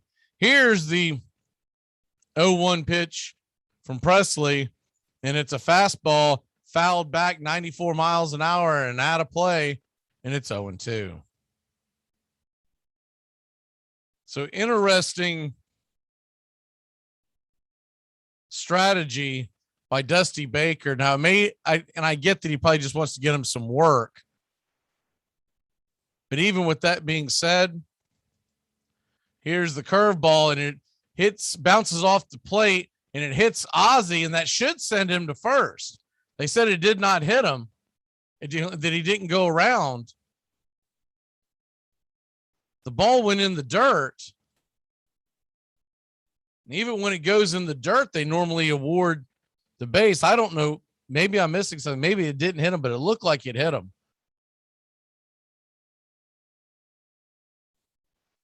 So we'll see what I don't understand that one at all. Here's the 1-2 pitch to Ozzie, and it is another curveball that he holds up on, and it's 2-2. Goes into the dirt and bounces way away from Maldonado. Houston does have a shift on. Correa, Altuve, and Gurriel are all far right of the second base bag. Bregman about 10 paces from the second base bag to the left is his lone defender on the left-hand side. Set up outside, 2-2 pitches, swung on 95 miles an hour. Ozzie just missed that one, and it's do it again at 2-2.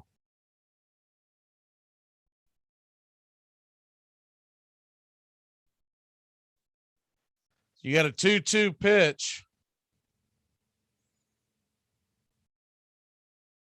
from Presley trying to get Ozzie out here. They set up inside this time, and it is look like a slider that missed low, and it's now full count, 3-2. On deck is Austin Riley. Atlanta would at least like to make this Houston bullpen sweat. Could really pay off this weekend, as they are going to be packed in the battery. Here's a 3-2 pitch to Ozzie, and it misses inside. Curveball tried to get him in chase, but no dice. And Ozzie has a leadoff walk. Let's see if we can get some runs here, Atlanta, to put a little scare into that bullpen of the Houston Astros.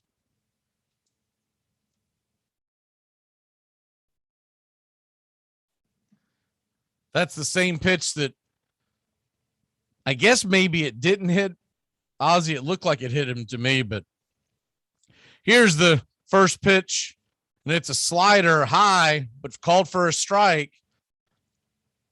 Just kind of get me over slider, and it's 0-1.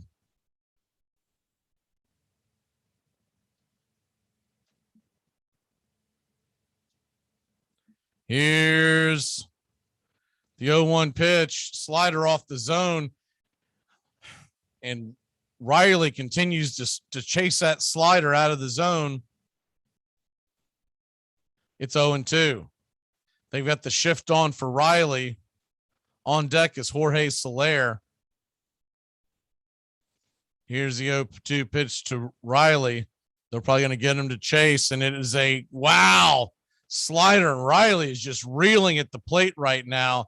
He just took that, and it was a very hittable high pitch for strike number 3. They are in Riley's head for sure. I don't know if the error's got something to do with Riley.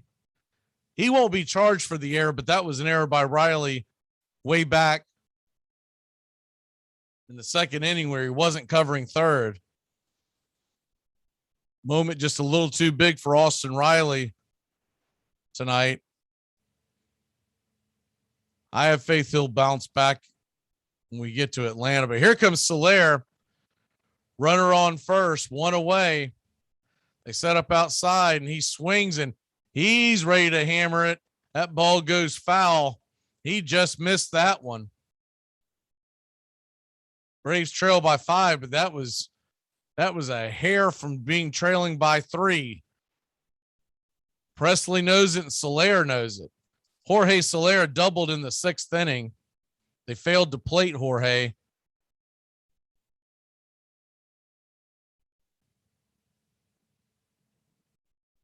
Here's the 0-1 pitch, and it's a slider outside the zone, much like the one that Riley was chasing. Soler spits on it, and it's 1-0. It went 1-1, excuse me.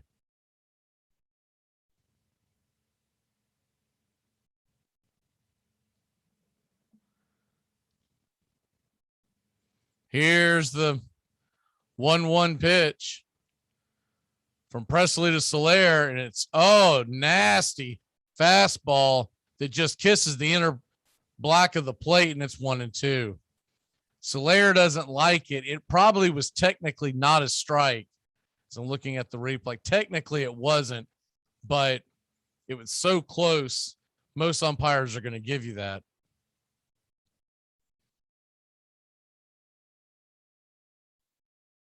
So here's the 1-2 pitch to Soler, and it is swung on, fouled off his leg, and we'll do it again at 1-2. Ian Anderson is set to go in game 3 in Atlanta.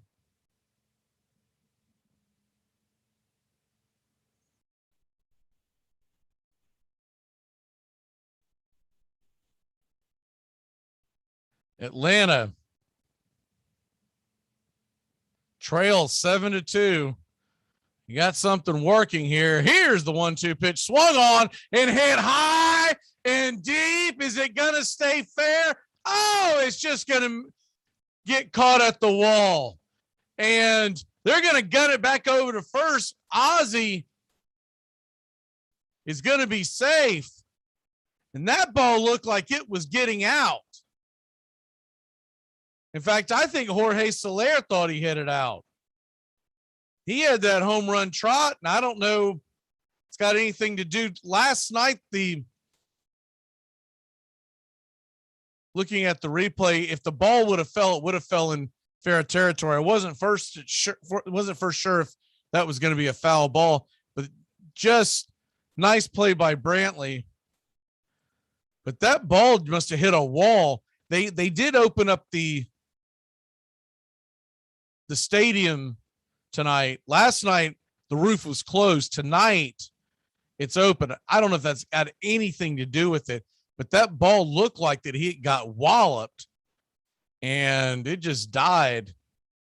Might have had way too much top spin or what, but it looked like it was leaving.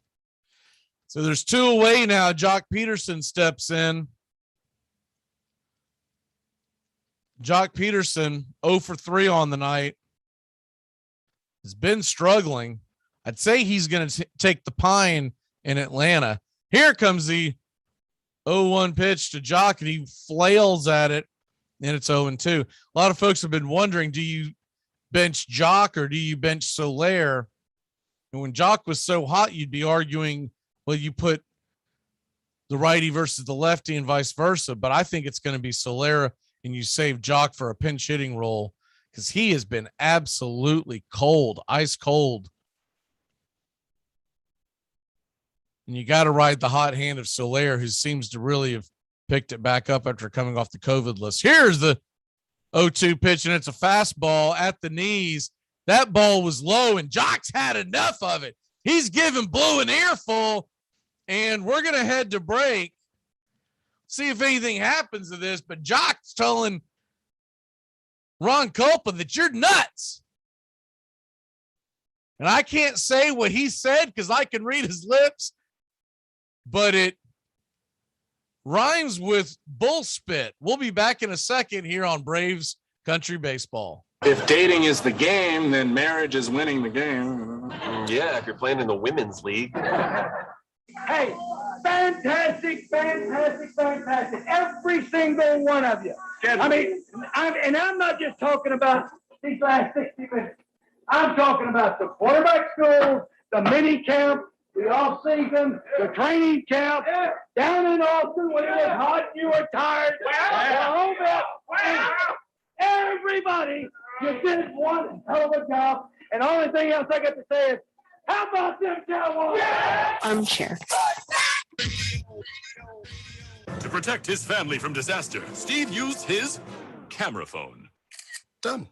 By taking pictures of his important documents, Steve can always have them stored online. Learn more simple disaster prep tips at ready.gov. A message from FEMA and the Ad Council. Welcome to the jungle. Jim Rome on the air noon to 3 Eastern.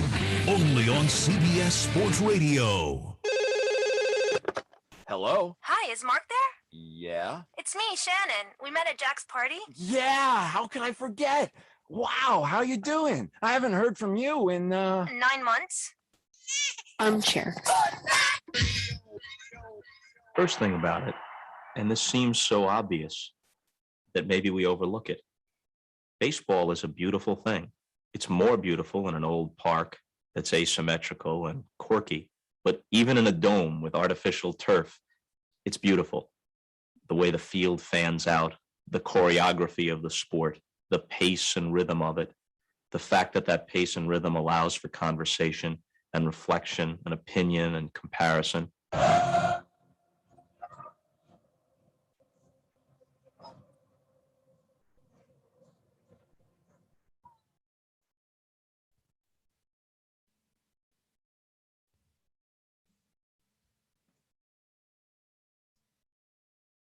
Welcome back here to Braves baseball. See, Atlanta Braves trail 7-2. Fat lady hasn't sang yet, but she's definitely warming up. So Atlanta's going to try to keep it at 7-2 and then head to the top of the ninth. Top of the ninth. Here's the first pitch from Kyle Wright. Kyle Wright makes a Kyle Wright sighting as he has pitched in 2 games this year. 6 1/3 with 7 earned runs. Here's the 0-1 pitch to Wright, and it's a slider banged foul, and it's 0-2. Kyle Wright is on the roster because of the Charlie Morton injury. So he's out there just to eat some innings. Now, Kyle Wright is one of the top prospects in baseball. And Kyle Wright, they keep waiting for him to turn the corner. Here's the 0-2 pitch from Wright, and it swung on and missed. Strike 3. And with the Astros hitters here, if they haven't seen him before, which most of them I'm sure have not, he's got some nasty stuff and he keeps it near the zone. He can get some strikeouts. But what we have seen over the years with Wright, he just can't be consistent. And he will fall behind hitters, which will lead to runs, as it always does in Major League Baseball. But it's good to see Wright getting out there. If the Braves are able to win this World Series, here's the first pitch, and it's in the dirt, 1-0. Fastball hopped right in front of the plate. That's the typical issues that Wright tends to have. Maldonado is 1 for 3 standing at the plate. RBI single in the second. Here's the 1-0 pitch, and there's a fastball inside, kisses the black, and it's 1-1. But if the Braves do go on to win this World Series, it would be kind of cool to see Kyle Wright be on that field. Here's the 1-1 pitch, fouled and pulled to the left-hand side, and it's 1-2.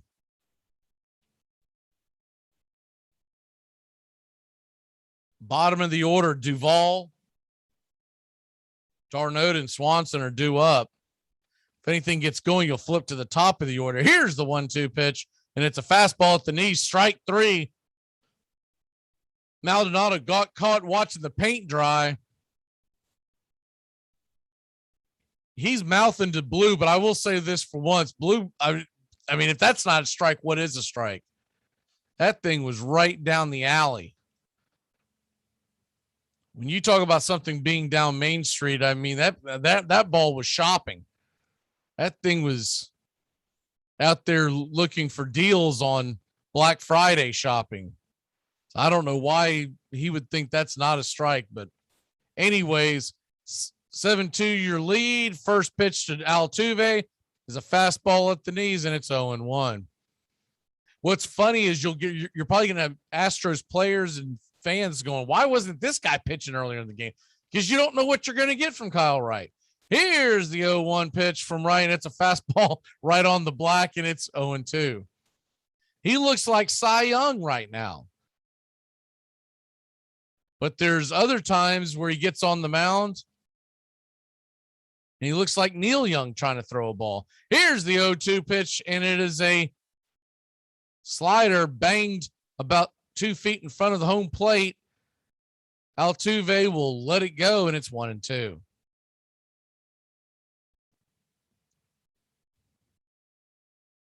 Should be an electric crowd in Atlanta this weekend.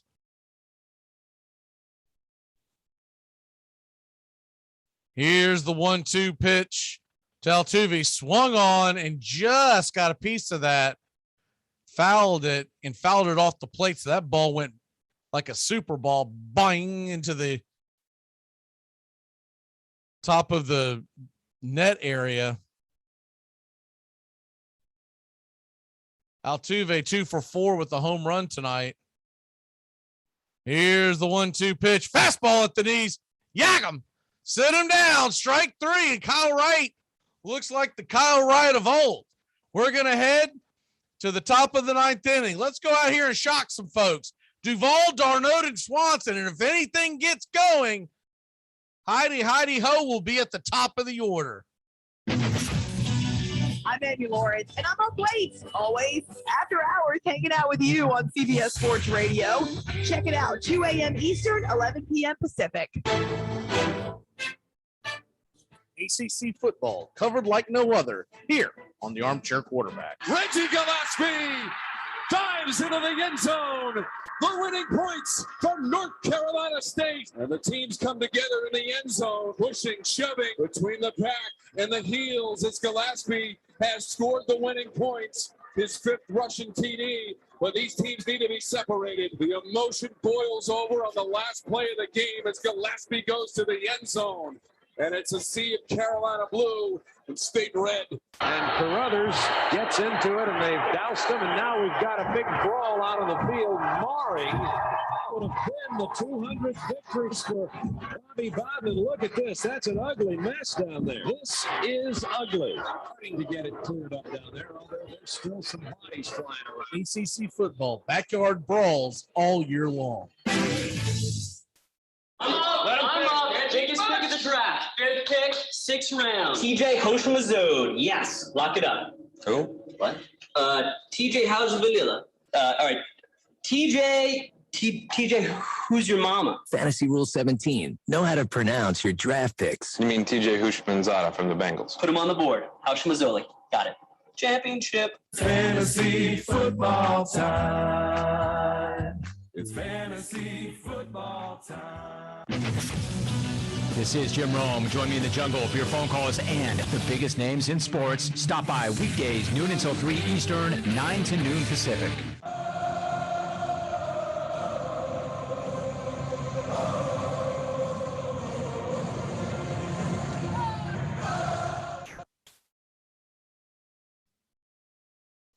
Welcome back here to Braves baseball. You're just joining us. The Atlanta Braves down 7-2.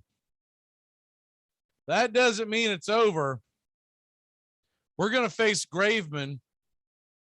So he's the other guy they will go to close. And like I said, it really, they will mix and match between Graveman and Presley. It comes down to what matchup they like. They're both right-handed pitchers. And Graveman is typically their closer. He came over in the Seattle trade. He's going to face Adam Duvall, Travis d'Arnaud, and Dansby Swanson. But there have been times where you've seen Presley come in and close games. Here's the first pitch to Adam Duvall from Graveman, and it's a fastball that drifts inside for a ball. It's 1-0.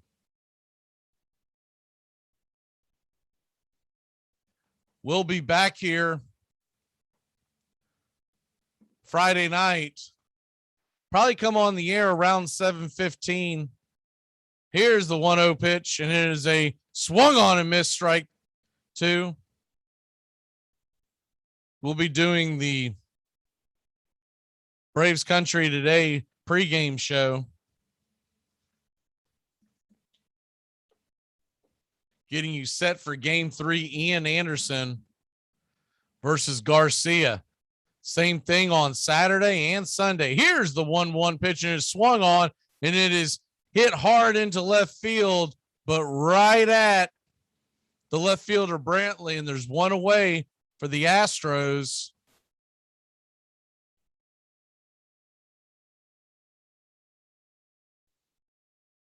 Leading 7-2. Top of the 9th, last gasp for the Braves. Travis d'Arnaud comes to the plate, who is 2 for 3.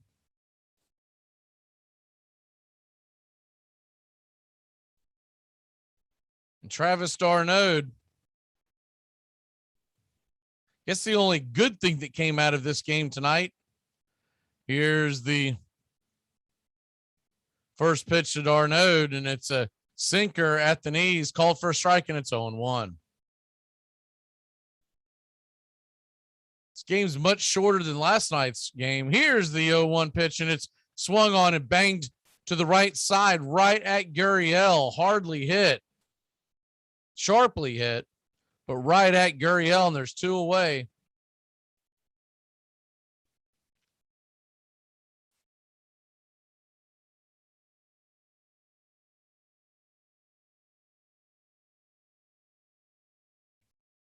Graveman will face Dansby Swanson. So the Braves will now have seen the 2 guys in the back of the Astros bullpen, which is an advantage, because even the guys who don't face Graveman or the guys who didn't face Presley, you're going to have stuff to talk about with the guys getting ready for Friday night. Here's the first pitch to Dansby. It's a 96-mile-an-hour sinker that is called for a strike right down the pipe, and it's 0-1.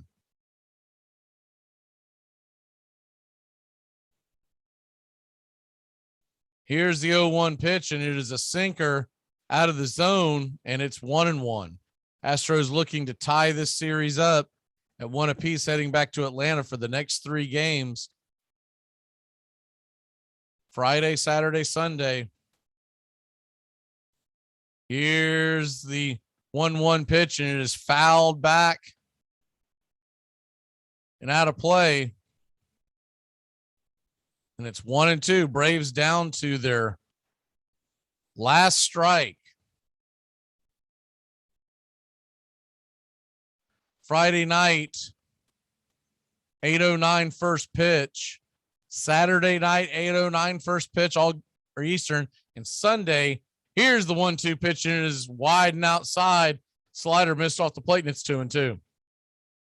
Sunday is 8:15 first pitch. We will begin the broadcast. We'll start the stream about an hour or so before. Pregame show will show up about 30 to 45 minutes before. Swung on, strike 3. Sinker right past Dansby. And that'll do it. The Houston Astros tied the series up at 1 apiece. But we're heading back to Atlanta Friday night with Ian Anderson on the hill and Truist Park rocking, and the battery will be swaying. For Braves Country Baseball, I'm Mac McGee. Thanks for tuning in. We'll see you Friday evening. You're listening to CBS Sports Radio. We are all sports 24 hours a day, 7 days a week. Strong opinions and your phone calls. Expected here. CBS Sports Radio. Armchair Quarterbacks on YouTube Live. SEC, ACC, and Big Ten coverage like no other. Subscribe and like us today. Your first choice for sports talk live from the First Coast. Hey, Jacksonville, winter is the perfect time to start planning for your healthy, pest-free spring lawn with True Green, America's #1 lawn care company. True Green's science-based approach and local expertise will help give your lawn the year-round care it needs to be thick and weed-free. Go to truegreen.com/radio to save 50% on your first service. Just call 866-946-5956 or go to truegreen.com/radio today and get a lawn to be proud of.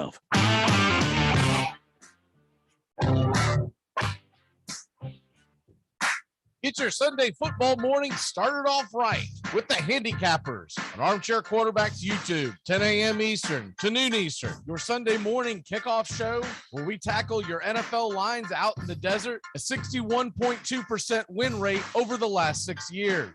Against the spread, over, under, money line, you name it. And we dive into the world of fantasy football year-long and your DFS payouts. The only true Southern football kickoff show that talks the spreads in Vegas, your DFS and fantasy, in your year-long quest to win that fantasy football championship. Only on the Armchair Quarterbacks YouTube channel. It's the Handicappers on Armchair Quarterbacks YouTube, 10 a.m. Eastern to noon Eastern. Sundays, all NFL season long.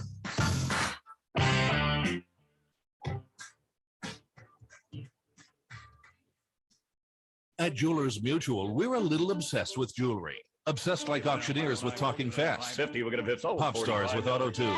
Yeah. And dentists with asking questions. So, how did he propose? After they've put their hands in your mouth. Great. Yes, we've made jewelry our obsession for over 100 years. We love it so much, we named our kids Ruby, Amber, and Opal. Venti soy latte for Opal? At Jewelers Mutual, we insure jewelry and only jewelry, which is why people who are also obsessed with jewelry trust us with theirs.